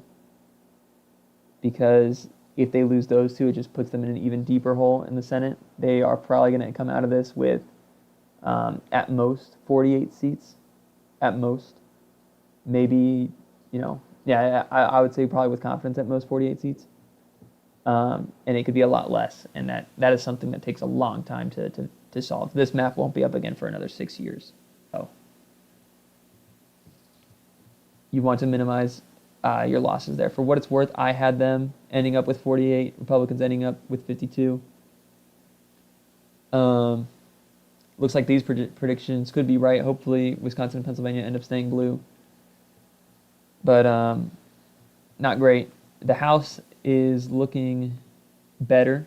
That's been the story tonight, is the House has looked better than expected, especially given the presidential results, which are just kind of insane what's going on here. So these races were called pretty early, but at this point, it does seem like the path for Harris in North Carolina and Georgia are not looking great. The polls got it spot on.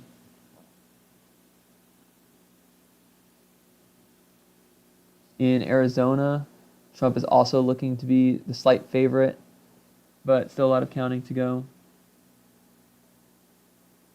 We're starting to get some other calls of North Carolina in terms of the presidency.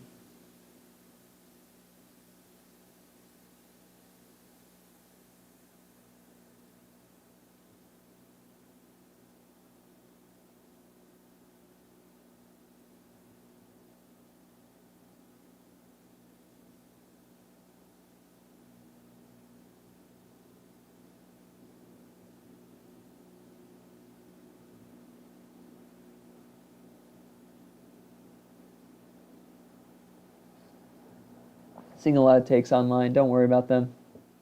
Just move on from those.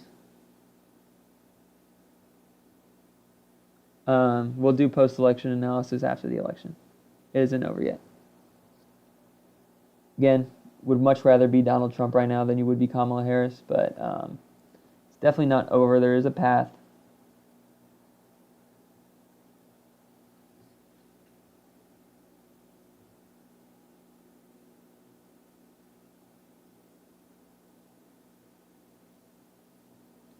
One thing that's interesting is I definitely thought that ticket splitting was going to decline this election. It seemed like we have been in a period of hyperpolarization that should usually result in a decline in ticket splitting. It's been declining steadily. The polls said it wouldn't happen. It was one reason why I didn't think the polls would be as accurate as they were.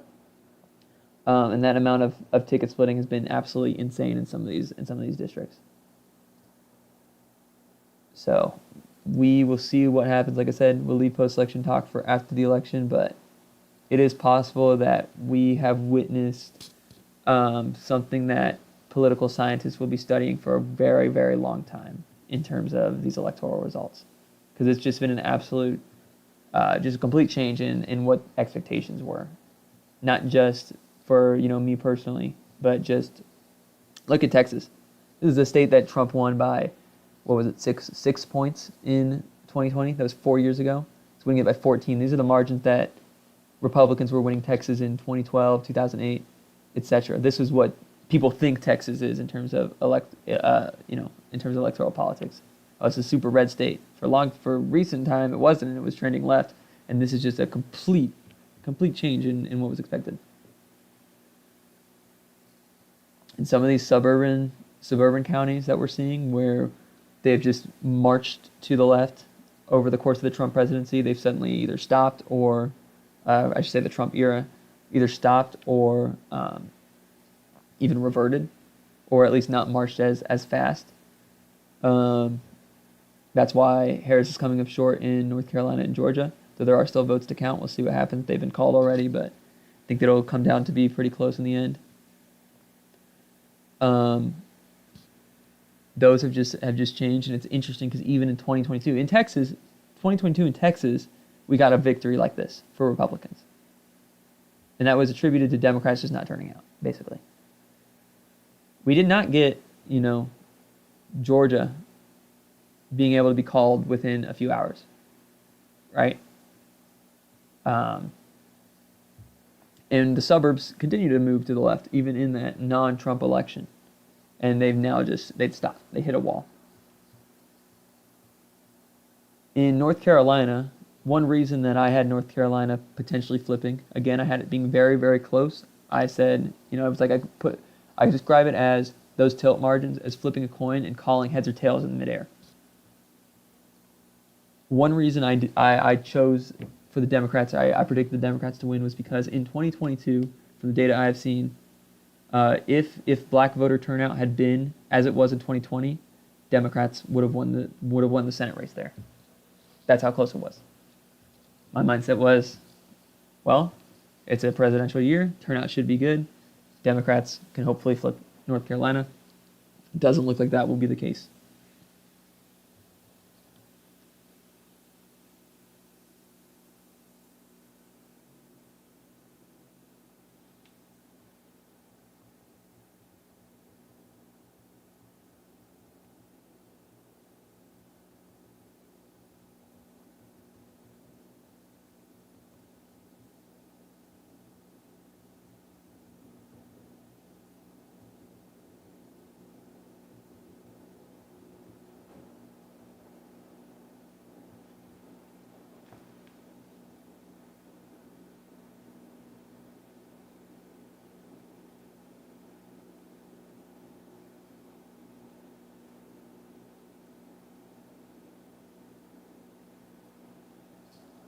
Some interesting analysis here. Trump seems to have gained with Hispanic voters. Makes sense for the margins in Florida, Texas, even New York. Does not appear to have done exceptionally better with black voters, is what this analysis is claiming. What is the most interesting, perhaps, is how he has held on with suburban white voters who have been shifting away from him for, upwards of 8 years at this point. That is potentially indicative of Trump winning on a persuasion basis rather than on turnout. If you recall 2022, Democrats had a turnout problem. The reason they were able to win in so many states in a year that should have been very unfavorable to them was winning on persuasion. So that's definitely something interesting to just keep in the back of our minds to think about after the election.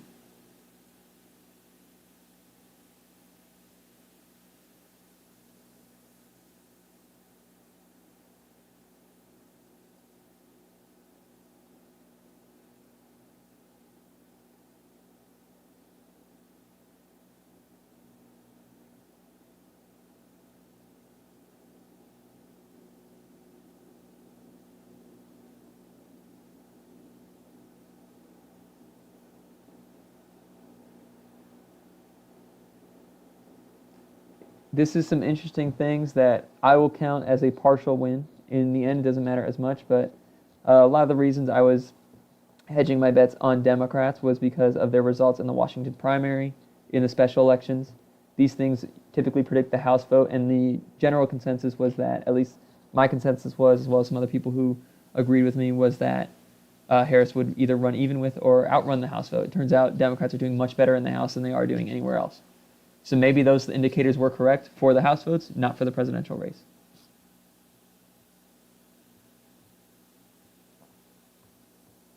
Democrats flipping the House would be a good outcome in the context of a Trump win and a Senate win. It would deny him a legislative majority, deny him that trifecta. He would not be able to pass a lot of legislative actions. He would be able to appoint judges if he would like.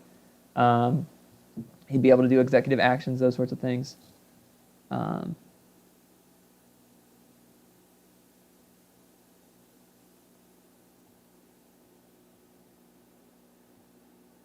But we'll see. There's still a path for Harris.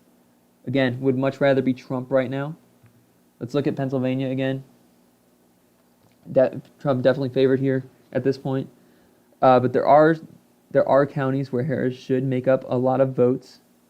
They're in Philadelphia, Delaware County, Montgomery. These are all the Philadelphia suburbs. Chester County, Bucks County. Here in Harrisburg and Dauphin County. Allegheny, is it Allegheny? I think it's Allegheny. Allegheny, I can never say it right, is almost done. But a lot of these Republican areas are finished counting for the most part.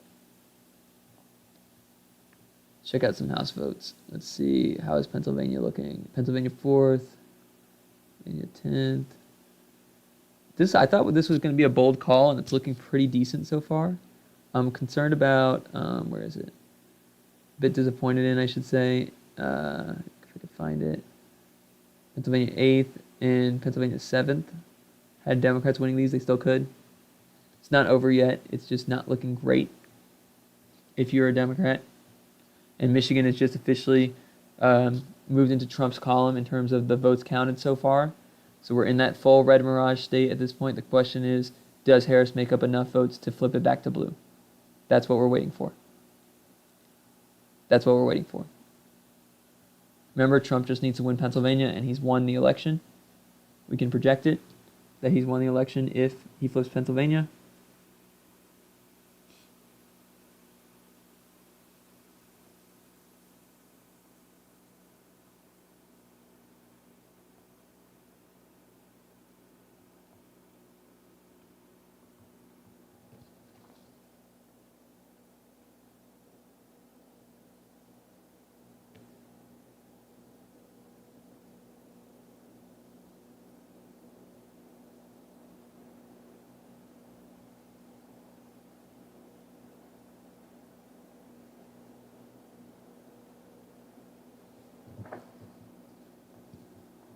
If you have any questions for me in the chat, I'll do my best to answer them as best I can.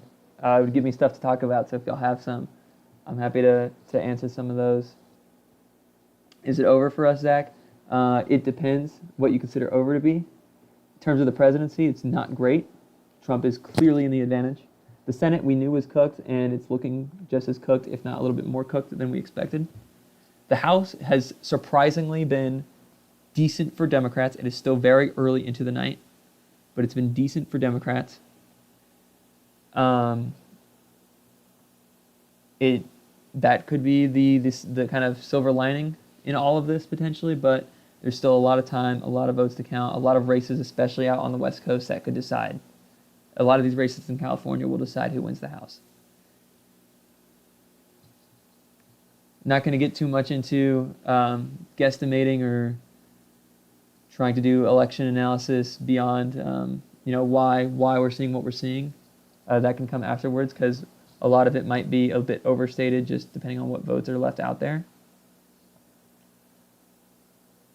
We're waiting for these three. Yes, if Trump wins Pennsylvania, it's over. He'll hit 270 essentially, because then from then on, all he would need to do is win Alaska, which he's expected to win, and win his one House vote in Maryland, which he's expected to do. Maine. I have my handy map over here. Let's see here. This is the layout right now in terms of what has been called. If he gets Pennsylvania, that's 270. That's the election. That's the election. So Kamala Harris definitely needs to win Pennsylvania. And then her best path is going to be winning Michigan, Wisconsin as well. That'll get her to 270. But yeah, Pennsylvania is the one we're looking at. Question here, it seems like Trump's campaign was in rather random places in the last few weeks. Does that have anything to do with how he's doing tonight? I have no clue. Before this, I would have said probably not. Maybe. I don't know. We'll have to see what the final results look like. But yeah, there's a lot of kind of political fundamentals kind of being questioned by these results in the sense of how they ran campaigns. Kamala Harris pretty much exclusively had to focus on the swing states. She only had 100 days. She did an incredible amount of rallies. Her ground game was reportedly very, very good. And so far it has not made a difference here.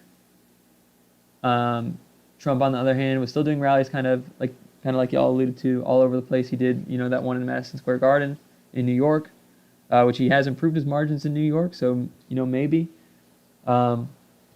I think it is possible that we are witnessing what we refer to as a generational realignment election, or as a realignment election.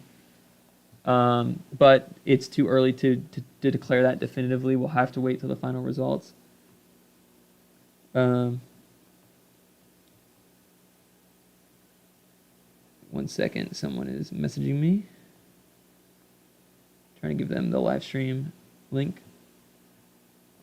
So there is that possibility of this being a realignment election, which the polls were predicting, and that was one reason I didn't expect the polls to be correct. I have egg on my face for that, because I just didn't see the theory there in the sense of how Trump would accomplish that. What we refer to as a realignment election is when when a significant number of voting groups. So this could be Hispanic voters, for instance. It could be suburban voters. They essentially change the patterns of how they vote as a group, just overnight, essentially, en masse, in one election usually. We haven't had one of these. It's actually something we've been talking about in my political science class. We haven't had a true one of these since maybe the 1960s, if you consider 1968. We've seen what we've seen since then has just been more people being political independents, so to speak, making up a much larger share of the electorate. But this could be one of those realigning elections. We don't know yet. We won't know until months later, before we can look back, look through the data, do some analysis, try to figure out what happened, and it takes other elections moving forward to confirm that was the case. But the story so far has been places like Texas, Florida, New York even. We'll see how New Mexico and Arizona end up as well. But places with large amounts of Nevada as well, California maybe, large amounts of Hispanic voters, especially in Texas and Florida, moving to the right. We've seen kind of a steady march of that. It seems like those have just continued. So far, I will have to look into the data. I'm not confident in this yet. Doesn't seem like black voters have realigned as dramatically as that was one group the polls were really expecting this to happen in. Doesn't seem like that has happened much. The biggest one has been suburban voters who have steadily marched to the left during the Trump era, have suddenly stopped that march to the left, in some cases reverting a little bit to the right. That's how you're getting these margins in Texas. This is something that would have happened 12 years ago. Never would have expected this to happen today. How are we feeling? Just as a person, as a Democrat, someone who's really involved in politics, not the happiest, very disappointed. As someone who is interested in political science, I'm kind of blown away by what we're seeing. I definitely have egg on my face for not buying the polls in retrospect, but that was what I went with. That's what it seemed like the theory supported going with that way. And I completely own that. That's okay. That's how we learn. I'm definitely just interested to see how this all is going to shape out. We still have these 3 states to count. If Trump wins Pennsylvania, he's won the election. We are experiencing right now the red mirage phase. That's where all the rural votes are going to be done counting, and we're waiting for the big blue cities to come in and finish off their margins. You would much rather be Donald Trump than Kamala Harris at this point. Harris needs to sweep these 3. Trump just needs to win Pennsylvania. That doesn't even get into Nevada and Arizona. We'll talk about those later if we need to. Alrighty. But yeah, so we'll see what happens. There's still a pathway forward at this point. Glad to see everybody checking in. I'm seeing the numbers tick up a little bit. But yeah, still a pathway forward for Harris at this point. She's definitely not favored. Donald Trump is the favorite in this election at this point.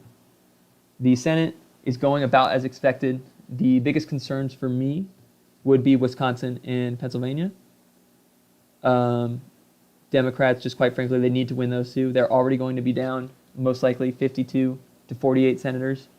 So going to 54-46 would be a absolute dagger. That is a thing the Senate is something you don't win back. If you lose that many seats, it's not something you win back in an election. It takes multiple cycles to reclaim that. The House has been a very pleasant surprise in terms of how it is going.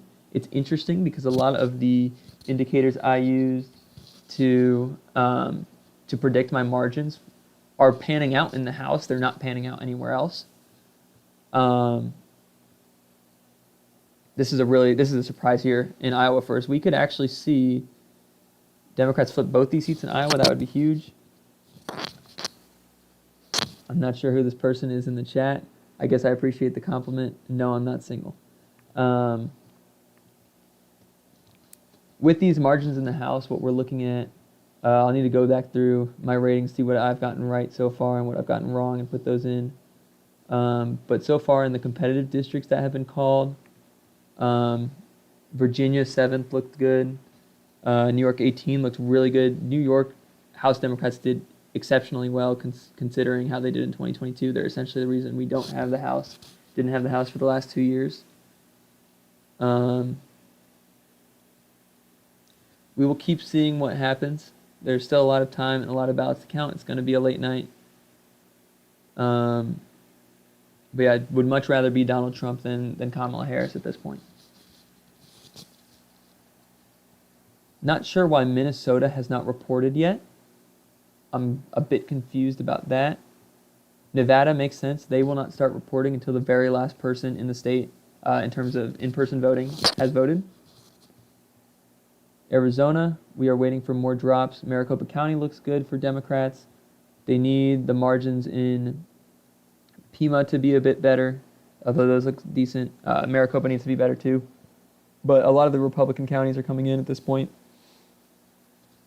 I'm still optimistic about Arizona, surprisingly, but considering how right polls have been about a lot of these other states, especially North Carolina and Georgia, this is one of the best polling states for Trump. It's possible he just wins it.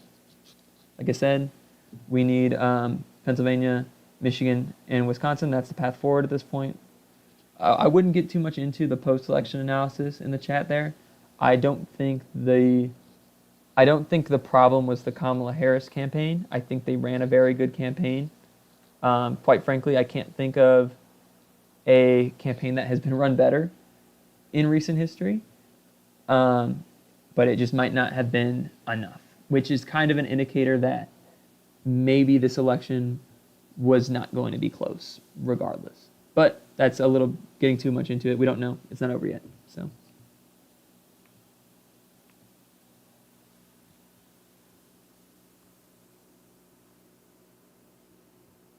If y'all have any questions for me, you can throw them in the chat. I'll do my best to answer them. Just gives me something good to talk about.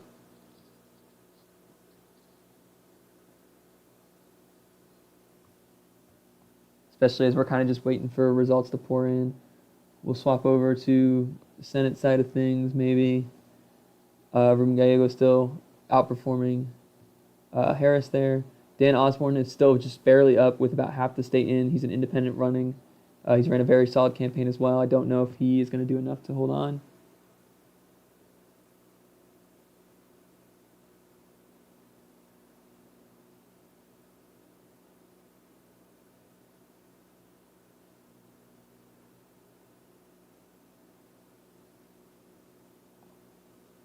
Looking through some stuff on Twitter, but let me check if y'all have any questions.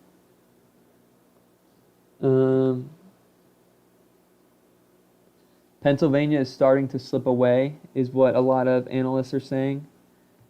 Votes are coming in, and she's not getting the margins she needs, which if Pennsylvania is called tonight, we will know who the president-elect of the United States is.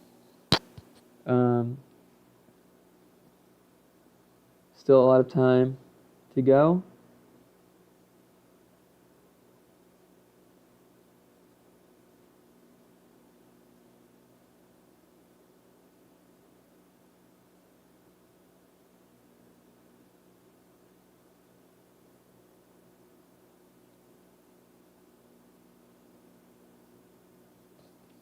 The House Democrat overperformance has been absolutely insane, quite frankly, given just how bad everything else is. It's hard to find good things to talk about for Democrats. But the House results have been very pleasantly surprising. You would have hoped that that would have been coinciding with a Harris victory, but it's not. I'm confused. I'm very confused why I haven't gotten margins out of Minnesota yet. I don't know if this is a glitch, because we have Senate margins, but only a few, so I don't know.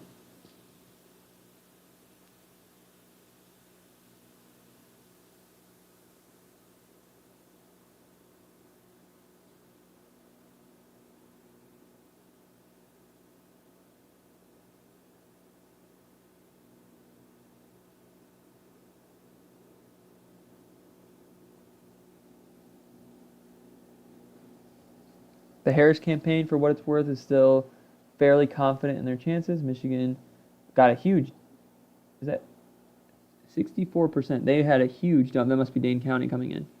No, it's not. It's not even Wayne County, excuse me. Maybe it was Grand Rapids. It must have been, yeah. Is this real? That has to be an error. Hold on.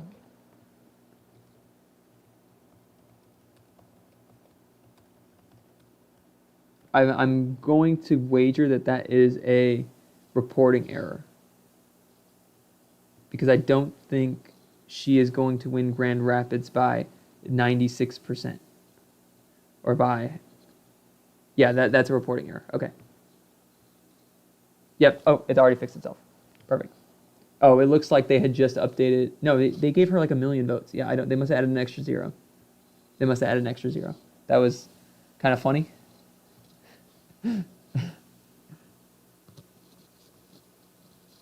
Will Trump be a dictator on day one? That's what he said. We'll find out, I guess, if he is elected.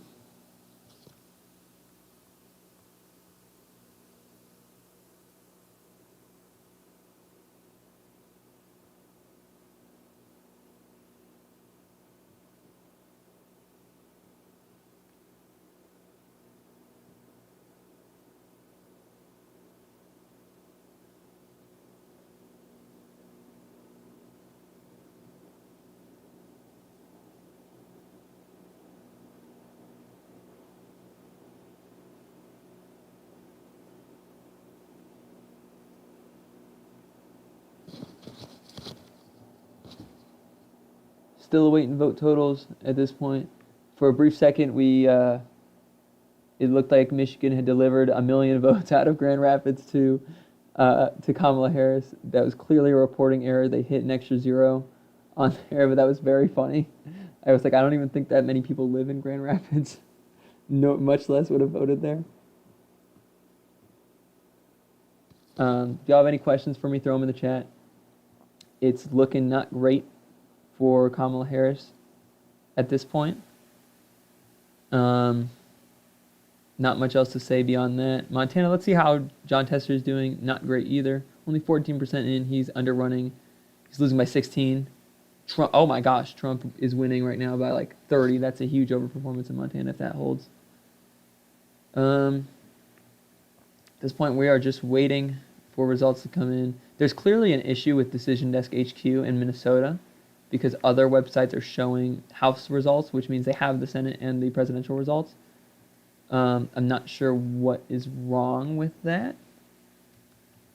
Let's see if we could just, let's look at, should have kept Joe Biden. I don't know if it would have made a difference. I don't think he would have done better at this point. Okay, Harris is winning by about 8 points. About, I can do math, come on. Yeah, about 8 and 9 points in Minnesota.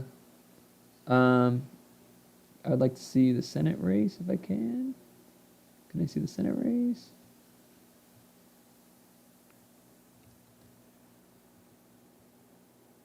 Amy Klobuchar has been projected to win the Senate race there. She's vastly outperforming Kamala Harris and Tim Walz. Interesting. Did I close out? I think I did close out of the map I was on. Nope, I made a new tab. Where did my... Lost the governor's races. That's okay. Why does Decision Desk and AP have different values for electoral votes? Different values? I'm not sure. Do you have an example of what state it's doing that in? We'll look into it and figure out what's correct.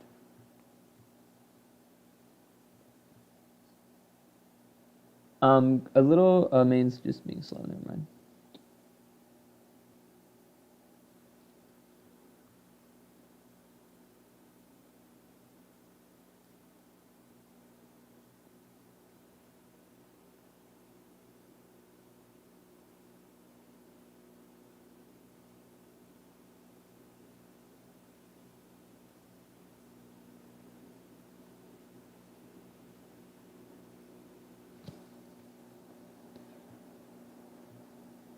Something that is absolutely a bit mind-boggling is North Carolina voting to the left of Georgia. That is what we in the industry call what we would call a truth nuke. It just seems like Georgia reverted pretty heavily. Still some outstanding vote though. Might change.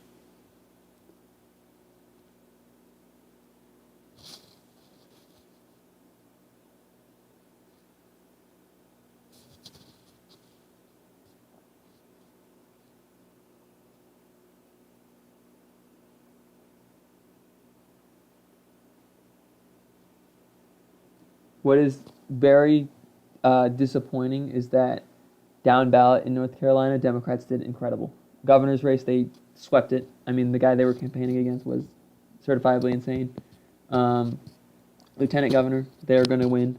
The Supreme Court, they won an election there.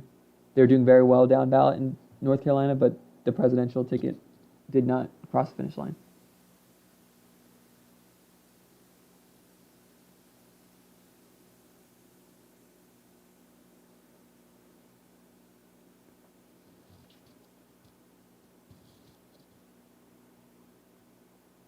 Like for president? Is it just the amounts? It might just be that they've called the races differently.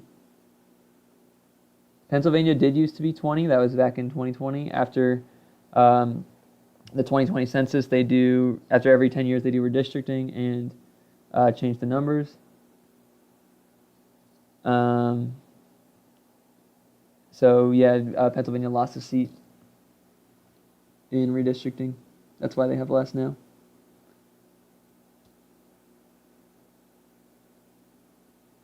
Starting to get some California House results in. This is going to be where the House is decided, is in California. It's a very blue state presidentially. It should deliver a lot of House results for Democrats in 2022. California Democrats kind of dropped the ball and just absolutely underperformed expectations.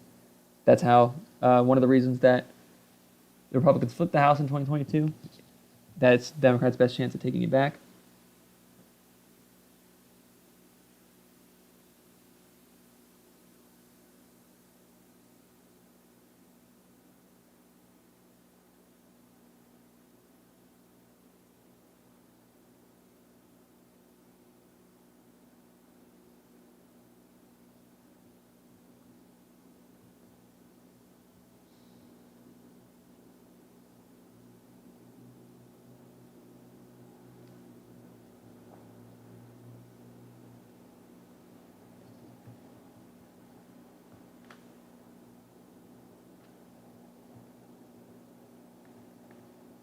Oh, did I just close my tabs? No. Oh, no, I didn't. Okay.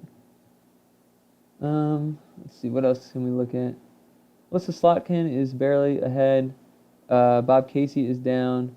Baldwin is down. These are two races that Democrats really need to win, regardless of what happens presidentially. And presidentially, it's not looking great for them. Keep going back to these counties. These are where Harris needs to be winning by larger margins. Philadelphia, Delaware County, Montgomery, Chester. Still waiting for those to come in. It'll take some time. And Democrats were very optimistic about Pennsylvania going into this, and at this point, it is not looking the best for them. If you have questions, feel free to send them in. I'll do my best to answer them.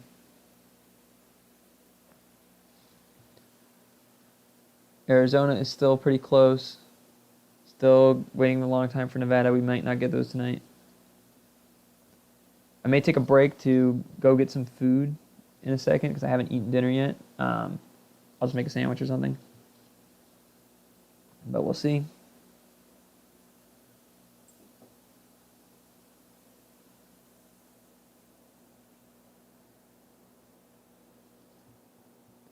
Check out Nebraska. Deb Fisher is taking the lead. Independent Osborne was trying to do the upset of the century. I didn't believe in him too much.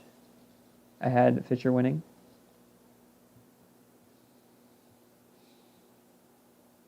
Maine is taking quite some time to count, but they do ranked choice voting. Ooh, that Wisconsin number is not looking great at this point.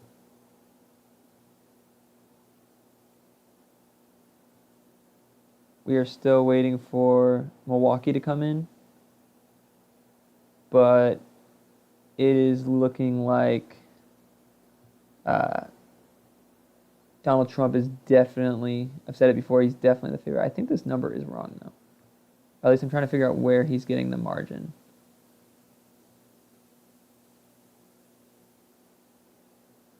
That it's showing, because that's a very big margin to try to overcome. I don't think that's accurate. And Dane County had good turnout today. Like, Democrats were thinking, hey, we might be okay in Wisconsin, and not looking great. I'm not sure where he's getting all these where he's getting this margin from. Because it seems like a lot more than I'd expect. It might be a reporting error. We'll just wait and see. But yeah, like I said, Pennsylvania is kind of the killer. If he wins Pennsylvania, it's over. That's what it comes down to.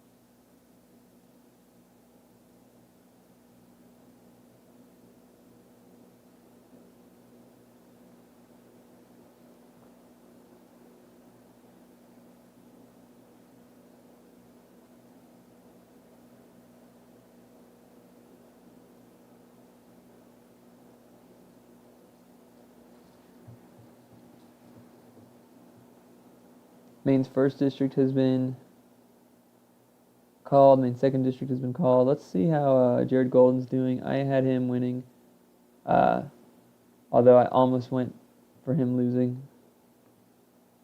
We'll see how that one pans out.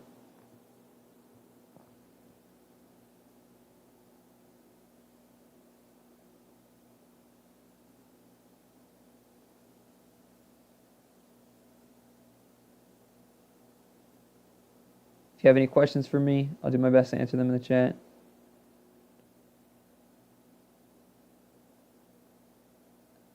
Okay.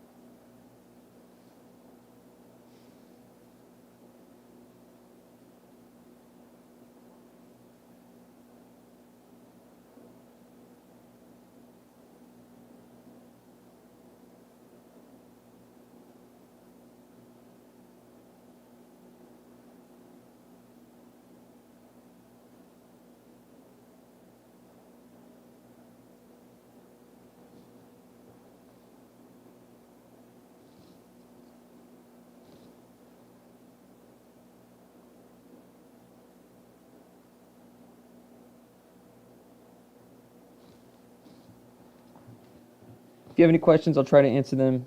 If not, it's okay. Don't have much to talk about. We're kind of just waiting for the slow trickle in of votes at this point. I'm down to Pennsylvania. Trump's margin continues to hold there. If that's the case, he's won the election. If he wins Pennsylvania, he's won the election at this point. That's all he needs. Assuming something crazy doesn't happen in Alaska, but don't expect that to happen.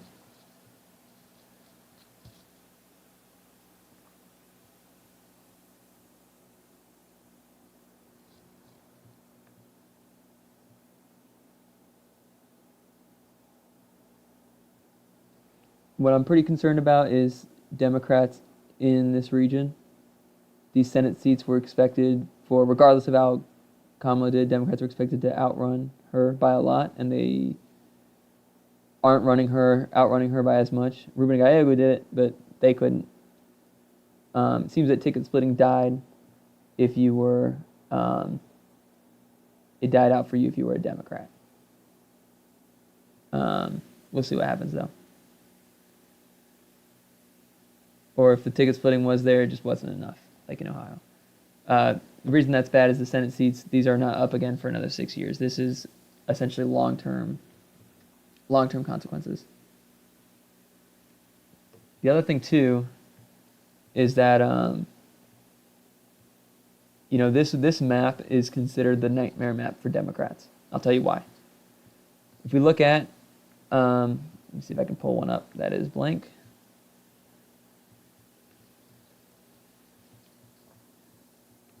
We'll go to the Senate. Pull one up that's blank.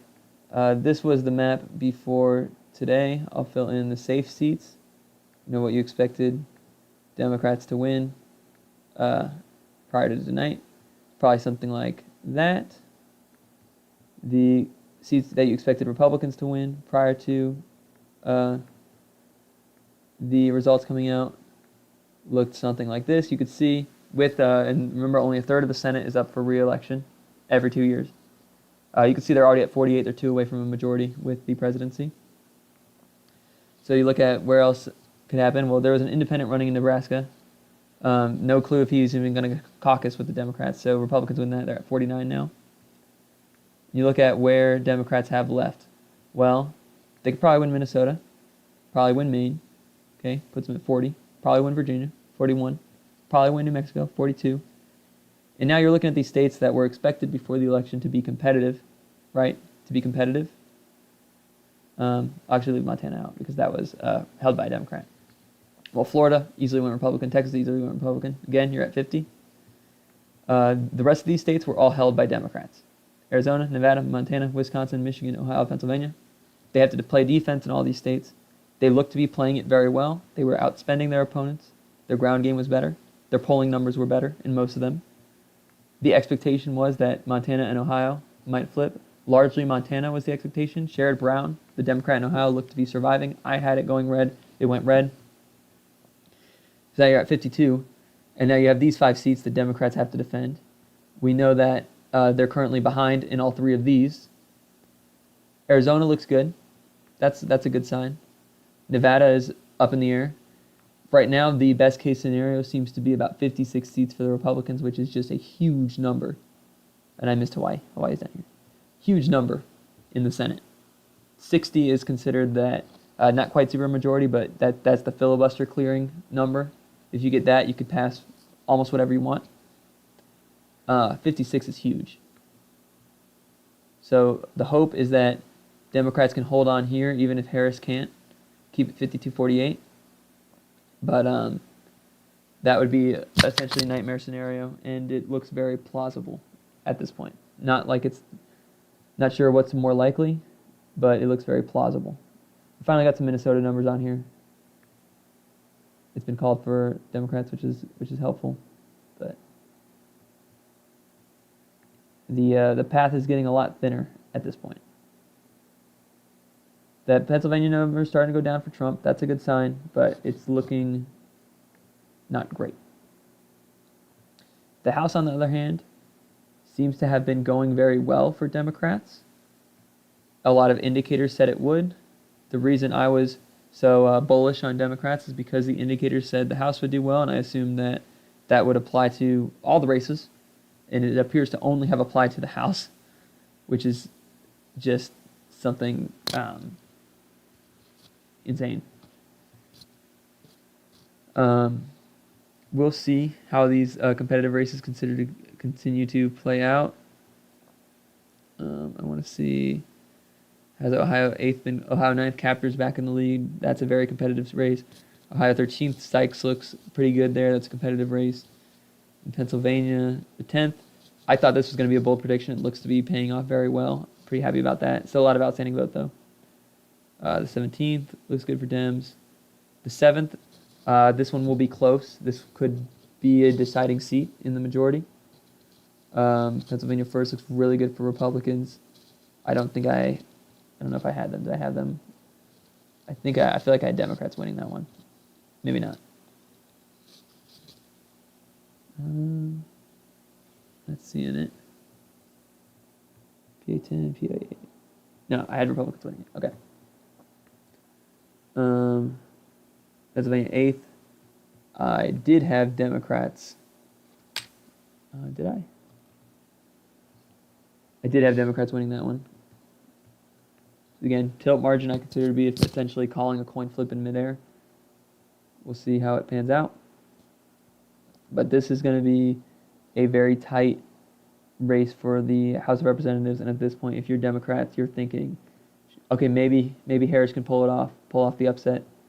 But we need to be hoping that we win the House and we can stop Trump from having a trifecta. We'll see. We'll see what happens.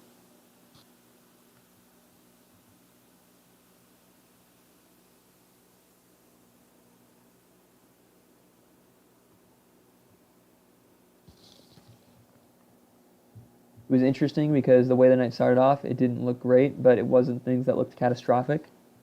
And then Georgia and North Carolina got called really fast, which kind of threw me off guard. I thought that it was too early to call them, but it looks like that's going to be panning out. And then since then, it's just kind of been a complete slacking, for lack of a better term.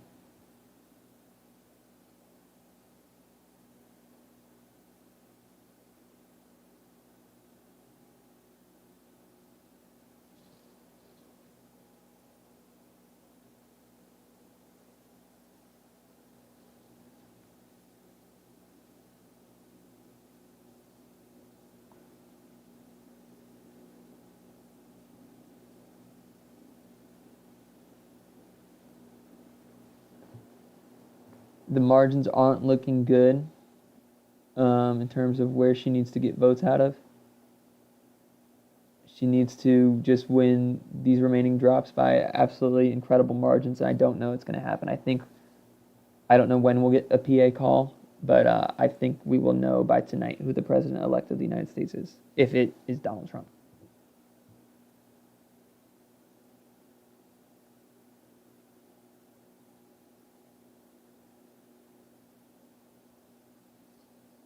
We can talk about some of these margins here.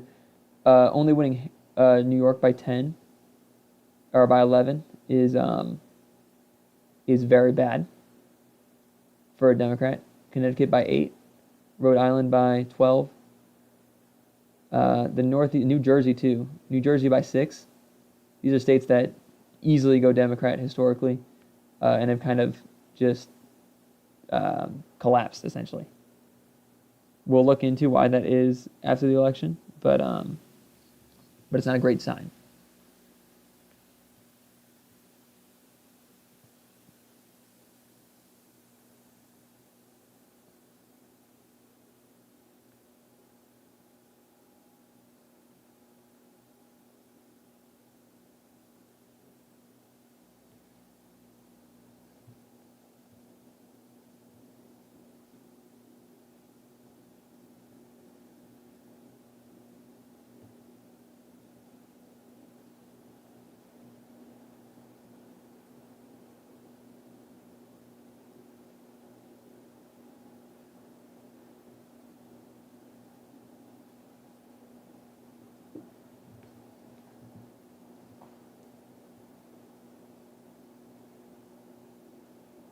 One thing that's interesting is the third party vote didn't seem to matter. I didn't expect it to. Um, Maybe the margins are thin enough that it would have changed the results, but I'm thinking it's not going to matter that much. Maine is still close, which is interesting. Still a lot of vote left. But yeah, not much to talk about at this point. We're just kind of waiting for results to come in.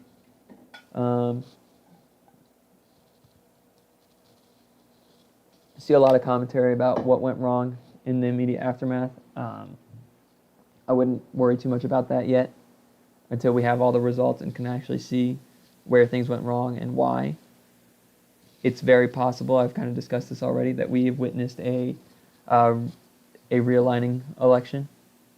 We won't know that for a few cycles, assuming we still have them.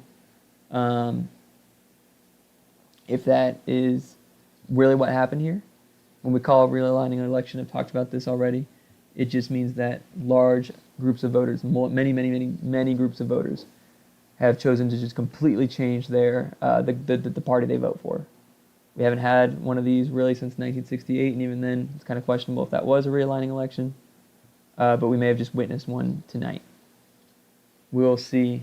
That is what polls predicted, and it's one reason why I didn't think the polls were going to be right, because it seemed just like there was no theory behind why that is, and I would imagine that it will take countless months and years of people doing analysis to try to form together what the reason was for, if there was a realignment, why it occurred. It won't be something we can answer tonight. Like I said, we can't even answer if that is what happened, but it seems like that's a possibility.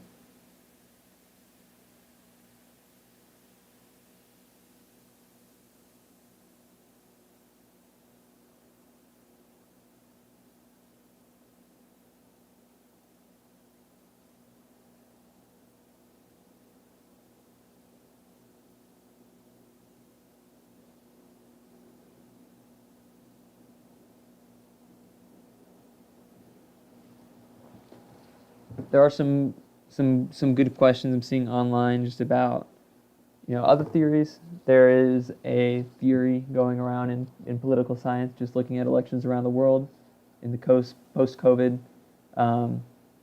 world. Incumbent parties have just struggled. Absolutely, it's possible that that's what we saw here. We don't know. There's the question of maybe it was just inflation, that for those 2 years, 3 years where inflation was really, really bad, that is what turned voters away. It's interesting, though, that it didn't turn them away in 2022 when inflation was higher, so I don't know if that's what the answer is. I don't know. I'm not going to try to figure out what that solution is. Like I said, we don't even know if that's what happened, if there was a realignment here. One thing that is really interesting is that Trump cleared his ceilings in a lot of these states, at least by the current votes he has. There's still more votes to come in. But even in 2020, when he won these 3 states, he did not win them by more than 50%. He won with 40-something, 49, 48. If my memory holds me correct. Let me see. Let me fact check myself.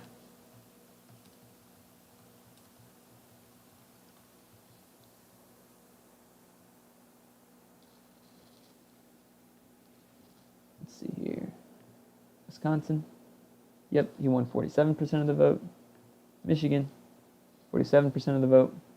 Pennsylvania, 48% of the vote. In 2020, when he lost the election, he won 48% of the vote in Wisconsin. He won 47% of the vote in Michigan. He won 48% of the vote in Pennsylvania. So he's doing better than he did then, which is, again, just really interesting for a candidate on his 3rd time around. Usually that's not what happens, but it's not always that we have a candidate run that many times in a row.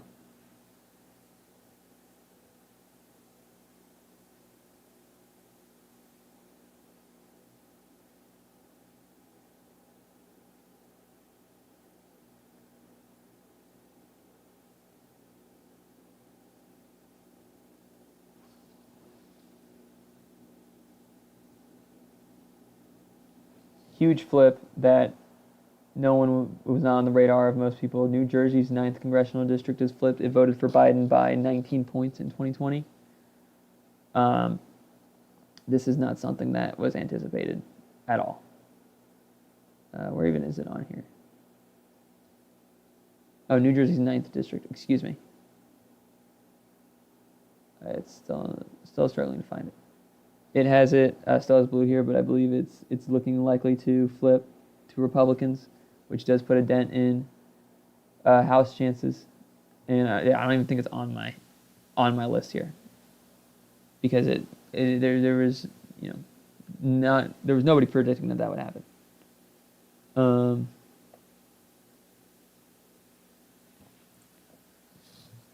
Got some good news out of Montana that John Tester's outrunning Harris by 12 points, which is theoretically in the range of what he needs. The problem is that Harris is only getting 33% of the vote here. She needs to really shore that up, and based on how the rest of the night has gone, don't know that we can say that that's going to happen.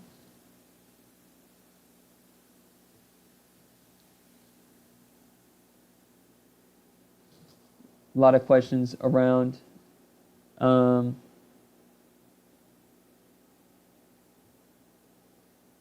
excuse me.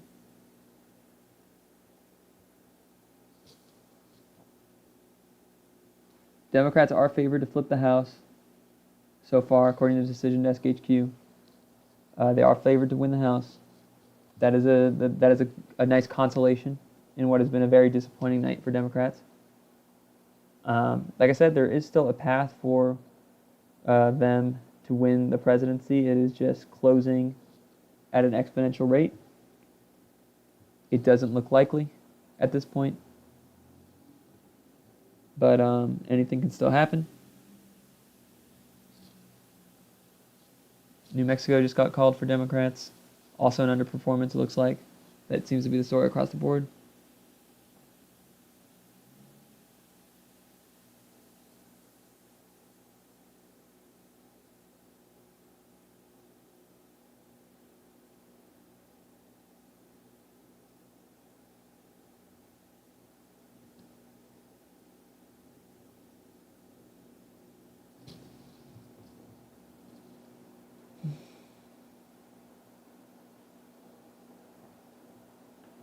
In terms of the Senate, it is not looking great, especially for Tammy Baldwin. This was not a race that people had flipping, and it's looking bad. She's a pretty strong incumbent, too. We're at that point where most of the contiguous United States has started to report votes. Nevada has to wait till the very last person has voted in person, which could take who knows how long. Alaska does not close for, I think, another hour. Hawaii's been called. It's not even, I think they still have a long time till they close because they're in the Pacific. But we'll see what happens. It's not looking great, for sure. For sure.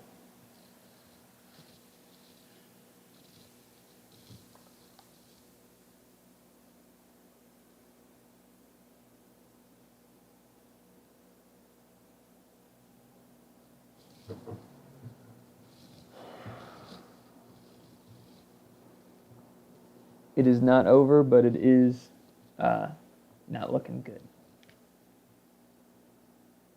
Old people winning presidential races? Yeah, apparently if you're 78, that's the key to winning the presidency. Joe Biden? Now Donald Trump has done it. Potentially. We don't know yet. It's not been decided yet. Don't know. It's interesting to think, I don't know how this would have gone with Biden in. If the polling ended up having been right, he would have gotten even more destroyed than Harris is getting right now. So yeah, there's a lot of things I'm just so interested in.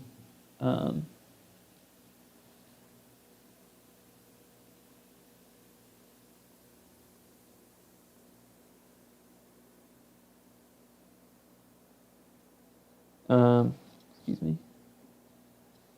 If you'll have questions for me about specific races, I can answer those. Answer anything at this point. It's getting late. I'd like to see if Pennsylvania gets called tonight. The latest I'm willing to stay up is like 2:30 my time. So just so that way I would know. Um, it'll be interesting to see the House races over the next few weeks. If you're a Democrat, that's kind of your hope right now, is that we can win the House. Um,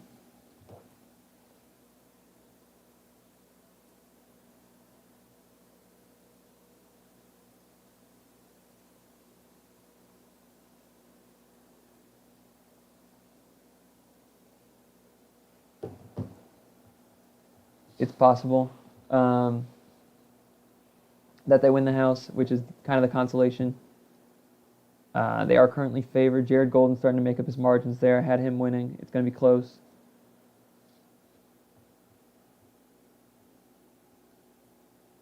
Um,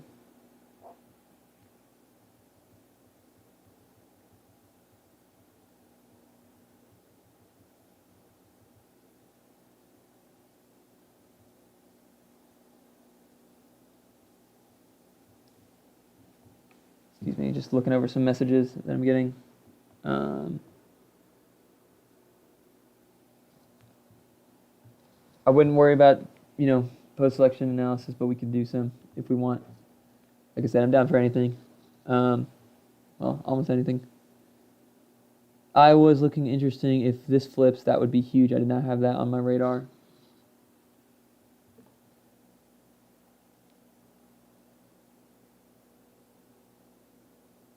Getting some more questions, and so I'm going to answer those.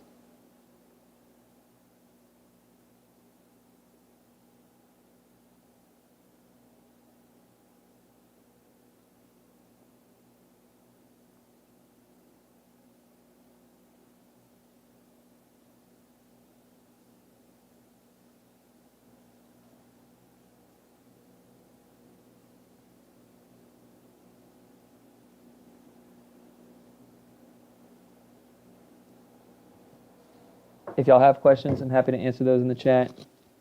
I know it's getting late. Starting to see some California races get called. Let's see, 22nd we're interested in, 27th we're interested in. This one's looking close already.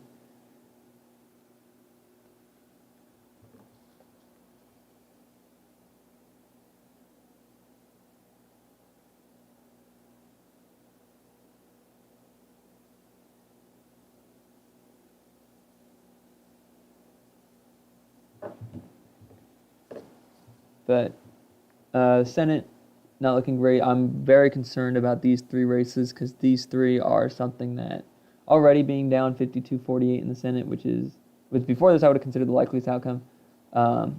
If you're down 55, 56, like that's not something you recover for in an election cycle. That's something that takes years to win back potentially. That is how you end up appointing people to the Supreme Court. Senate has to confirm them. That takes away not just that, but a lot of other judicial nominations I kind of expect.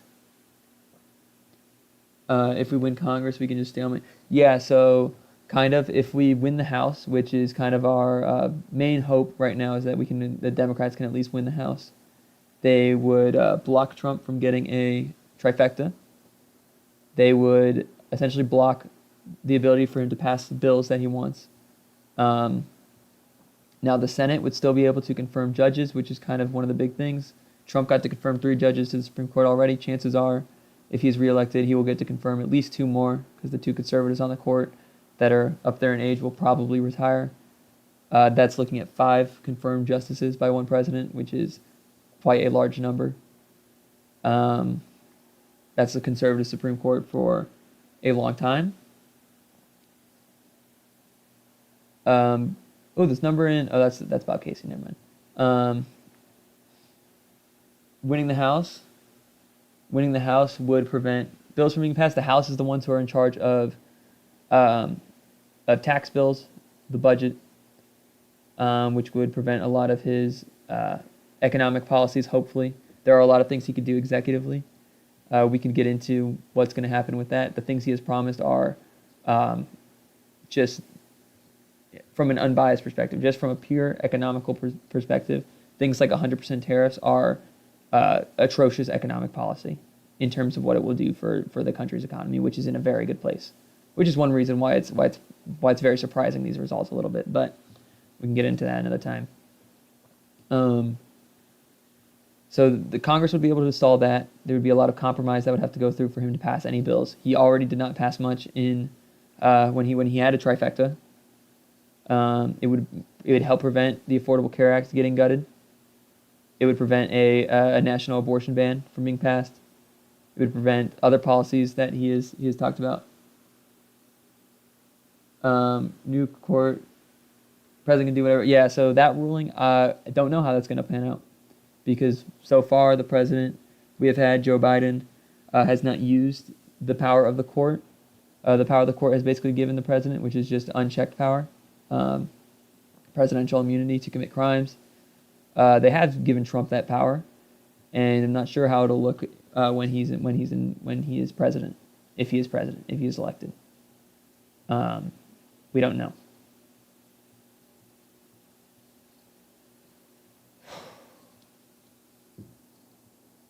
That's the thing. There's a lot of uncertainty with what happens from here.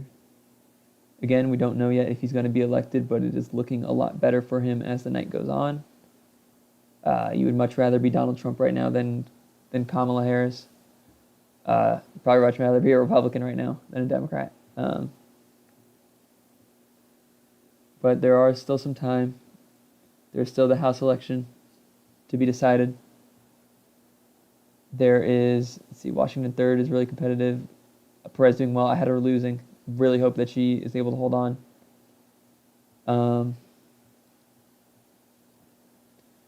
But yeah.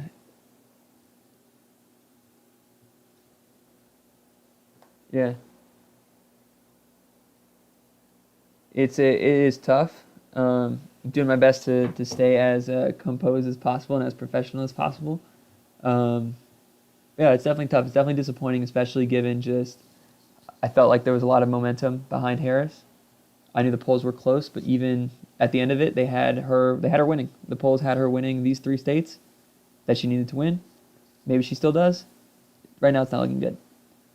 I thought that she ran a very good campaign. She had 100 days to make her case. Maybe that was the difference. She had the money advantage. She had the ground game advantage. These things that we consider to be the fundamentals of the election were, as far as the data shows, were on her side. And it doesn't look like it mattered, which is frustrating for sure, disappointing. But sometimes that's what happens. And we'll see where things go from here. Like I said, I don't want to doom and gloom too much in the sense that it's not over yet, but it's close to it. This point, I'll use a hockey reference. We need 2 empty net goals, or we need 2 goals rather, with the goalie pulled. Kind of tough to buy.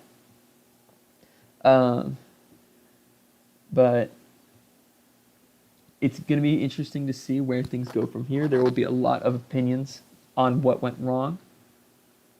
For me, what went wrong was that I did not think the polls were going to be able to predict a alignment like we might be seeing. This might be a realignment election, especially Hispanic voters shifted overwhelmingly to the right. It looks like suburban voters stopped their leftward trend. Things like that. These margins in New York kind of show that. In New Jersey, definitely show that. I don't remember where I was going with that. I lost my train of thought. But anyways, we'll see what happens from here. If y'all have any other questions, I'd be happy to answer those in the chat. I know we're starting to lose some viewership. It's getting pretty late into the night. I don't blame you for going to bed. I'll stay up hopefully until it's called, but I'm calling it at 2:30. At that point, I'm just going to bed. But there's some movement, I guess, in Arizona or in Pennsylvania, but it's really looking grim at this point.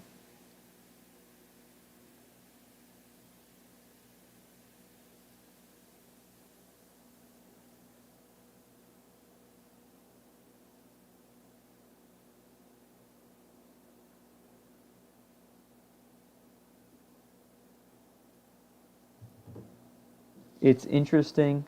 One thing that is really not bothering me, but just sticking with me is just how good 2022 was. And then for this to be kind of the result of 2024. It almost feels like this is a midterm happening in a presidential year. 2022 was predicted to be a Republican-leaning year. In some states it was. Florida and Texas voted just about how they voted this year.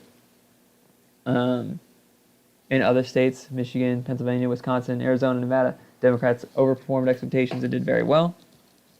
And so it's very interesting just how much, it's just interesting how well Democrats did then in what I would have considered to be the peak point of, Biden's unpopularity and economic conditions not being on their side. There were, inflation was extremely high.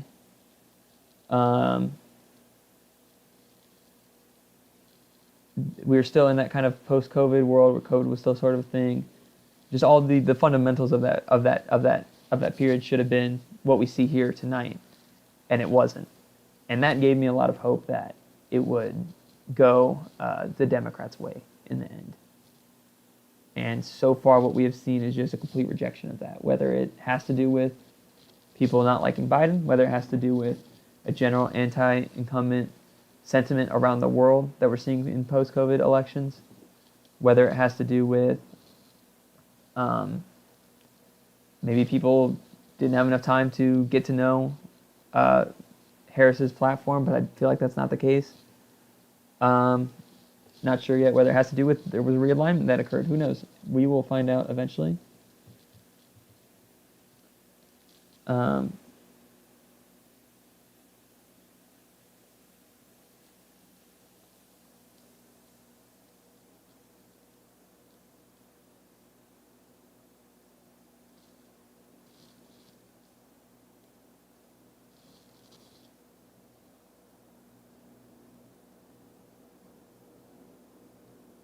Sorry, replying to some messages.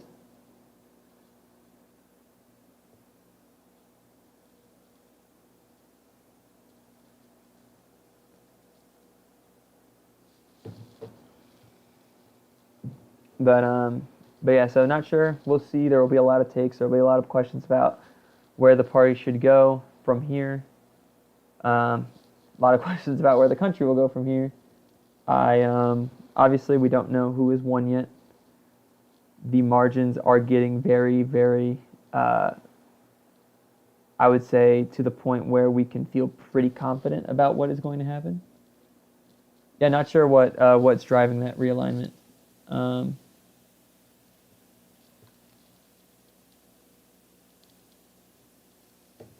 Not sure what's driving that realignment.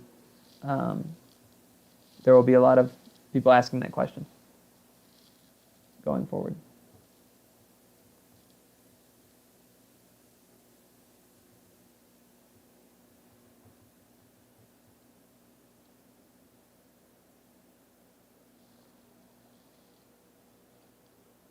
Sorry, just replying to some messages.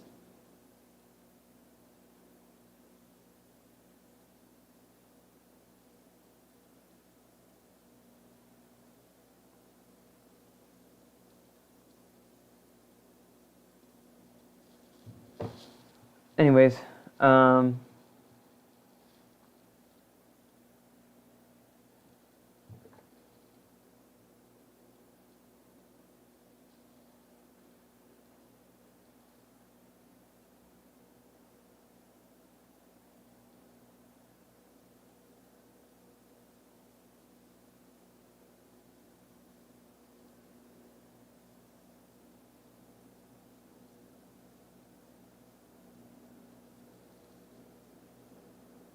Senate have the ability to impeach Supreme Court justices.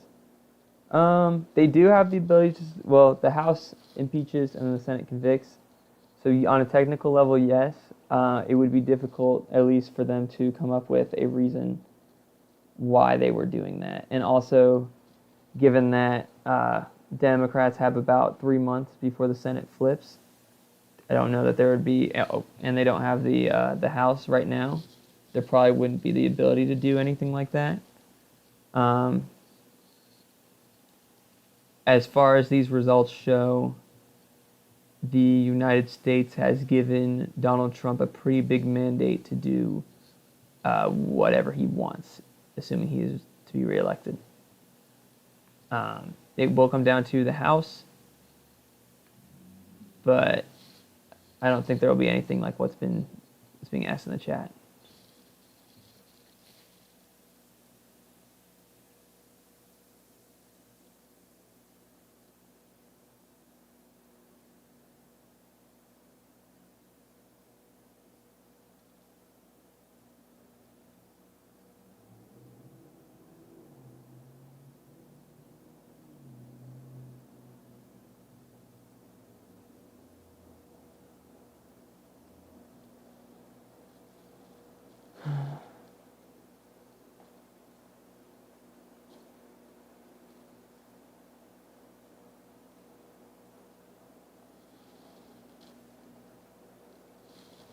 If y'all have any questions, I'll answer them in the chat. I know there's only a few of y'all left.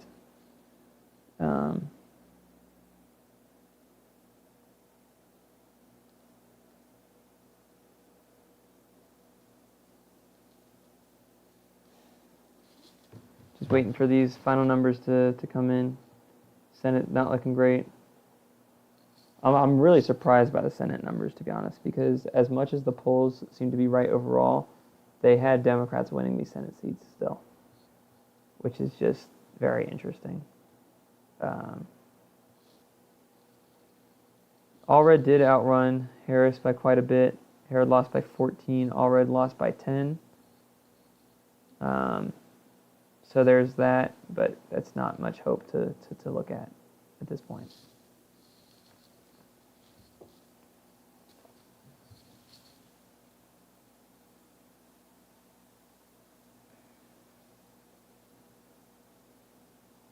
There will be a lot of talk after the election, assuming it goes as it's going. There will be a lot of talk about well, the Electoral College still has to vote. Maybe there will be a faithless elector. Probably not going to happen. A lot of states have laws against that now. Either way, it wouldn't be close enough for that to matter. You cannot expect.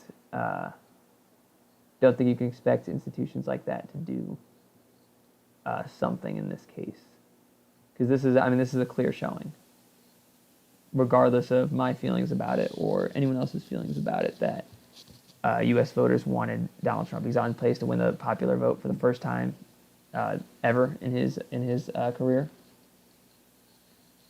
and he's on pace to win by some of the largest margins he's ever won by in some of these states. So that's the circumstance we are in.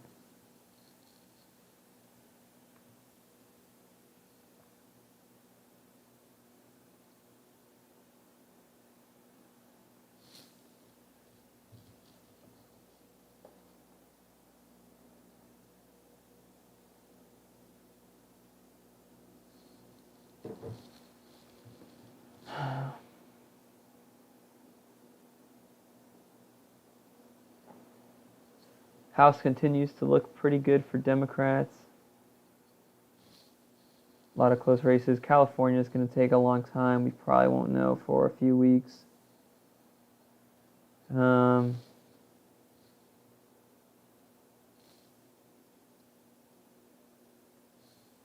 getting text messages, but we already knew these things that were being said. We did lose in Georgia. Yes. Correct.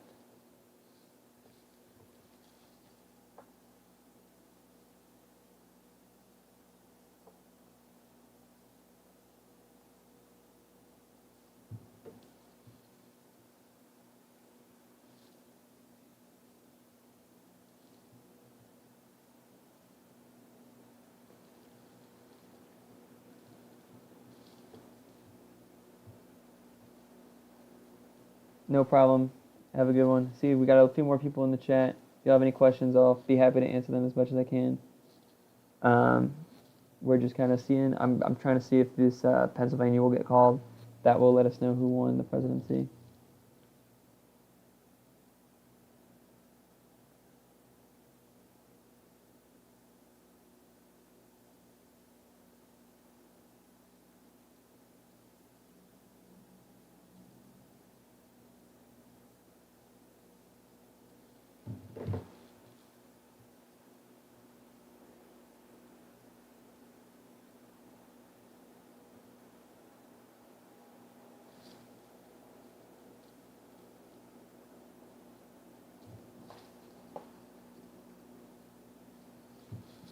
Just replying to some messages, sorry y'all. If you have questions, I'm happy to answer them. If you have to go, I understand. All stream will be here if you're staying up.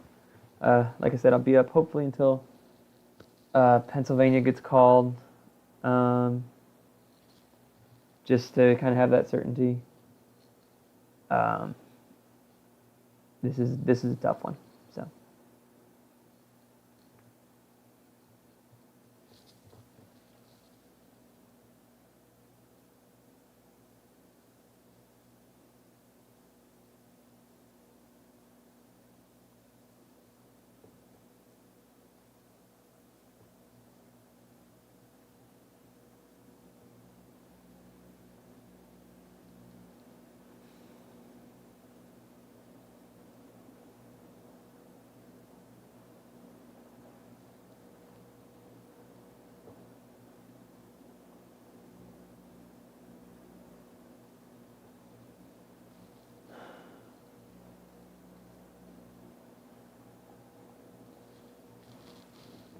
Arizona's still close.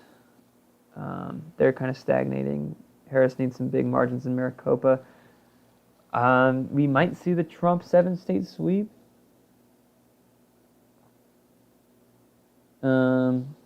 Which is the opposite of what I had it as, but a lot of those were close margins, so, you know.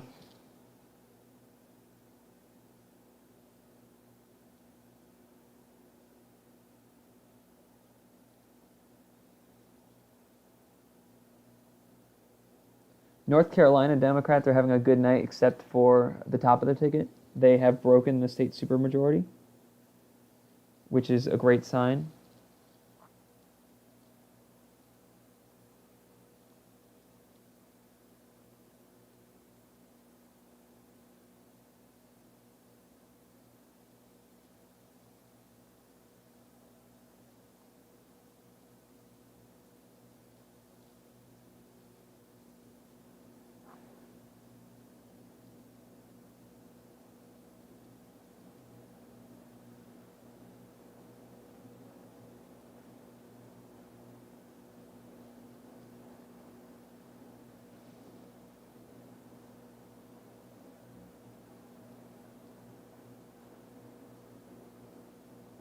If you have any questions for me, happy to answer those. If you are calling it a night, sleep well. We should know in the morning who won. PA margins still hanging around 51%. Kamala Harris is running out of room to make up this ground here. It looks like this is going to be the margin across the board is 51, 51, 51. Look at that. 51, 51, 51, 51, 51. If you're in here and you have any questions, I'm happy to answer those for you. Down to talk about pretty much anything. We're getting pretty late into the night at this point. Maine has finally reverted back to looking like it'll go for Harris. That was expected. This is a close margin so far. Pretty much has come down. It's pretty much coming down to, at this point, there's not going to be many more surprises. It's just going to be Trump swept the swing states. We'll see if he sweeps Nevada. We're going to take forever to get that data. Oh, we are getting Alaska in. I want to see how Mary Peltola is doing. She is going to be a big reason, if we keep the House, that it would be her. She needs to outrun Trump by a lot. They do have ranked choice voting there. No data yet. These numbers are concerning for Democrats. They are essentially running in line, maybe a little bit better than Harris, but they're not getting the margins, and these are not races that were expected to flip. Alyssa Slotkin was a favorite. Casey was an incredibly strong incumbent. Baldwin, incredibly strong incumbent, and they're all, on track to go down at this point. Montana, Tester's down by 20. It's not looking excellent for him. Sherrod Brown went down. Very happy that Ruben Gallego is winning and keeping Kari Lake out. She is an election denier. Apparently, election denialism doesn't matter if you're Donald Trump, but if you're another Republican candidate, it mattered a lot in 2022. Maybe it matters here. But yeah, this is a tough one.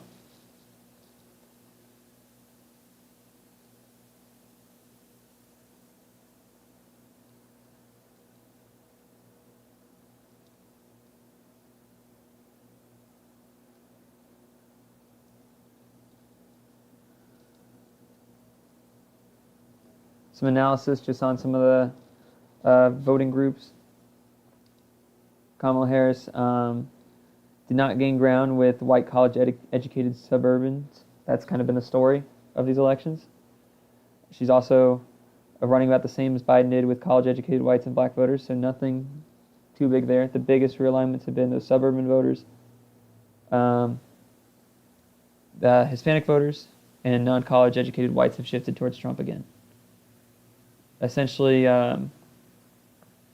Trump basically got exactly what he needed to win, and that's what's happening.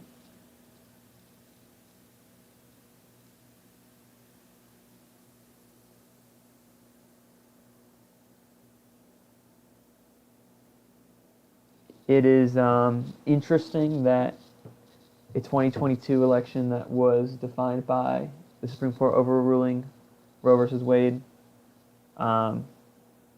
that didn't really carry into today, when the guy who put the justices on the Supreme Court was on the ballot. That's pretty interesting to me.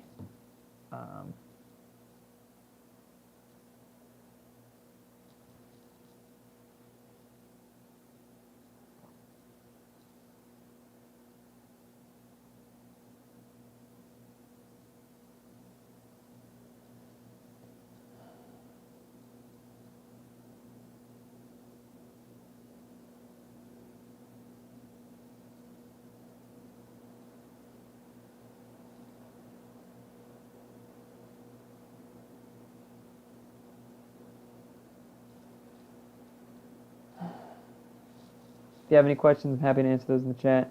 I know there's only a few of us remaining. But getting pretty late into the night. Hoping that these races will get called sooner rather than later, or at least have some movement maybe in one direction. But it's not looking the best.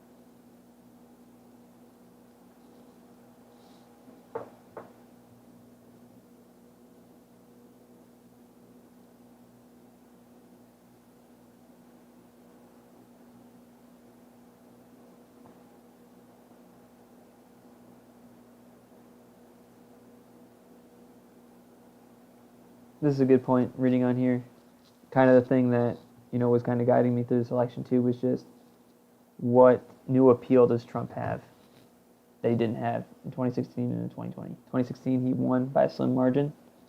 He was new. He was speaking to concerns that certain voters had. He won where he needed to win, and he won.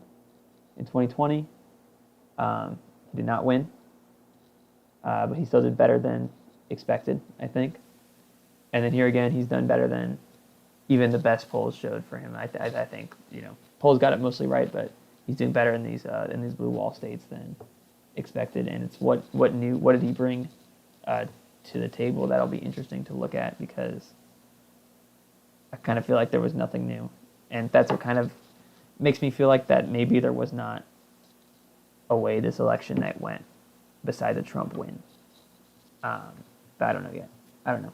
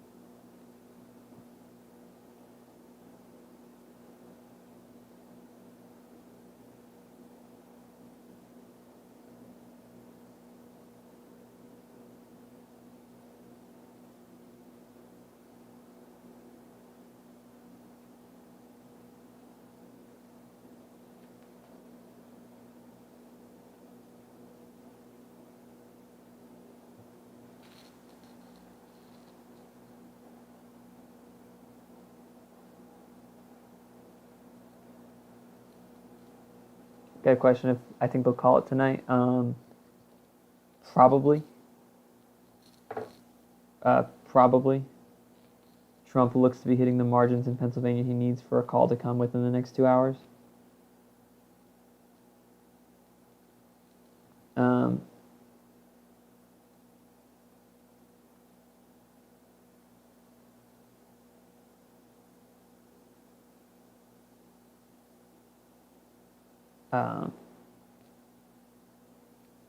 So yeah, I would anticipate Trump winning at this point. I think most people have factored that in already.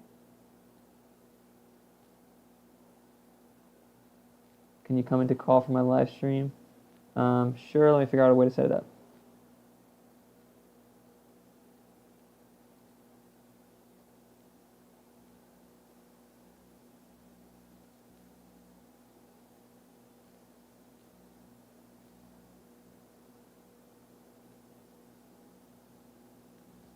Looks like we have some Aggie Dems who want to join the call. Give me 1 second to try to get that set up.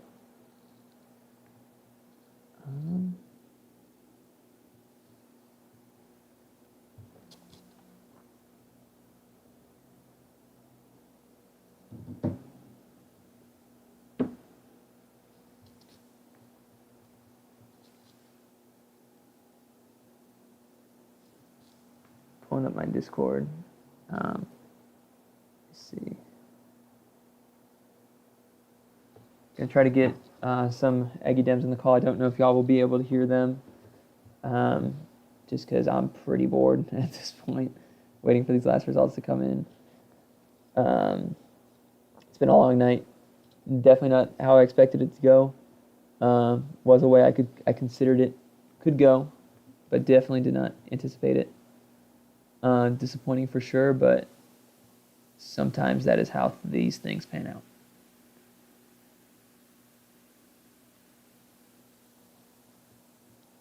Let's see here.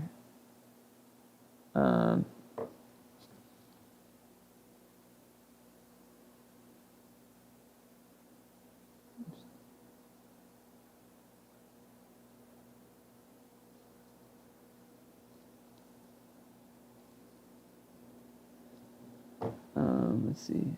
I'm gonna go into here. Testing. Not sure if I can hear myself though. Let's see here.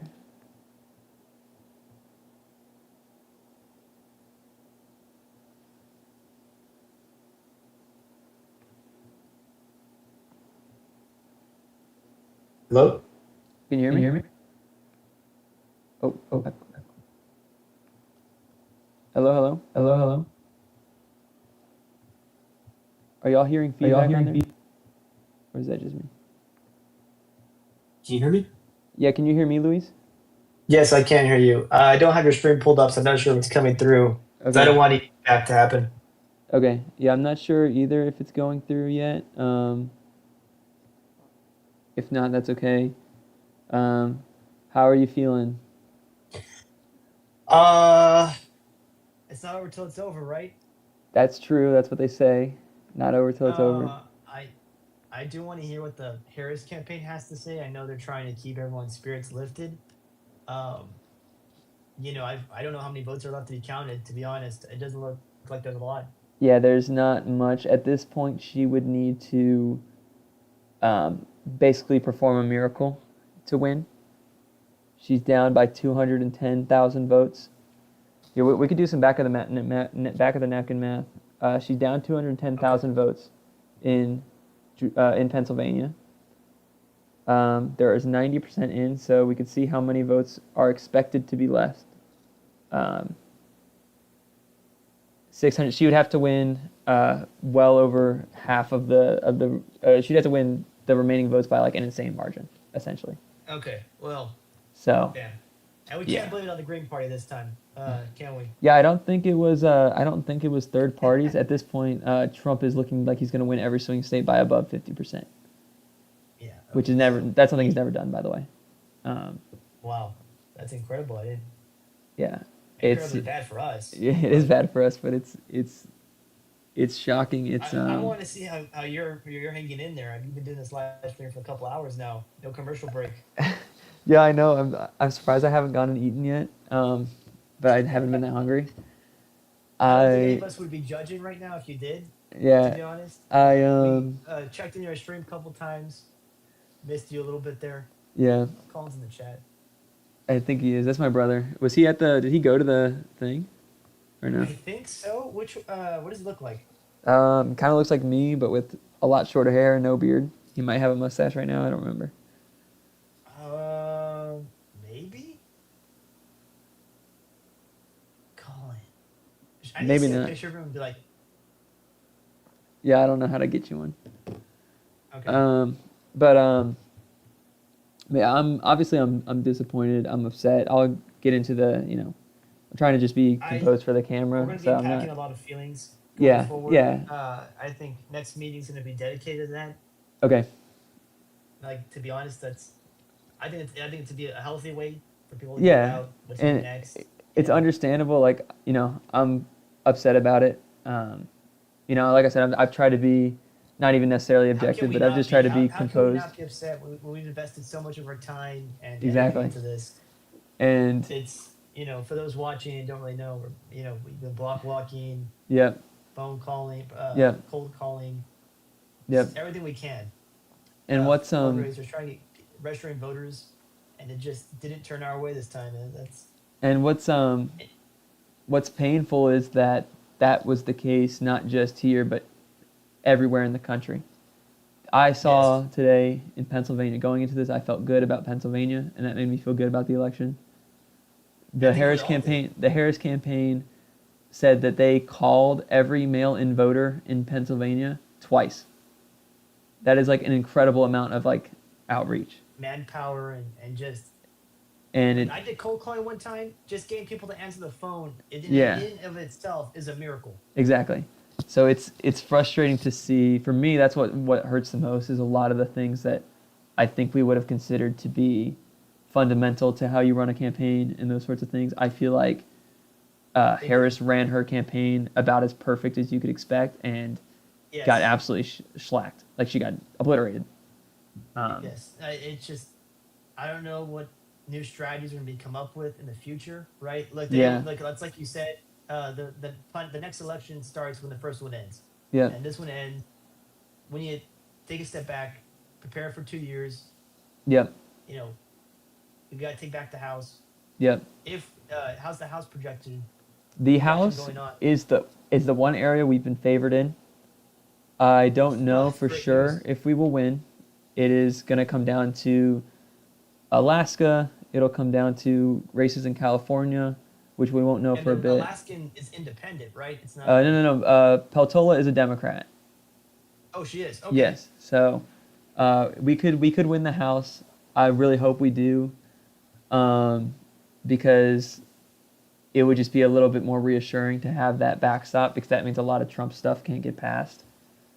Um, And we remember last time when, Nancy Pelosi took over, the yeah, whole Trump shenanigans came to a screeching halt. exactly. And it's good to think about too. Even when Trump had a trifecta, he was a bit limited in what he could pass. He couldn't even get Obamacare repealed, but I think that the Republican Party nowadays would be willing to do like stuff like that. So that's why I think it's pretty important that we, I really believe they're, yeah, he says dance, he says jump, they say how high, right? yeah, yeah, exactly. That's what I So believe. This, after the death of the senator from Arizona, yeah, I John forget his McCain. name, Yeah, John McCain.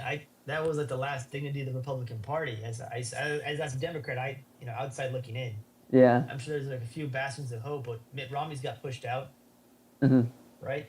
yep. I So mean, yeah, he's there's not a lot retiring. of I think he's he's retiring retired. this. Like he retired Retiring, this year. let's say pushed out. Let's be real here.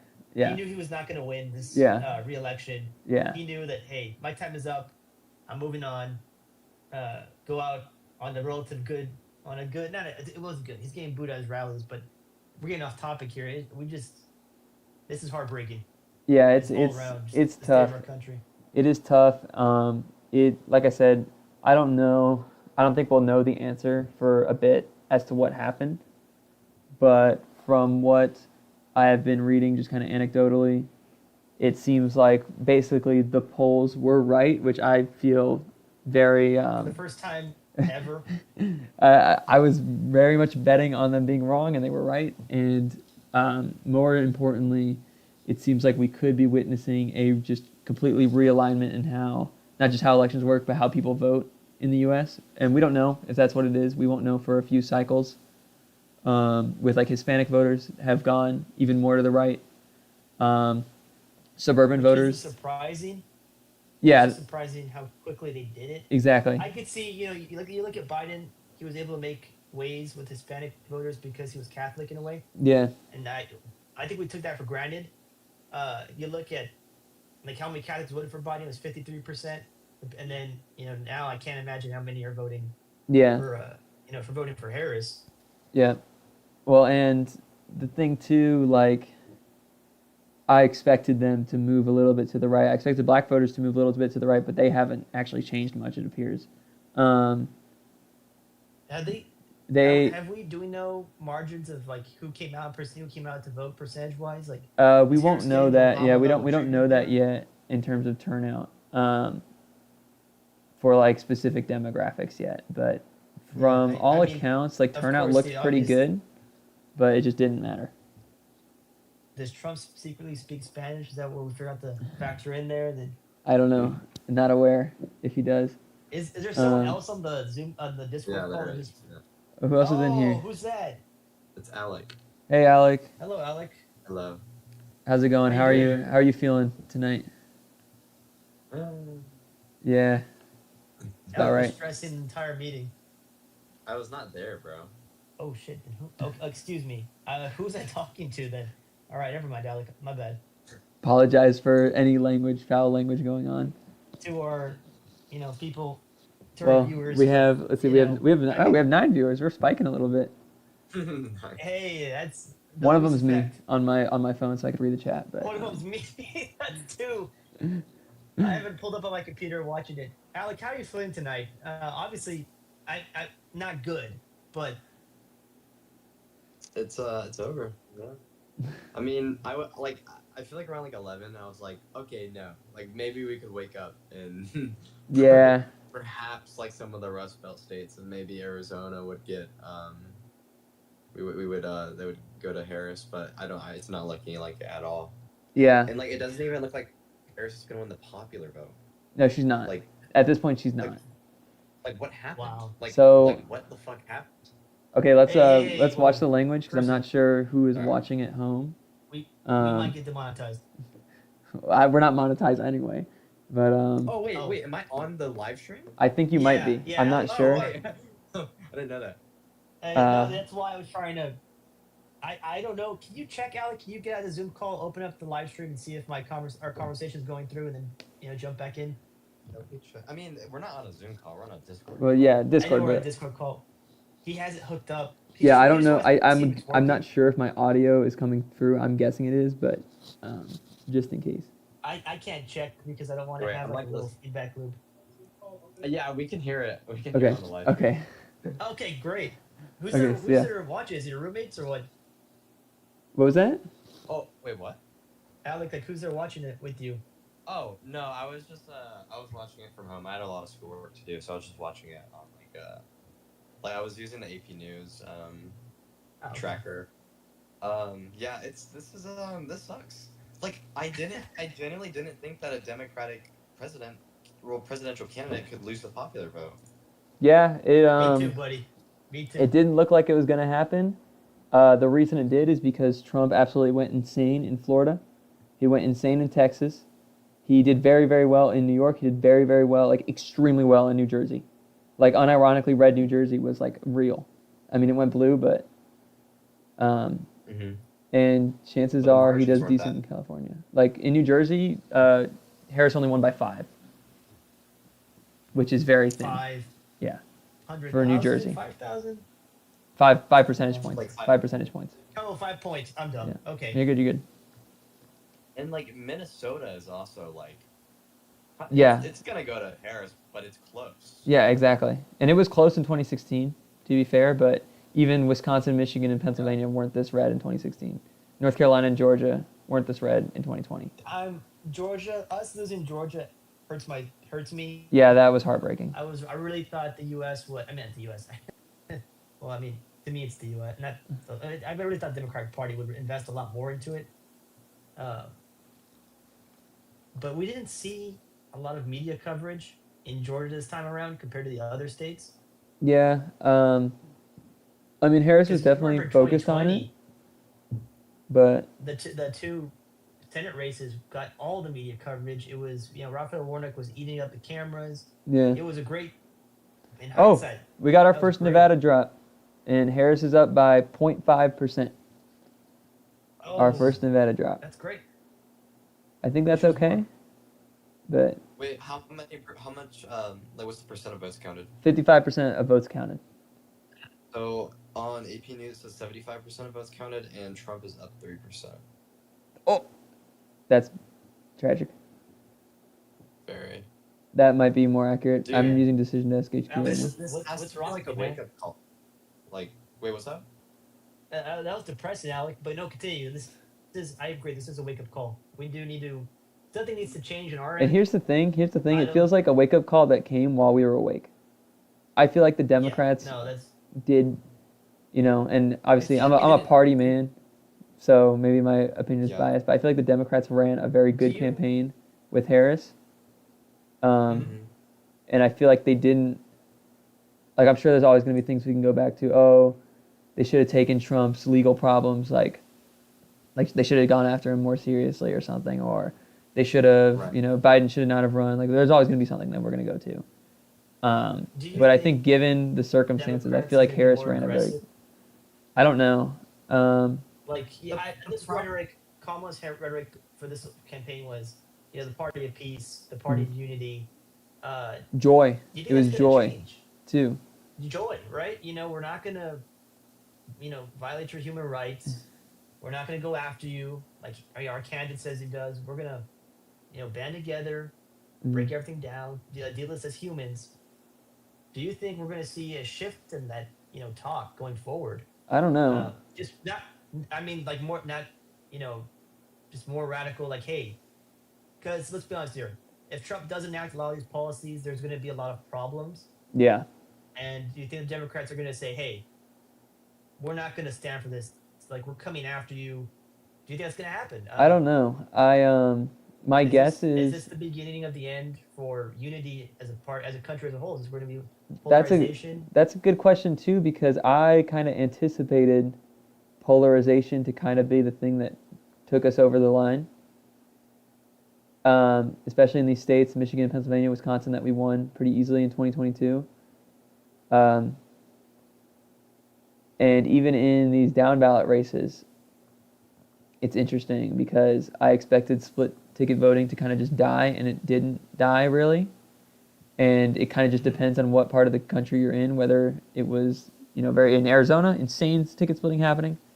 In Pennsylvania, not so much. It's like kind of back and forth. So I don't know yet, and I don't think we'll know yet for a bit how the party reacts to this. I'm imagining there will be a huge post-mortem. Um, Most kind of like, definitely, yeah. I think they did one after 2016, but there will certainly be kind of questions of what went wrong, and I think a lot of the blame is going to go to Biden should never have run. But I don't think that, quite frankly, think it's I don't know everyone to that I blame. don't know that it mattered that who the candidate was. I think, Yeah, I yeah, and it's gonna really this one what really gets me personally. It's gonna be that Trump's gonna inherit the Biden economy like he yeah, did the oh yeah. Obama So economy, and take all the credit and then just completely destroy it. yeah, Like, so I think the problem with the Democratic Party right now is that, yeah, I don't.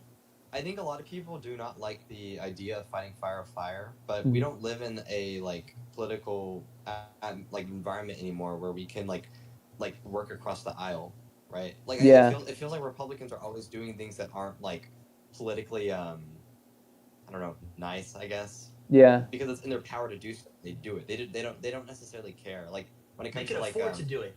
yeah, exactly. But like for us, it seems we hold ourselves to a higher standard, to a standard we don't yeah, have to. I think we could play dirty. It might not be like we might not be like the party of unity, but if we want to like actually win and get things done, then I feel like the Dems have to be a little more aggressive. yeah. Like I because the prime objective of the GOP isn't to like work with the Democrats anymore. It's just not. yeah, It's to block any and all bills that they propose, and to take Yeah, existing ones down. That's yeah. been their whenever they take control of the House, the Senate, the presidency. It's not really building on anything. It's not creating a foundation to build on something. It's we don't like this. We're getting rid of it, and then after that, we're coming for this and that. Yeah, and yeah. it's like Democrats, like they always want to, they keep want to hold them, they want to hold themselves to the higher standard of like being the party of unity. But where does that get us? Like, And here's where I I mean, think. I do think. Oh, go ahead. Keep going. No, go ahead. Well, I mean, I do think Biden accomplished a lot, but Yeah, I you know, I pray in 20 years. I mean, I pray all the time, but I do think in 20 years we're gonna look back and just look at Biden as almost a Ulysses Grant type character. Came in, tried to build this stuff, and then the next guy just took it all down, and yeah, then the the country's worse off just because of it. yeah. I And could see that. Honestly, I guess I'll say I think one thing, kind of to the point, Alec, you were making. One reason, I'm not certain where Democrats go is because it feels like this is one of those moments where they have the electoral um, incentives, not the right word. They have the electoral permission to change up their strategy in terms of, hey, should we take the high road, take the low road, those sorts of things, because what what the country just said is that we don't. You can take whatever road you want. Um, we'll vote for It you, doesn't matter. and we'll vote for you by your biggest margins ever, which is it's just crazy to me. So they have their permission. I just don't know if it's something that they're willing to do, or even that they should do. When we get into should they do this or not, it becomes kind of a argument of opinions, because on some level, institutionalism and behaving in ways that are have come to be expected is something that a lot of people will value. But there's the question of, well, if the other party doesn't value it and voters don't value it, should should you be valuing it? Yeah, And sure. that's kind of Yeah, it's that's just a tough exactly. question. It's a tough question. And then that's a heartbreaking question because now it's damn we've really come to this. Yeah, Yeah. exactly. And I really but think in my no, you go ahead. Go You go ahead. ahead. I'll call it then. Well, so like in my opinion, I think the only answer to that question is being more aggressive. Like obviously, like ideally, you wouldn't want to, and you wouldn't want to be able to work with your like um constituents, but like I just don't see that happening right now, Yeah. especially with how popular Trump is. It's insane. This is like historical. Like this is No, like it the is. first time in like 20 years a Republican has won the popular vote. Yeah. And And this is also it'll be 2016 only the worse. second time ever. Only the second time ever that a president lost and then came back and won. Yeah, Which it's is crazy too. What was the first time? Grover Cleveland did it. Nixon. Grover Oh, wait, Cleveland lost. Grover? He was president, and then he lost, and then he came back and won. So he's the only president to serve 2 non-consecutive terms, and now it looks like Donald Trump will join that club. It's a cool club. I guess. If you that's like cool. low I key hate corrupt this dudes club. from New York, then yeah. I don't know if I don't remember if Cleveland's from New York. He might be from Ohio. But anyways, but yeah, it's interesting, and I think it is. Obviously, we haven't gotten to the policy ramifications. We don't know. We won't know until the House has decided what it's going to look like. But I'm definitely concerned for if Trump is. It depends on how much he wants to actually pass of what he said he wants to pass. The tariffs concern me. I do think The terrorists voters kind of have it every coming. economist would Yeah. agree. But at that point, voters kind of have it coming. Masters, That's what you asked for. That's what this we sounds get. horrible, but I'm saving every tweet. I'm screenshotting every tweet, Instagram story. When I'm seeing all these people. When you can't afford to feed your kids, and I'm gonna look at you. I'm gonna text you when you go stop complaining because you voted for this guy, and I'm gonna get blocked. I don't care. And my hope is I know that it's petty, but I forgive people. I just don't forget. yeah, my hope is that things aren't as bad as they could be at the fullest extent. My hope is that Democrats can hold on to the House, but I'm not sure how that's going to turn out. But we'll see what happens. I like. Oh, Minnesota just got called. So much. Oh, The that's in the Supreme Senate, Court yeah. is gonna. Yeah, the Supreme Court's gone. It's gone. I don't consider Supreme Court a branch of government from now on. It's so Trump will most likely, my guess, because it would make no sense for them not to do this. My guess will be that Clarence Thomas and Samuel step Alito, down. they will both step down. Trump will have potentially a 56-seat Senate, which is insane. That's something that I'm baffled at. Not that just how well Trump's doing, but how well these Republicans are doing. Because even in the polls, Democrats were outrunning Republicans in the Senate, and kind of out of nowhere, it seems like that's not the case anymore. So he's going to have a Supreme Court or a Senate that will confirm any justice he wants. It's possible we get 5 Trump-appointed justices at least on the court. Is that a new record? I don't know. The court was originally founded. I don't know what the record is. That's Let's see. actually awful. Yeah, and those are going to be people who are on. That's like 40. That's 40 years at least of a legacy. Dude, we're gonna be old men by the time those guys. I are know. out. We will not. Us three will never see a Democratic or a liberal Supreme Court until we're like 60 something. In our lifetime. Maybe. Like- Maybe. So. George Washington appointed the most Supreme Court justices. Yeah, the first ones. Well, yeah, but still. Oh, that was Oh my that was God, nominations. that's I don't know if that hilarious. counts appointments. There's a little bit of lag on your thing, so we're seeing Oh, on the live stream. We're seeing a little bit. Yeah, there it is. yeah. I scrolled through it too quick. 14 That was nominations. Wow. yeah, 12 confirmed. yep. So And this is also the most conservative court to begin with. Already. it's one of the most conservative. I think you could argue that that whichever court decided the Dred Scott decision was more conservative than this one. Oh yeah, But yeah, that's true. It's not like Dred Scott was an insanely conservative position anyways at the time. It was just kind of what people thought. So I don't know. Nice. Yeah, Let's I'm go. getting willing to call this one. I think it's been obvious, and obviously I'm not a professional. I don't know the numbers, but I don't see how Harris is winning. It's only gotten worse for her in Pennsylvania at How this did point. Nevada go? Did you change Nevada to red? It's moving red very quickly. It's moving red. And what's crazy is this. Oh, Pennsylvania. That's it. That's the election. It's been done. They It's call done. Pennsylvania for. It's done for Trump. It's done. Again, there's a delay on the It screens. just happened. Donald Trump is the president-elect of the United States of America. That's it. Election is over.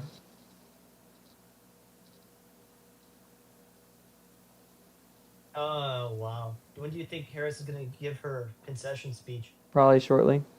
Or, Um, I think it's tomorrow. Or no, I think so she there's says it right away. No, there was a maybe it's tonight since they I don't know this Twitter live I joined it was like a Harris rally and some dude was like Harris is gonna talk to y'all tomorrow to address the nation, so I think it's tomorrow, but it could be tonight. I don't know. I'm heartbroken, Yep. defeated. It's gonna be a tough one to get over. I think. Yep. I think Well- okay, we're gonna take it all in together as an Aggie Dems Tuesday. Mhm. Yeah, wow. How about me? I would just like to plug me going. I think I'm about ready to call it, and then they immediately called it. Bro, what are the odds of that? I shouldn't be laughing because that's a It's, horrible. yeah, That's not that's so depressing. yeah. Um, as a whole, that breaks my heart. That shatters me as a human being. After this, I'm hang up and look out the window for a long time. Real. I might even come to school. I will come to school to save face, but yeah, I think Zach, thank you so much for doing this. No I know problem. This, as Zachy Dems, we've never done this before. Yep. I think it was a good success here. We'll take the little wins. Thanks for having me on. No I know there's problem. Reservations. No problem. Thank y'all for But- joining me briefly. I'll probably be on this in this space for just a bit longer if y'all want to stick around and chat. But if you want to go to bed, I'm thinking about y'all going got to it. bed, wake up in a brand new world. Yeah. A very polarized nationalist world where I don't feel very safe or comfortable. But hey, the sun still shines. Yep. We're all still alive. Who the hell We're is healthy. Anthony? Oh, who's Anthony Velastro? Oh, he went to school with me in With you? middle and high school. Is he saying something in the chat? He put GG. Let's make America great again. Hey, I appreciate you coming in, Anthony. At least he's watching. Yep, I appreciate He it. could be anywhere in the world, but Even if it's to come in and hey, that's And, what happens. You win things, you get to come in and say you won them. So yeah, no that's problem right. with Hey, that. that's true. I'm not gonna Winners be a get- sore winners loser get about to- it. So Neither am I. Hey, winners write history, right? That's how the saying goes. yep, Well, hopefully not this time. I think this will be the exception to the rule, but yeah. Again, Zach, thank you so much. No problem. I had fun viewing it. I know a lot of our members were simultaneously watching you and CNN at the same time. Steve Kornacki, they were calling you the college Steve Kornacki. They I wanted to see you in khakis. I am wearing basically my full suit. I just didn't wear the jacket because it was too warm. But I thought I would dress up at show us. least. Let me see. Hold on. Oh, I don't wanna- can't see, but I don't even know if I could. delay. Yeah, I'll have to like stand up. I don't know if I could like get in frame though. The camera's like too square to actually see anything. Yeah, I don't know if I can like get in frame. I might be able to make it bigger. Let me see. No, I don't think that helps. I can't get in frame enough, but I got my blue pants on though. I got the brown shoes. That's right. Sure, All blue, looking baby. good. Yep, I wore blue today. I thought it would give us good luck. Maybe it cursed us. Who knows? Who's to say? Right? Oh, here we go. Okay, I finally saw it. I saw a little bit of it. That's There we nice go. felt. There we go. Okay, now the live stream is caught up to the point where it's like enlarged. That's great. Oh man, I honestly I think we should have a social Saturday just so people can like talk about it, Yeah. get their Yeah, feelings. we'll talk about it as officers. We do have an event next week, um, with a group that I've been planning to have an event with, but I don't know. I need to email them and see what the Do plan a is going forward. So What emergency group? gathering session. yeah, but hey, we found out we found out pretty early, honestly. 12:30. That's not Yeah. a good thing. Right. Yeah, not a good thing at all. But That's horrible. This is oh the worst man, thing that's ever happened to us. But yeah, it's pretty bad. they were making a joke on Twitter, and it was like, "Damn, Obama finished his elections quick because people had time to get the results and then go Yeah, party." I saw that. I saw that. Yep. I Yeah, it's I miss those days. I was only 6 when we first got elected, but I still remember Obama getting reelected. That's my first like political memory I can remember. my first political memory was I fell asleep on my parents' rocking chair, and I woke up the next day. It's Wednesday. You got to go to school, right? And they go, "Hey, you need to go to school." And I'm like, I think Obama won like at 10, right? I was in bed by 8. I was like, "Hey, did Obama win?" And they go, "Yeah, he won." I was like, "Oh my god, that's great. All right, let's go to school." Yeah, And it just, I do wish I that my hope too. I think one thing that I'm really shocked by is just how much like I felt like Harris ran a campaign that was so focused on like positives and like a big thing too being the fact that like politics could be like forgettable. So the fact that we're about to have another 4 years of it just being in our face the whole time, which I mean I'm someone who's tuned in anyways, but for the average person, it's just surprising. But that's what people wanted. That's what they voted for, I guess. That's So what. Hey, look, they wanted this. They voted this. Now they're gonna reap all the rewards that they want. yep, Rewards in quotation marks because yeah, it's and gonna be the Trump show for the next 4 years. yeah, and obviously I hope things don't go bad. Like I hope that somehow everything is okay for most I people. hope I hope in 4 years it's the Um, same world that we yeah, leave tonight. I really hope nothing bad happens. And yeah, that's all we can do. but We can only wish the best of luck to. Like obviously I don't like Donald Trump. Did not vote for him. Don't support him. Don't support his policies. Don't agree with his policies. I can only hope that as an American and as someone who cares about like politics and those sorts of things, that things go not bad, and we'll see what happens, right? So, y'all have any other closing thoughts before we wrap this up? I think it's about time we do that. yeah, no, it's time for bed. Zach, thank you so much. Eric, I know you walked into the live stream just wanting to talk to people. We appreciate you coming in. I have one thing to say. Is it a swear word? No. Okay, go ahead. I feel like ultimately, as much as I dislike Trump, and I do kind of want to see like the American electorate like kind of face the consequences of voting Yeah. for someone bad. I still do kind of want Trump to be a good president. Yeah, ultimately, and because that's what. For our nation. Oh, most definitely. Yeah, that's what I was getting at. Is like I don't like him. I don't agree with his policies. Yeah, But I hope things go ultimately well for people. And there is part of me, that obviously like I do think just again, someone who supports the Democratic Party, someone who does not like Trump, I do think that voters should have to see kind of the consequences of their decisions. Yeah. And quite frankly, I thought they had seen that.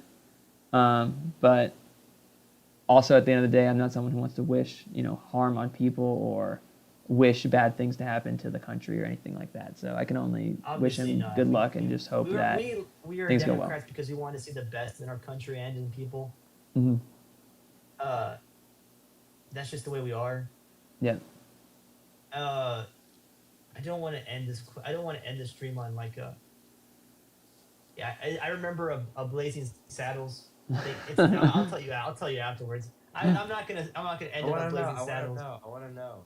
There's a quote from the thing. It's Gene Wilder, and he's talking to about elections, right? And just It's Gene Wilder and who's the other actor?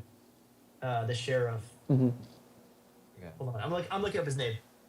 Gene Wilder and Cleavon Little, and they're talking, and he goes, "Well, some elections come down to the people, the hard working, the working people, the Yeah. morons." It just, you know, if the people, and like I mean that in a general, everyone, every term was smart, we live in utopia, and there would be no poverty, and everybody would be playing Pokemon an hour every day or something, and we'd all have like infinite money and stuff. Hmm. But that's not the case, right? Yeah. Yep. And So this is, I mean, Democrats have been fortunate enough to have done well the last two elections, really the last three elections, 2018, 2020, 2022. Reality is that there are going to be, there's winners and losers in politics. Yeah. Can't win forever, unfortunately. Um, and so it's just going to come down to where do we go from here. I really hope that this is not, just kind of some closing thoughts. I really hope this is not the end or an end for progressivism at large. I don't think that was the reason that Harris lost or anything like that, and that's just my opinion. I hope it is not the end of a lot of great policies we saw over the last 4 years, and really over the last like 20 years with like, I hope the Affordable Care Act does not get repealed. I hope that the Inflation Reduction Act does not get repealed, etc. And I hope that this is just, one of those moments that we will eventually be able to look back on, see how it got us to where we want to be at some point in our history. And hopefully things will not go horribly. And we'll come back in 2 years. Hopefully there will still be elections. But okay, we'll you come. made that joke. Oh, it's too soon. We'll come back in 2 years, and hopefully we will have a good election night then. So, All right. but that's Thank you, everything. Zach. That's everything I had. I'm Thank gonna y'all for log off joining me now. at the end. I I'm would probably have sooner. I gonna. had a project to finish, but No I got worries. that done. No worries. We Um, missed you. We missed you in person. Yes. A lot of people that showed up. A lot of anxious people. Yeah. I hope they're doing okay right now. Yeah. And let me say too, to anyone who is feeling like that anxiety, like I feel that too. Like the whole time I've been, anxious out of my mind. As soon as North Carolina got called for Trump, I did not feel great from then on. No. Um, Did y'all see the like it's like the first 6 people who voted? yeah. Like, in that Yeah. 3-3. Yeah, whenever I saw that, I was like, obviously it doesn't mean anything, but it could, and maybe it did. Yeah. Well, but regardless, if you're feeling like anxious about the election results and like those sorts of things, like I completely understand, especially if you're someone who's in a marginalized community, who's been kind of the subject of a lot of violent rhetoric and a lot of hateful rhetoric too. I understand how you're feeling. I sympathize for you, and I want you to know that regardless of what is happening, there will always be people who are here for you. And I know that doesn't always seem like the case, That's beautiful. but it's true. So I got your back. Let's end on that. No one's saying. That's how we'll else. end it. Thank y'all so That's much how we're for. ending it. No more. Thank y'all so much for joining me. For everyone who tuned in tonight, I hope it was informative, entertaining a little bit. I try not to crack too many jokes, but sometimes you gotta throw one in there. I hope that you learned something about election results. I hope that it helped you tune into the election in a way that you haven't been able to before. It's been a really cool experience for me. It was a great way to kind of get my thoughts out of my head, because otherwise I would have just been, a ball of anxiety probably the whole night. We'll move on from this. I'm going to keep tallying up, the different results as they come in, see where my predictions went right, where they went wrong. My presidential prediction does not look good. My Senate prediction does not look good. Maybe the House will be a bit better for me. We'll see. Try to learn from this. And then also I'll be posting things, on my Instagram, maybe some more electoral analysis here and there, probably giving some of my more political thoughts. If you haven't followed me already, it's at Zach Spanhak, ZachSpanhak, all one word, all lowercase, over on Instagram. I post about politics. Sometimes I post about hockey too. You see the Dallas Stars flag, in the back. But But yeah, thank y'all so much for joining me. Luis, Alex, thanks for stopping in. We had a good time, regardless of how things went. I think it was a good experience, but we will wake up tomorrow, see how things have shaken out. We'll keep checking in on these House races and hope that Democrats can take the House, and we will just keep moving forward and turn our eyes hopefully towards that next election, assuming, like I said, assuming there still is one, and we'll go from there. So for Texas Aggie Democrats, this has been Zach Spanhak. Thank y'all so much for joining me, and have a good night. Stay safe. We'll see y'all next time. Thanks, y'all.